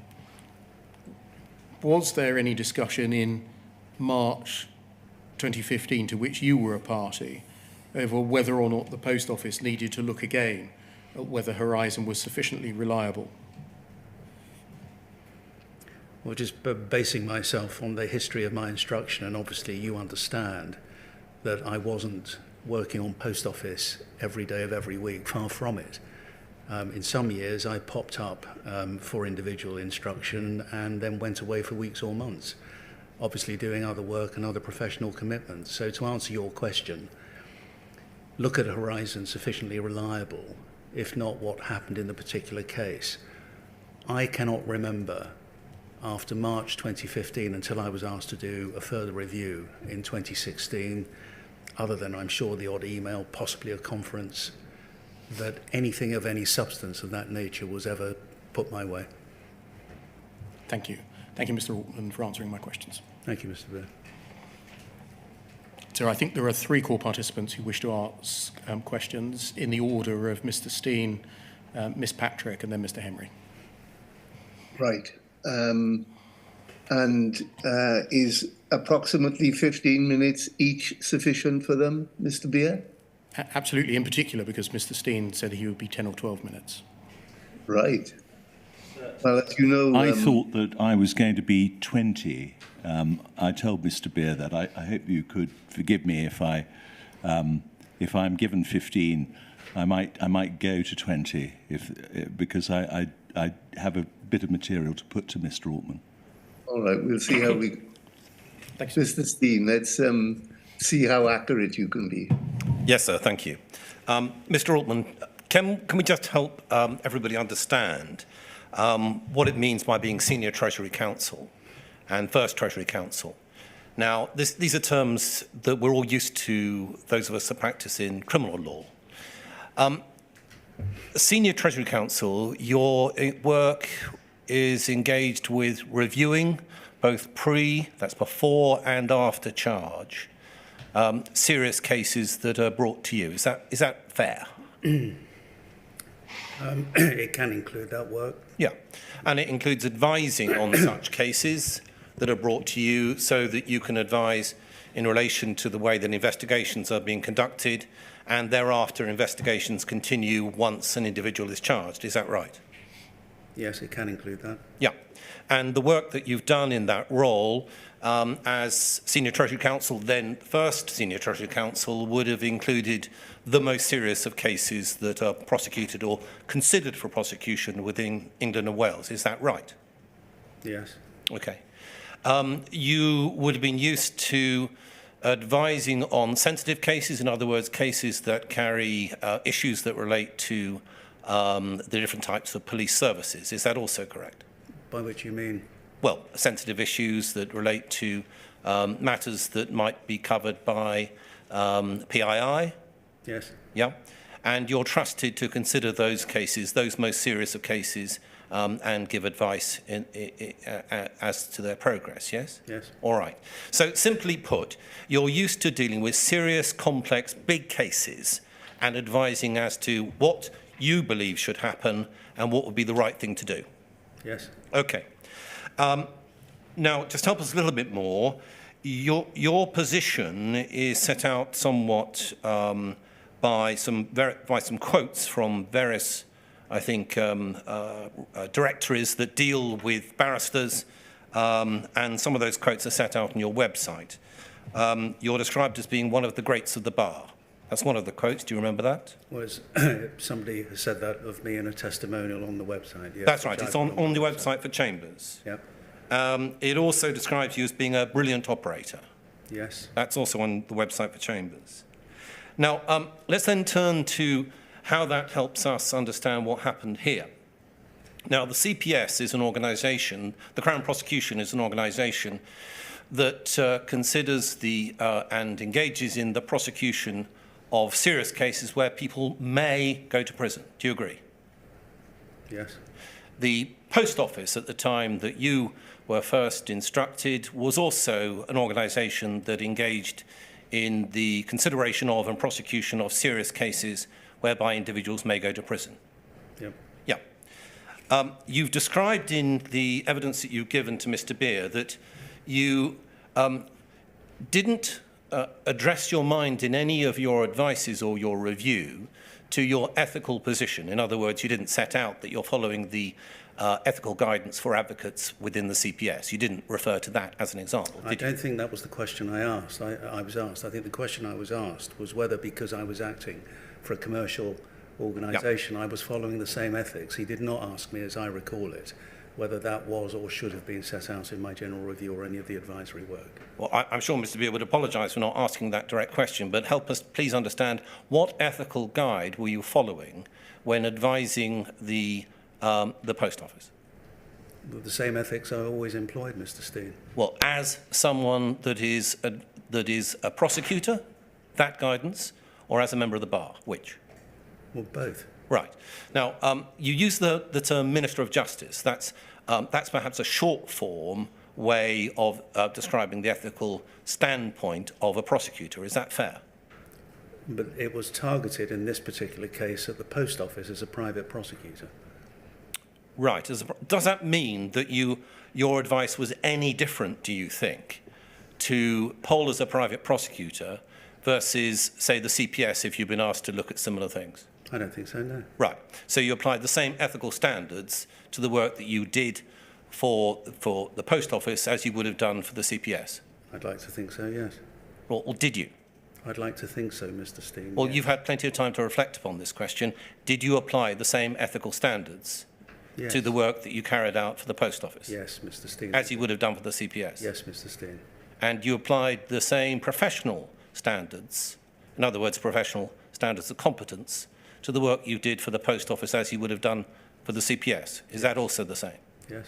Okay. Now, what's your first duty as a barrister? Well, there are many core duties as a barrister. What would you say your first duty is? What, generally speaking, do most barristers say is their first duty? Integrity, independence, doing the best for your client. What about duty to the court? Of course. Of course. How far do you rank that? Do you say that that's your first duty, or does that come somehow second after a client, as an example? No. Right. So where you've got an issue that relates to your duty to the court versus your duty, in this case, to the post office, which goes first? Well, the duty to the court is the duty that you have when you are an advocate. And I was not an advocate for Post Office until I appeared in the criminal appeals. The duty to the court is not to mislead the court. The duty here, which I'm talking about, and these are other core duties, are integrity, independence, and the other core duties which appear in the BSB handbook. I thought we'd gone through these questions that related to your ethical approach to matters for the Post Office. And I thought that you'd agreed that you were carrying out this. You're putting to me, Mr. Steen, what the hierarchy is.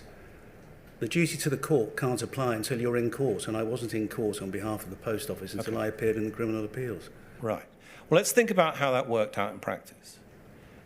We've got the position that's set out by Mr. Clark as regards Gareth Jenkins, and that you summarise in your statement at, I think it is paragraph 26, subparagraph 5, page 13 of your statement. I'm happy for it to go on the screen, or I'll deal with it directly. Yep. You're addressing the questions that arise in Mr. Clark's legal advice, and you put it this way: why Mr. Jenkins had failed to reveal in his witness statements or evidence the bugs or defects he knew about was not a matter for my review. Okay, that's what you say there. Yes. So you're saying there, and accepting in evidence, as we understand it, that you were of the view that Mr. Jenkins had failed to set out all he knew about bugs and defects in his statements and in his oral evidence, yes? Yep. Right, okay. So you accept that Mr. Jenkins, on the basis of that understanding, had misled the court. Do you agree? He had, yes. Yes, okay. Help us understand a little bit, therefore, about what you did about that. Did you, as an example, suggest in your advices that the Post Office really needs to rectify this misleading of a court? Did you do that? What do you mean by rectify? Well, go to the court and say, this is what's happened, this is what we believe has occurred, Mr. Jenkins has misled the court. No. Did you advise that to occur? You know I didn't, Mr. Steen. Right.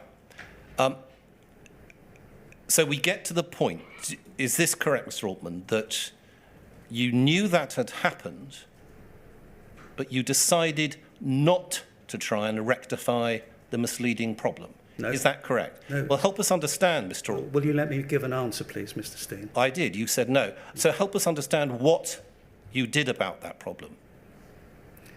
The evidence I have given is I did not apply my mind at the time to revealing or disclosing or advising on disclosure of the taint by Gareth Jenkins for the reasons I've given.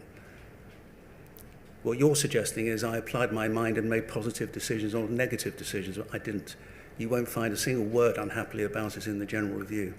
You say unhappily because you recognise that obviously something should have been done. Is yes, that fair? I have conceded and I've accepted on several occasions when Mr.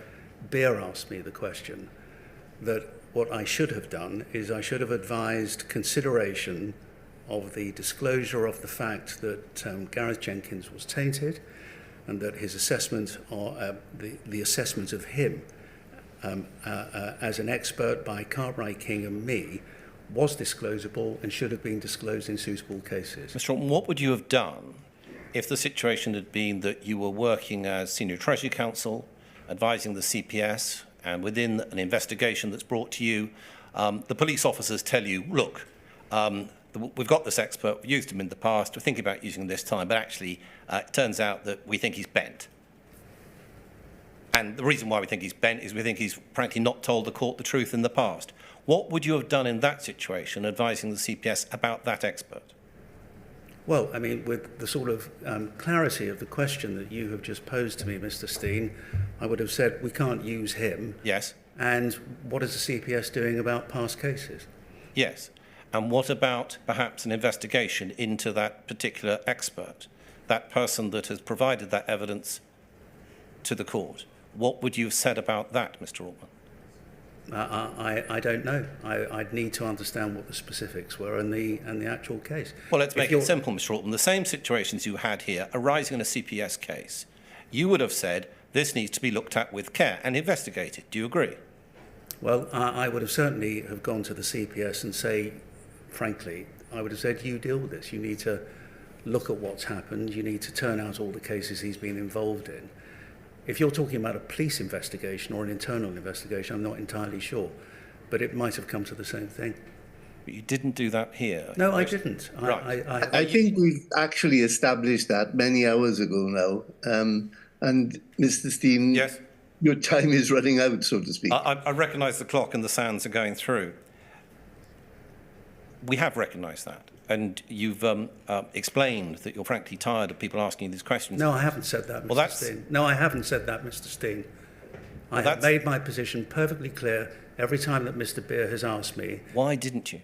Do you now, after all of this time, have any reason that you can give why someone who appears on the face of it to have straight misled the court, you did nothing about it? In other words, you allowed it to continue. Can you explain it? No, I didn't allow anything to continue.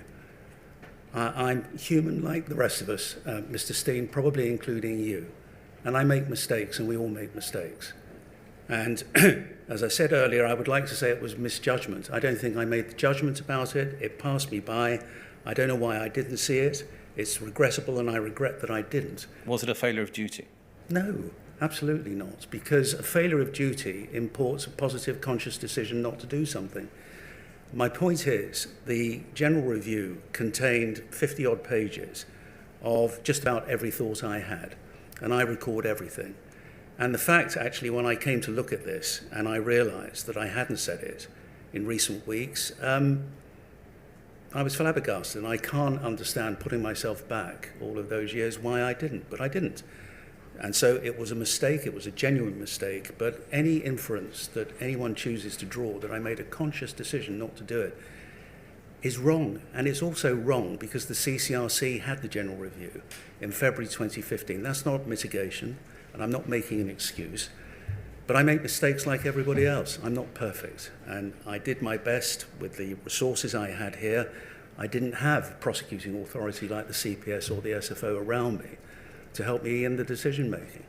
So you say a failure of duty only applies if you make a positive decision to either look at something and then not consider it. No, What about just simply failing to do something, Mr. Altman? No, I think, no, you can't, you can fail in your duty, but the duty sometimes has to have a motivation or intention behind it. And I think you're imputing that to me. That's my take on your questions to me, and there was none. Okay, let's move on, as I've got very little time left indeed, if any at all. You've directed yourself to the question, which is you've learnt matters that arose in the High Court, because you were asked to review the High Court decisions, and you learnt then that the Post Office had within the organisation awareness of, as an example, the mismatch bug in 2010. That's one of the things you learned, okay? You then went on to prosecute matters in the Court of Appeal. I responded to matters in the Court of Appeal. You then went on to respond to matters in the Court of Appeal on behalf of the Post Office. Do you agree? Yes. Okay. So by the time it got to the Court of Appeal stage, you must have said to yourself, well, the Post Office appears to have known certain information, mismatch bug, remote access, that they didn't tell you about when you conducted your review. Do you agree? That follows. Right, okay. Did you address your mind to the fact that therefore you were also someone that had been misled by the Post Office, that they had failed in disclosing material to you? Did you turn your mind to that? I think it was implicit in the fact that everything I read in the Horizon Issues judgment suggested that there were bugs, errors and defects which had never been brought to my attention. Were you not a witness, Mr. Altman? No, Can I finish the question? Yeah, you finish. Were you not therefore a witness on based upon what you've just agreed. No. So those failures of disclosure to you, in other words, someone that could testify to the fact that here is the Post Office instructing senior Treasury Counsel, ex-senior Treasury Counsel, on serious matters requiring serious reviews, and yet they hadn't told you the truth. I was never a witness. I was never likely to be a witness for the simple reason, Mr. Steen, that the cause of appeal was looking at abuse of process at the time of the prosecutions and the convictions and not afterwards. There was a decision made in relation to the response, as you put it, by the Post Office to those appeals, that a consideration was given to essentially looking at the evidence that related to the period up until 2013, the end of the prosecutions conducted by Pol. That's not right. That's not right.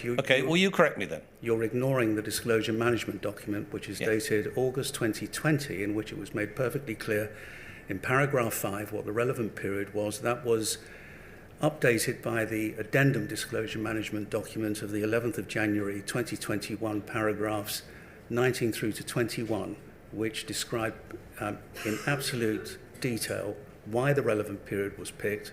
And as you know, Mr. Steen, because you were involved in the appeals, the cause of appeal agreed. The decision-making in relation to taking up to 2013 as being generally the period of time to consider for disclosure, not entirely, but generally. That excluded all of the work that you did that followed 2013, the reviews you did of the High Court, what you did or didn't know potentially that was provided to the High Court, the other advice and work that you had done for the Post Office, didn't it? Well, if you're saying that that was a deliberate decision, you're absolutely wrong. I'm asking whether it excluded it, and then I'm going to ask you whether that was considered by you as being a defect in looking at the time period. I think the answer to that question would fall to be answered by reference to decisions made post-February 2020. The significance of the date of February 2020 is that the date... I've got it, I understand. It relates to the extent of the waiver of privilege, doesn't it? I know. That's why I was asking questions about whether Mr. Altman considered rather than whether he discussed it with his team. Anyway, I think on any view of it, you've had a very generous 15 minutes, Mr. Steen. Thank you, sir. So I think we're going to call it a day at that point. Yes, sir.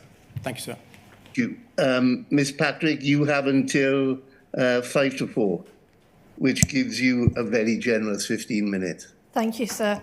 Mr. Altman, my name's Angela Patrick. I act with Hudgell Solicitors and Mr. Maloney KC for a number of sub-postmasters who were convicted and have since had their convictions quashed. I'd like to look at one issue, and you've referred to advices after the general review. I would look at the 2016 post-SWIFT review advice, and I really only want to look at, as one example, the review of Mrs. Hamilton's case. You can see Mrs. Hamilton sits next to me today. So if we could turn to Paul 3022854, please.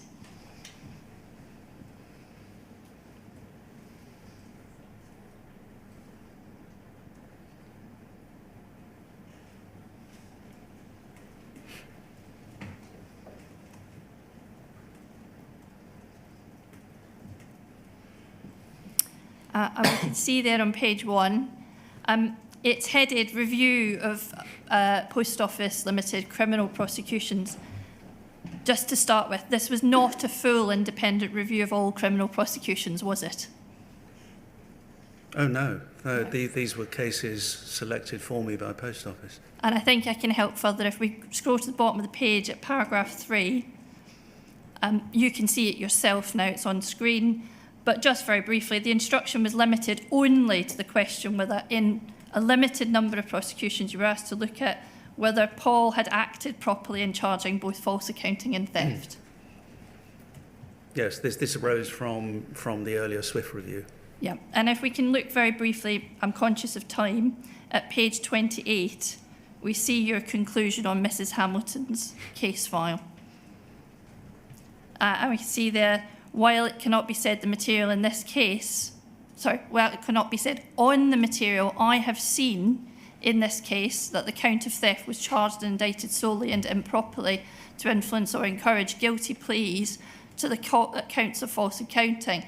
At this stage at which Mrs. Hamilton had indicated she would plead guilty to the false accounting charges, the condition of repayment in return for the dropping of the count of theft, in my view, could lend itself to the possible, unfortunate allegation that what occurred provides evidence of the manipulation by the prosecution of the criminal process by securing the repayment of its losses through the criminal process, in particular by the charging of theft. Sorry, that took a little while to read out, but I thought for the transcript it's important to know where we're starting. If we could look now, sorry, I apologise. If we look now, there are some other explanations earlier in your advice for the basis of your approach. So if we could go to page 27, sorry, page 8, paragraph 27, please.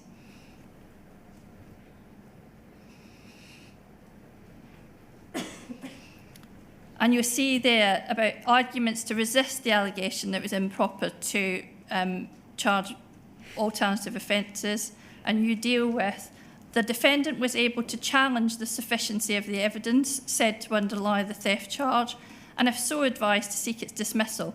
Indeed, it was open to the defendant to contest all charges and seek to make a submission of no case to answer, and so on. If so advised, the defendant could, through his advisers, seek disclosure, which might reasonably assist his case. And finally, it's the defendant's decision to plead guilty to a charge, and so on. Sorry, forgive me, Ms. Patrick, is this in relation to Mrs. Hamilton or just... This is generally the general, approach. Yeah. Yeah. Yeah, thank you. I just want to say there, you're emphasising there in paragraph 27 the role of the defence and the ability of the defence to seek disclosure. By this time in 2016, just to be absolutely clear, you had not been asked to look at how the Post Office typically responded to defence requests for disclosure of material relevant to bugs, errors or defects in Horizon. Generally, no. Thank you. And did your advice proceed in an assumption that the Post Office had complied with all of its obligations on disclosure in the face of any defence request? Sorry, can you ask me that again? Sorry, I think I may be trying to go too quickly. I apologise. Did your advice proceed on the assumption that the Post Office had complied with its obligations on disclosure in the face of defence requests? Essentially, were you assuming that the Post Office had done its job properly when it was asked for disclosure by the defence? At the time of prosecution, you mean? Indeed. And at the time in 2016 when you were being asked to look again at some of these cases? Well, I think I must have been, yeah. And can you recall whether at that point in 2016 your confidence in being able to take that kind of assumption may have been impacted by what you knew by 2016, including the issues which had led to your original instruction? Forgive me, ask me that again, please, Ms. Patrick. Was your confidence in any assumption about what Paul might have done in respect of his disclosure duties impacted by what you knew in 2016, including the issues that led to your original instruction? This review was not about bugs, errors and defects. This review, as you know, was for a particular purpose. That it was actually led on from what Mr. Beale was asking me about before, second sites. Indeed, and I think we clarified that at the start. Yeah, well, the point is that the disclosure decisions in the individual cases I was asked to look at did not cover bugs, errors and defects, but other issues. And therefore I wasn't looking at that. And did it impact on my confidence? I think in terms of what I saw here, and given that I was looking at a particular issue, no. Thank you. You raised a particular concern about a condition placed on not proceeding with the theft charge. And if we look at page, 27, we can see at 107, you elaborate on that. I apologise, I'm trying to do this as quickly as possible. And again, you say, the effect of the arrangement was that the prosecution was in effect allowing Mrs Hamilton to buy her way out of a charge in which the House lawyer and counsel advised there was sufficiency of evidence. Second, the question might be asked if the prosecution felt the evidence was sufficient. Third, if Mrs Hamilton did have a tenable defence to the count of theft, although I've seen no defence statement providing any defence, and I doubt that a defence statement was ever served, then it might be argued that the suggestion she should repay losses in return for the dropping of the theft count, which was the idea originating with the prosecution, blah, blah, blah, blah. You say, again there, you're emphasising the lack of a tenable defence. We'll come back to that point, but do you recall, did the Post Office take any action on this advice you gave on the conditionality of its approach to the theft charge? On this review, in Mrs Hamilton's case, is that what Yes. you're asking me? Yes. I don't know. Thank you. If we look very briefly, because I am conscious of time, at the specific consideration of Mrs Hamilton's case and the facts therein, if we can scroll up a little to 25, at paras 100 to 101,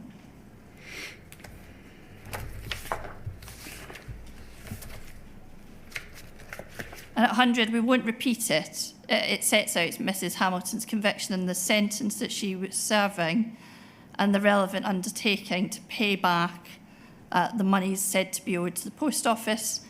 It goes on to say a little about the review, and you say, I agree, absent any tenable explanation from Mrs Hamilton consistent with her not being guilty of theft, there was indirect evidence to support the charge of theft. And you say why, and you say at the bottom there, in her prepared statement, which is the only word she uttered about the audit shortage, she appeared to blame a lack of training and shambolic Post Office systems. However, further investigation of her calls to the Horizon Help Desk, if we can scroll over to the next page, and to the NBSC helpline, failed to explain the loss of over £36,000 and, more importantly, the reason why she would need to falsify the declarations to such an extent, and so on. Now, absent any tenable explanation, this seems critical to your conclusions there. And we've seen the reference to the calls. In para 67... Well, first of all, when I talk about indirect evidence, I think what I was talking about there was circumstantial evidence. Indeed. I simply want to explore what you had seen at this stage. And we don't need to turn it up. We can if you want to. But at paragraph 67, it reads, insofar as calls to the helpline go... Sorry, forgive me, which paragraph we looked 67. at? That's not up on the screen. I apologise. 67, please. It's page 18.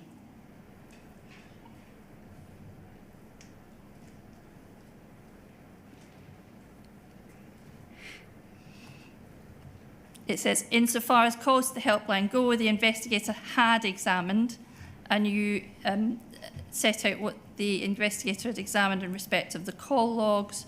A number of calls had been reported, but the investigator concluded he could not see, and it quotes, anything that relates to a single or multiple discrepancy which would account for the audit deficit of £36,644.89. And you're saying that the investigator had examined, and I assume you would have seen the investigator's report by Mr. Brander.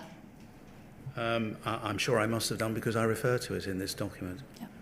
And I think here, looking at what you were actually looking at, you were looking in this advice at what the investigator had seen and what had then passed to the legal team for them to consider the charge. Is that fair? I think so.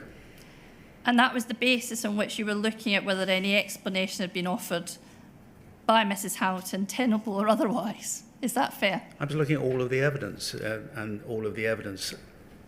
When I say all of the evidence, I don't know if I simply had investigators' reports, advices, and that sort of thing. Possibly some of the background information I frankly can't remember after all of this time, but I was looking at all of the evidence. Now, we won't go through it. We don't have time to go into the detail. We are all familiar with the conclusion of the Court of Appeal Criminal Division in Hamilton. Yeah. Mrs. Hamilton's been a case study in this inquiry. The inquiries held reference to call logs and to statements, including by Andy Dunks of Fujitsu, and to treatment of ARQ, including in a statement by Penelope Thomas, again of Fujitsu. You wouldn't have reviewed the detail of the call logs yourself in 2016? No, just I was presented with presumably summaries or other such documents which help me write what I wrote.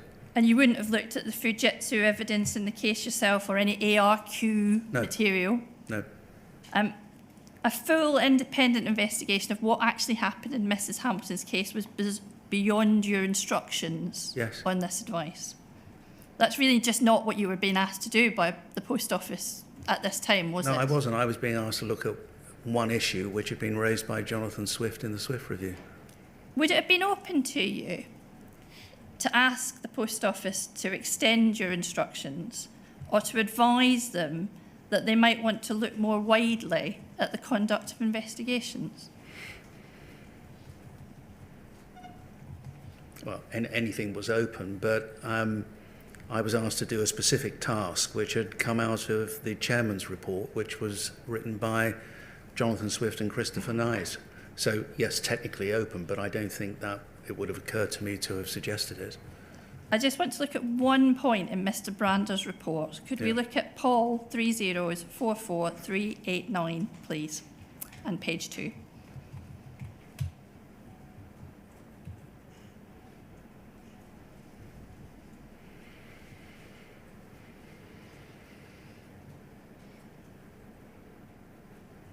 And before it comes up, I'll explain what I want to look at. We're looking at the description of the audit that was conducted at Mrs. Hamilton's branch very briefly, and I want to look at the bottom of page 2. We see that Mr. Stewart completed a full audit of the cash and stock and identified a deficit of 36,583.12, which is broken down as follows. We don't need to look at the breakdown. At the final paragraph on that page, Mr. Stewart also identified an additional 61.77 pence, shortage on Horizon, which couldn't be accounted for, and thus the figure posted to late accounts was, and the figure is then given.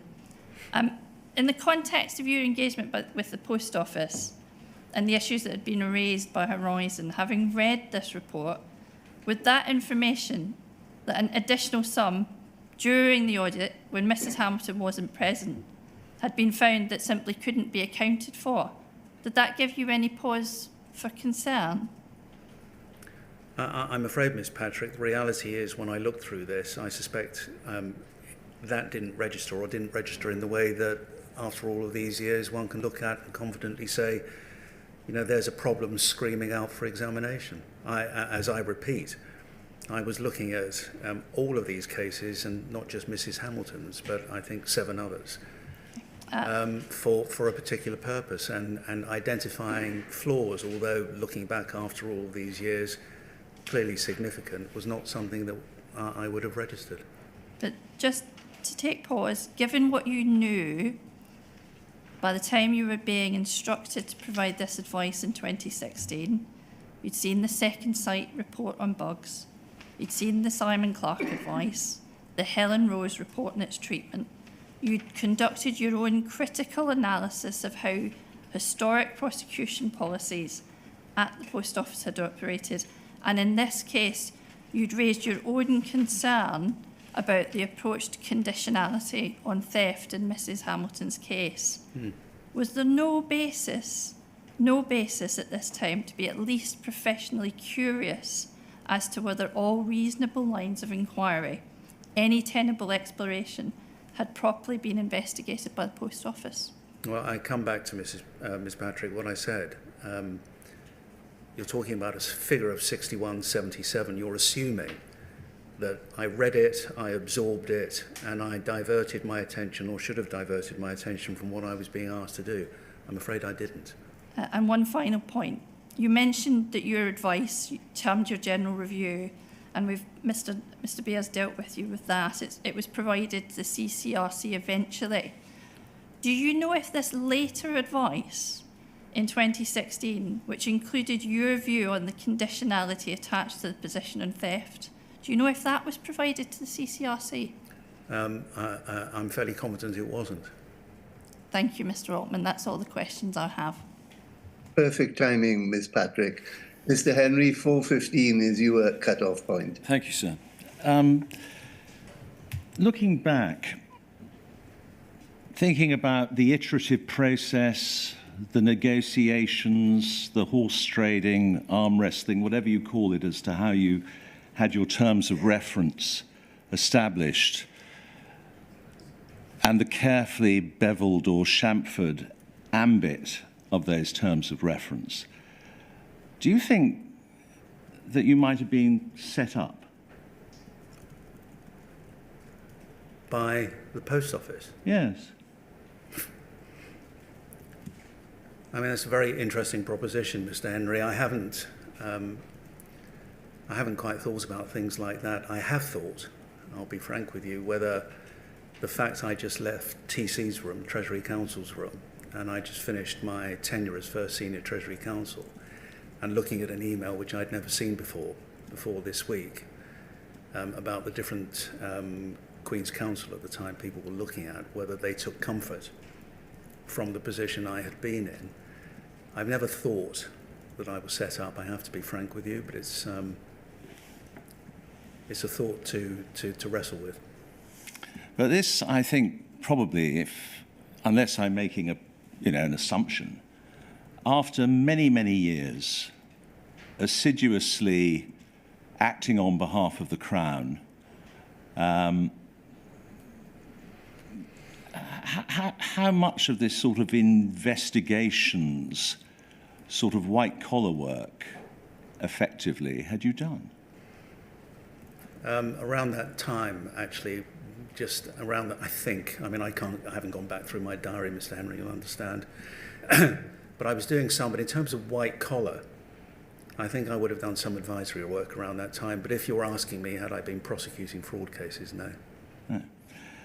Now, you said this morning, when Mr. Beer was asking you some questions, that you ought to have assessed for disclosure Gareth Jenkins' credibility. His credibility should have been considered for disclosure and disclosed with the benefit of hindsight. And Mr. Beer was asking you specifically through the lens of the Seema Misra case. And you said at that stage in your evidence, Misra was a slightly different case. The focus at that time was Horizon Online. Her branch was affected between 2005 and 2008, so it was a legacy Horizon issue. When it came to the appeals years later, the landscape was completely different. And then these words, one of the problems was that perhaps taking a naive view, the two new bugs in Horizon Online revealed to Second Sight, I felt could not be material in her case. Yeah. I mean, forgive me, but naivety is not an attribute normally associated with former First Senior Treasury Counsel. And I was meaning it in terms of my understanding of the technicality. I see. So, in other words, Mr. Henry, of course, looking back, you're right, and the taint should have been disclosed, certainly to Mrs. Misra, and I've conceded that now probably for the 7th time.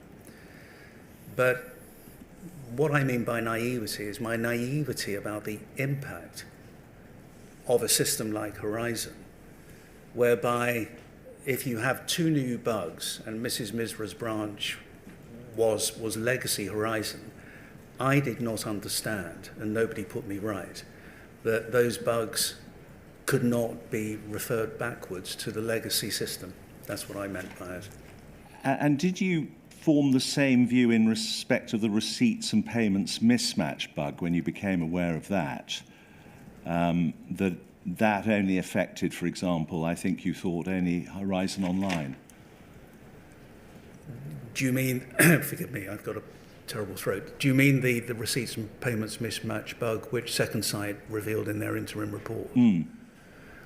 I thought that was just Horizon Online. I see. Not least because, if my memory is right, Second Sight say it didn't arise until September 2010. Mm. Well, leave that to one side. You've accepted that you're not perfect, that you're human and you're fallible. Do you accept that when you look back at this now, over a number of years, you made some mistakes in the advice you gave the Post Office? I've conceded that. Yes. And that those mistakes, if you had been aware of them at the time, they would have put you in conflict with your own client, wouldn't they? I don't quite understand the question. Well, I mean, let's just take two examples to sort of make it concrete. The 2010 cut-off date that you accepted was logical, proportionate, etc., etc. Do you accept now that that was a mistake? No, I don't. As I said, because Mr. Beer asked me the same question, I don't. I see. Well, I'll move on to something which you know I'm coming to because it's now the 8th time. The non-disclosure to Seema Misra of the Clark advice, you do accept that that was a mistake? Of the advice itself? Yes, not to disclose the fact that Gareth Jenkins was a tainted witness to Mrs. Misra's Well, yeah, and forgive me, there are two different things. The Clark advice is a document, if that's what you mean, no. Yeah. The information within it, yes. Yes, exactly. Right. Let me understand this. The Clark advice, as an advice, presumably would be legally privileged, and you wouldn't disclose that as a document, but you should have disclosed the relevant parts of it. Well, the part which I've been asked about 8 times now, yes. Yeah, well, and I'm in danger of making it 9, but it's just so that I've got it right. Yeah. It's not the document itself. No. It's part of the information contained in the document. Yes. Yeah. Now, what I'm trying to concentrate on here is that, and I hope that you will forgive me, I have to put a characterization on it, but the advice you were giving to the Post Office, for example, in connection with the CCRC, was engage with them by all means, appear to be helpful, but let them make the running. I think the relationship with the CCRC is a different one, where the CCRC issues notices. But as I understood it, Post Office were cooperating and were engaging with the CCRC. I see. Can I just put to you fairly and squarely, what I'm suggesting to you is that, regrettably, as is demonstrated by the monstrous delay before these matters went to appeal, the policy of disclosure was a lack of proactive engagement and candour with the CCRC. What do you say to that? By Post Office? Yes. I know in later years Post Office were keen to carry on talking to the CCRC, but I think there came a point, in fact I know there came a point, when they would have been very happy if CCRC had stopped their interest. Now, can I just ask you to consider this? You've accepted that you made mistakes, but what I'm going to be suggesting to you is that you were in the position, Mr. Altman, of being somebody who had been constantly backing the wrong horse so far as the strategic and tactical advice you've been giving the Post Office. Do you think that's unfair? Strategic advice I had been given? Yes, you've been giving them. Giving them, yeah, backing the wrong horse. Post Office were my client. Well, let's go to your note on the Horizon Issues judgment, which is POL 406396.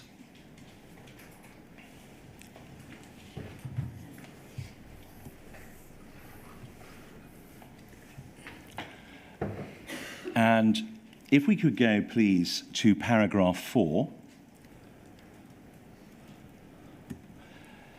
And this is after the monumental judgment of Mr. Justice Fraser, and you had been, first of all, given sections A to L and then section M, and then you read the technical index. But the monumental judgment of Mr. Justice Fraser on the Horizon Issues judgment, and this is what you say at paragraph 4. In my view, these passages are a good reminder to any convicted claimant, as well as the CCRC, that this judgment has its limitations. The judge did not make any findings about individual convicted cases. He did refer to the Misra case at various points in the judgment, but in none does he analyse the evidence against her or make any particular finding which could advance any appeal in her case. Looking back on that now, Mr. Altman, that's a somewhat curious judgment by you, isn't it? I was asked by Post Office, and I think it was Herbert Smith at that time, to point out to Post Office and them Post Office's exposure to risk, which is what Post Office always wanted to know. And this was my view of what the Horizon judgment, or the limitations as I understood it at that time, were. The judge actually quotes Gareth Jenkins' evidence in Mrs. Misra's case, doesn't he? I don't remember. Well, he does. I'm sure you're right. I'm not going to dispute it, Mr. Henry. I just don't remember. Not to worry. Let's move on to paragraph 13.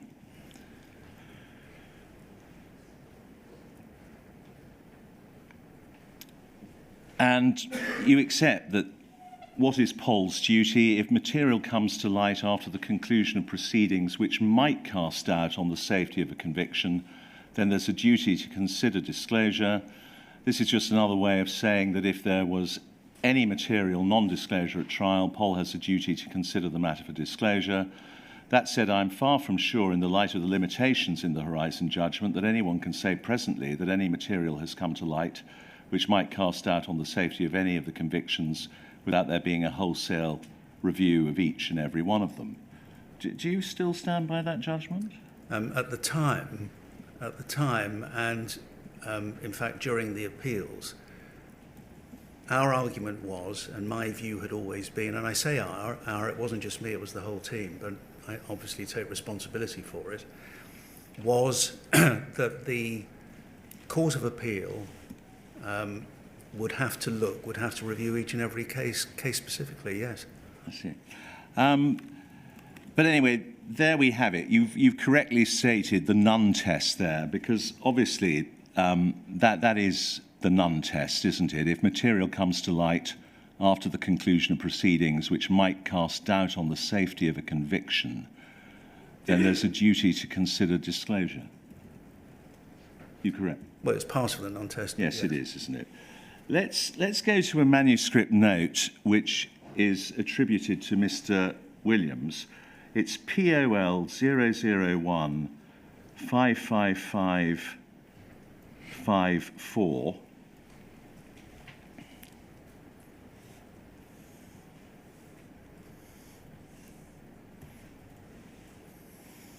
And could we just make it a little bit bigger? Do you see that you are recorded to have said that you were perplexed about Mr. Justice Fraser? Can you remember saying something about being perplexed about him? Well, it doesn't attribute that remark to me, but let's assume it was my remark. I'm sorry to interrupt, but I thought that Mr. Beer said when this document was put to Mr. Altman that we didn't know who the author was. This was a different document, Sir Wynne. Different, I'm sorry. Yeah. It certainly says at the top, conference with BAQC. As I say, it doesn't attribute that remark to me. Maybe I was perplexed, but what the perplexing was, I can't tell you. It goes on to say whether it gives the CCRC what they want is questionable. Yeah. And then it goes down further. If we could just scroll up, please. Little assistance to CCRC beyond our understanding about Horizon. And above that, if I may, no, and this is attributable to me, no findings, individual complainants affected by a bug or remote access on a branch account, mere potential, neither here nor there. So the way I read the judgment, and of course this advice or this view didn't age very well, because we all know that CCRC took a very global approach to the issues, as did the Court of Appeal, and I'm certainly not criticising. I understand precisely why. But at that time and later, certainly my view was, based on my understanding of this kind of situation, that the Court of Appeal would have to look at each individual case. Yes. Case specifically. But you accept that you backed the wrong horse? Well, I don't like that term, Mr. Henry, because the suggestion to me is I should have given different advice, or given advice which I felt was otherwise, and I didn't. This is the advice I gave. So if that's what you mean by a horse, you may think it's the wrong horse. At the time, I felt it was the right horse. All right. Well, let's just go to POL 00337 and this is a note of a conference, or forgive me, consultation with you on the 20th of December 2019. And I think I may have seen this in the further bundle I got this week. Yes. I don't think I'd seen it before then. Do you know whose note it is? I'm afraid not, but it is on the system attributed to a consultation with you on the 20th of December. And is it dated? Forgive me? Is this note dated? I'm not sure if the note itself is dated, but you are definitely referenced in it, Mr. Altman. Okay. Could we scroll up, please? And we can see Horizon Issues judgment has its limitations, etc., etc. Next paragraph, failed to see how anyone can make arguments on the basis of his convictions. Should that be conclusions? I didn't write the notes, but Of course. I assume that ought to be the word, Mr. Henry. Yeah. Next paragraph, CCRC under-resourced and overworked. CCRC has to do the work with PO cooperation, cannot make reference to the Court of Appeal unless they come to the view there is a reasonable prospect of success, etc., etc. I doubt I'd have said reasonable, because I think the test is real. Yes. Go to the next page, please. And we've got, have we not, at the bottom of that page, under your view, BAQC view, last sentence, CCRC may never make a reference. Is that advice that you think you might have said on the 20th of December 2019? Well, do you mind if we look at the paragraph under my initials to see what the advice was, which was to engage with them to show that we, in other words, Post Office, are being responsible. And this is, I mean, you say it's a note of the conference for the reasons you give, and the we may be the author of this document who was within Post Office, but be that as it may, we're being responsible, and that we, with, as it reads, to cooperate, and that we are willing to cooperate, but seek their guidance, want to avoid any missteps, might at the same time get an idea where they are, where they're not, would avoid the risk of Post Office being criticised for being self-serving, forgive me, or uncooperative. Of course. If didn't engage, and we'd done X when they wanted us to do Y, back to the drawing board, an auditable, sensible attitude to take shows Post Office in good light. Anything that we do has the stamp of approval, can't go own way, would in my view be plain daft. CCRC may never make a reference. I mean, some of that could have been my advice. Some of it might have been the author of this note's takeout from my advice. And Mr. Henry, it's perfectly possible that I could have said, in the end, they may never make a reference. Now, Mr. Altman, I have got very, very little time, and I've got two more topics to put to you with the Chairman's permission. So, if you will forgive me, if we don't put it up on the screen unless you specifically wish to, but you were shown a document during the lunch hour, and I will give the reference in case you would like to see it put up on the screen. It's 003333839, and you're reported to have said in a note that the only basis upon which you would advise disclosing the draft Deloitte report. Which draft? What was the date of this conference, please? Should we go to the date of the conference please? I think it was November 2016. November 2016, thank you. The only basis on which you would advise disclosing the draft Deloitte report outside the constraints of Section 17, notice, is if it would help the Post Office. Now, obviously, that was advice that is attributed to you. Do you think that you might have said that? I'm not sure of the context, but I did read very quickly the notes which you asked me to look at over the lunch hour, and I think in the end, after a round-table discussion when Roderick Williams turned up, I think the advice was that the Deloitte report, whatever it was, should go to the CCRC with a request for a notice for it. Was it not that, in fact, they should make a Section 17 request, which would be covered, of course, by Section 25? Yeah, inevitably at that time, yeah. Well, I'm going to move on. Very last subject, one you're familiar with. You were asked why there wasn't an investigation into how Mr. Jenkins came to give misleading evidence that Mr. Clark said was fatally undermining of his credibility.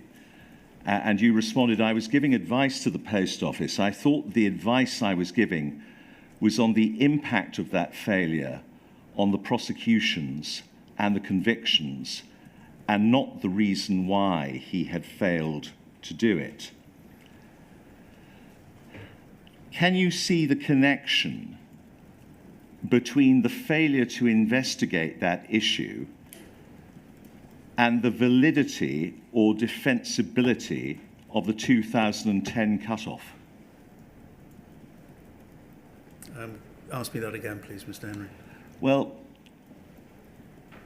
ought there not to have been an investigation, Mr. Altman, into the extent of the bugs that Mr. Jenkins might have been aware of?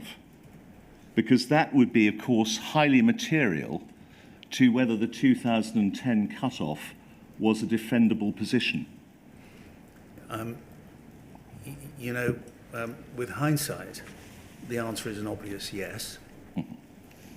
With the position I was in at the time and the realization that Gareth Jenkins had revealed himself those bugs to Second Sight, I suppose I had come to the view that if he had revealed those bugs to Second Sight, he would have revealed others that he knew. So that was an assumption? It was obviously a wrong assumption, but yes, it was an assumption, I suspect. Thank you very much, Mr. Henry. You had your 2 extra points and made them. So I think that brings this evidence session to an end, does it not, Mr. Beer? Yes, it does. Excuse me. Yes, it does, sir. Right. Thank you, Mr. Altman, for your witness statement and for answering a great many detailed questions during the course of today. I'm grateful to you. So we'll continue tomorrow with the evidence of Mr. Clark. That's right, sir. 9:45. Right. Thank you very much. Thank you, sir.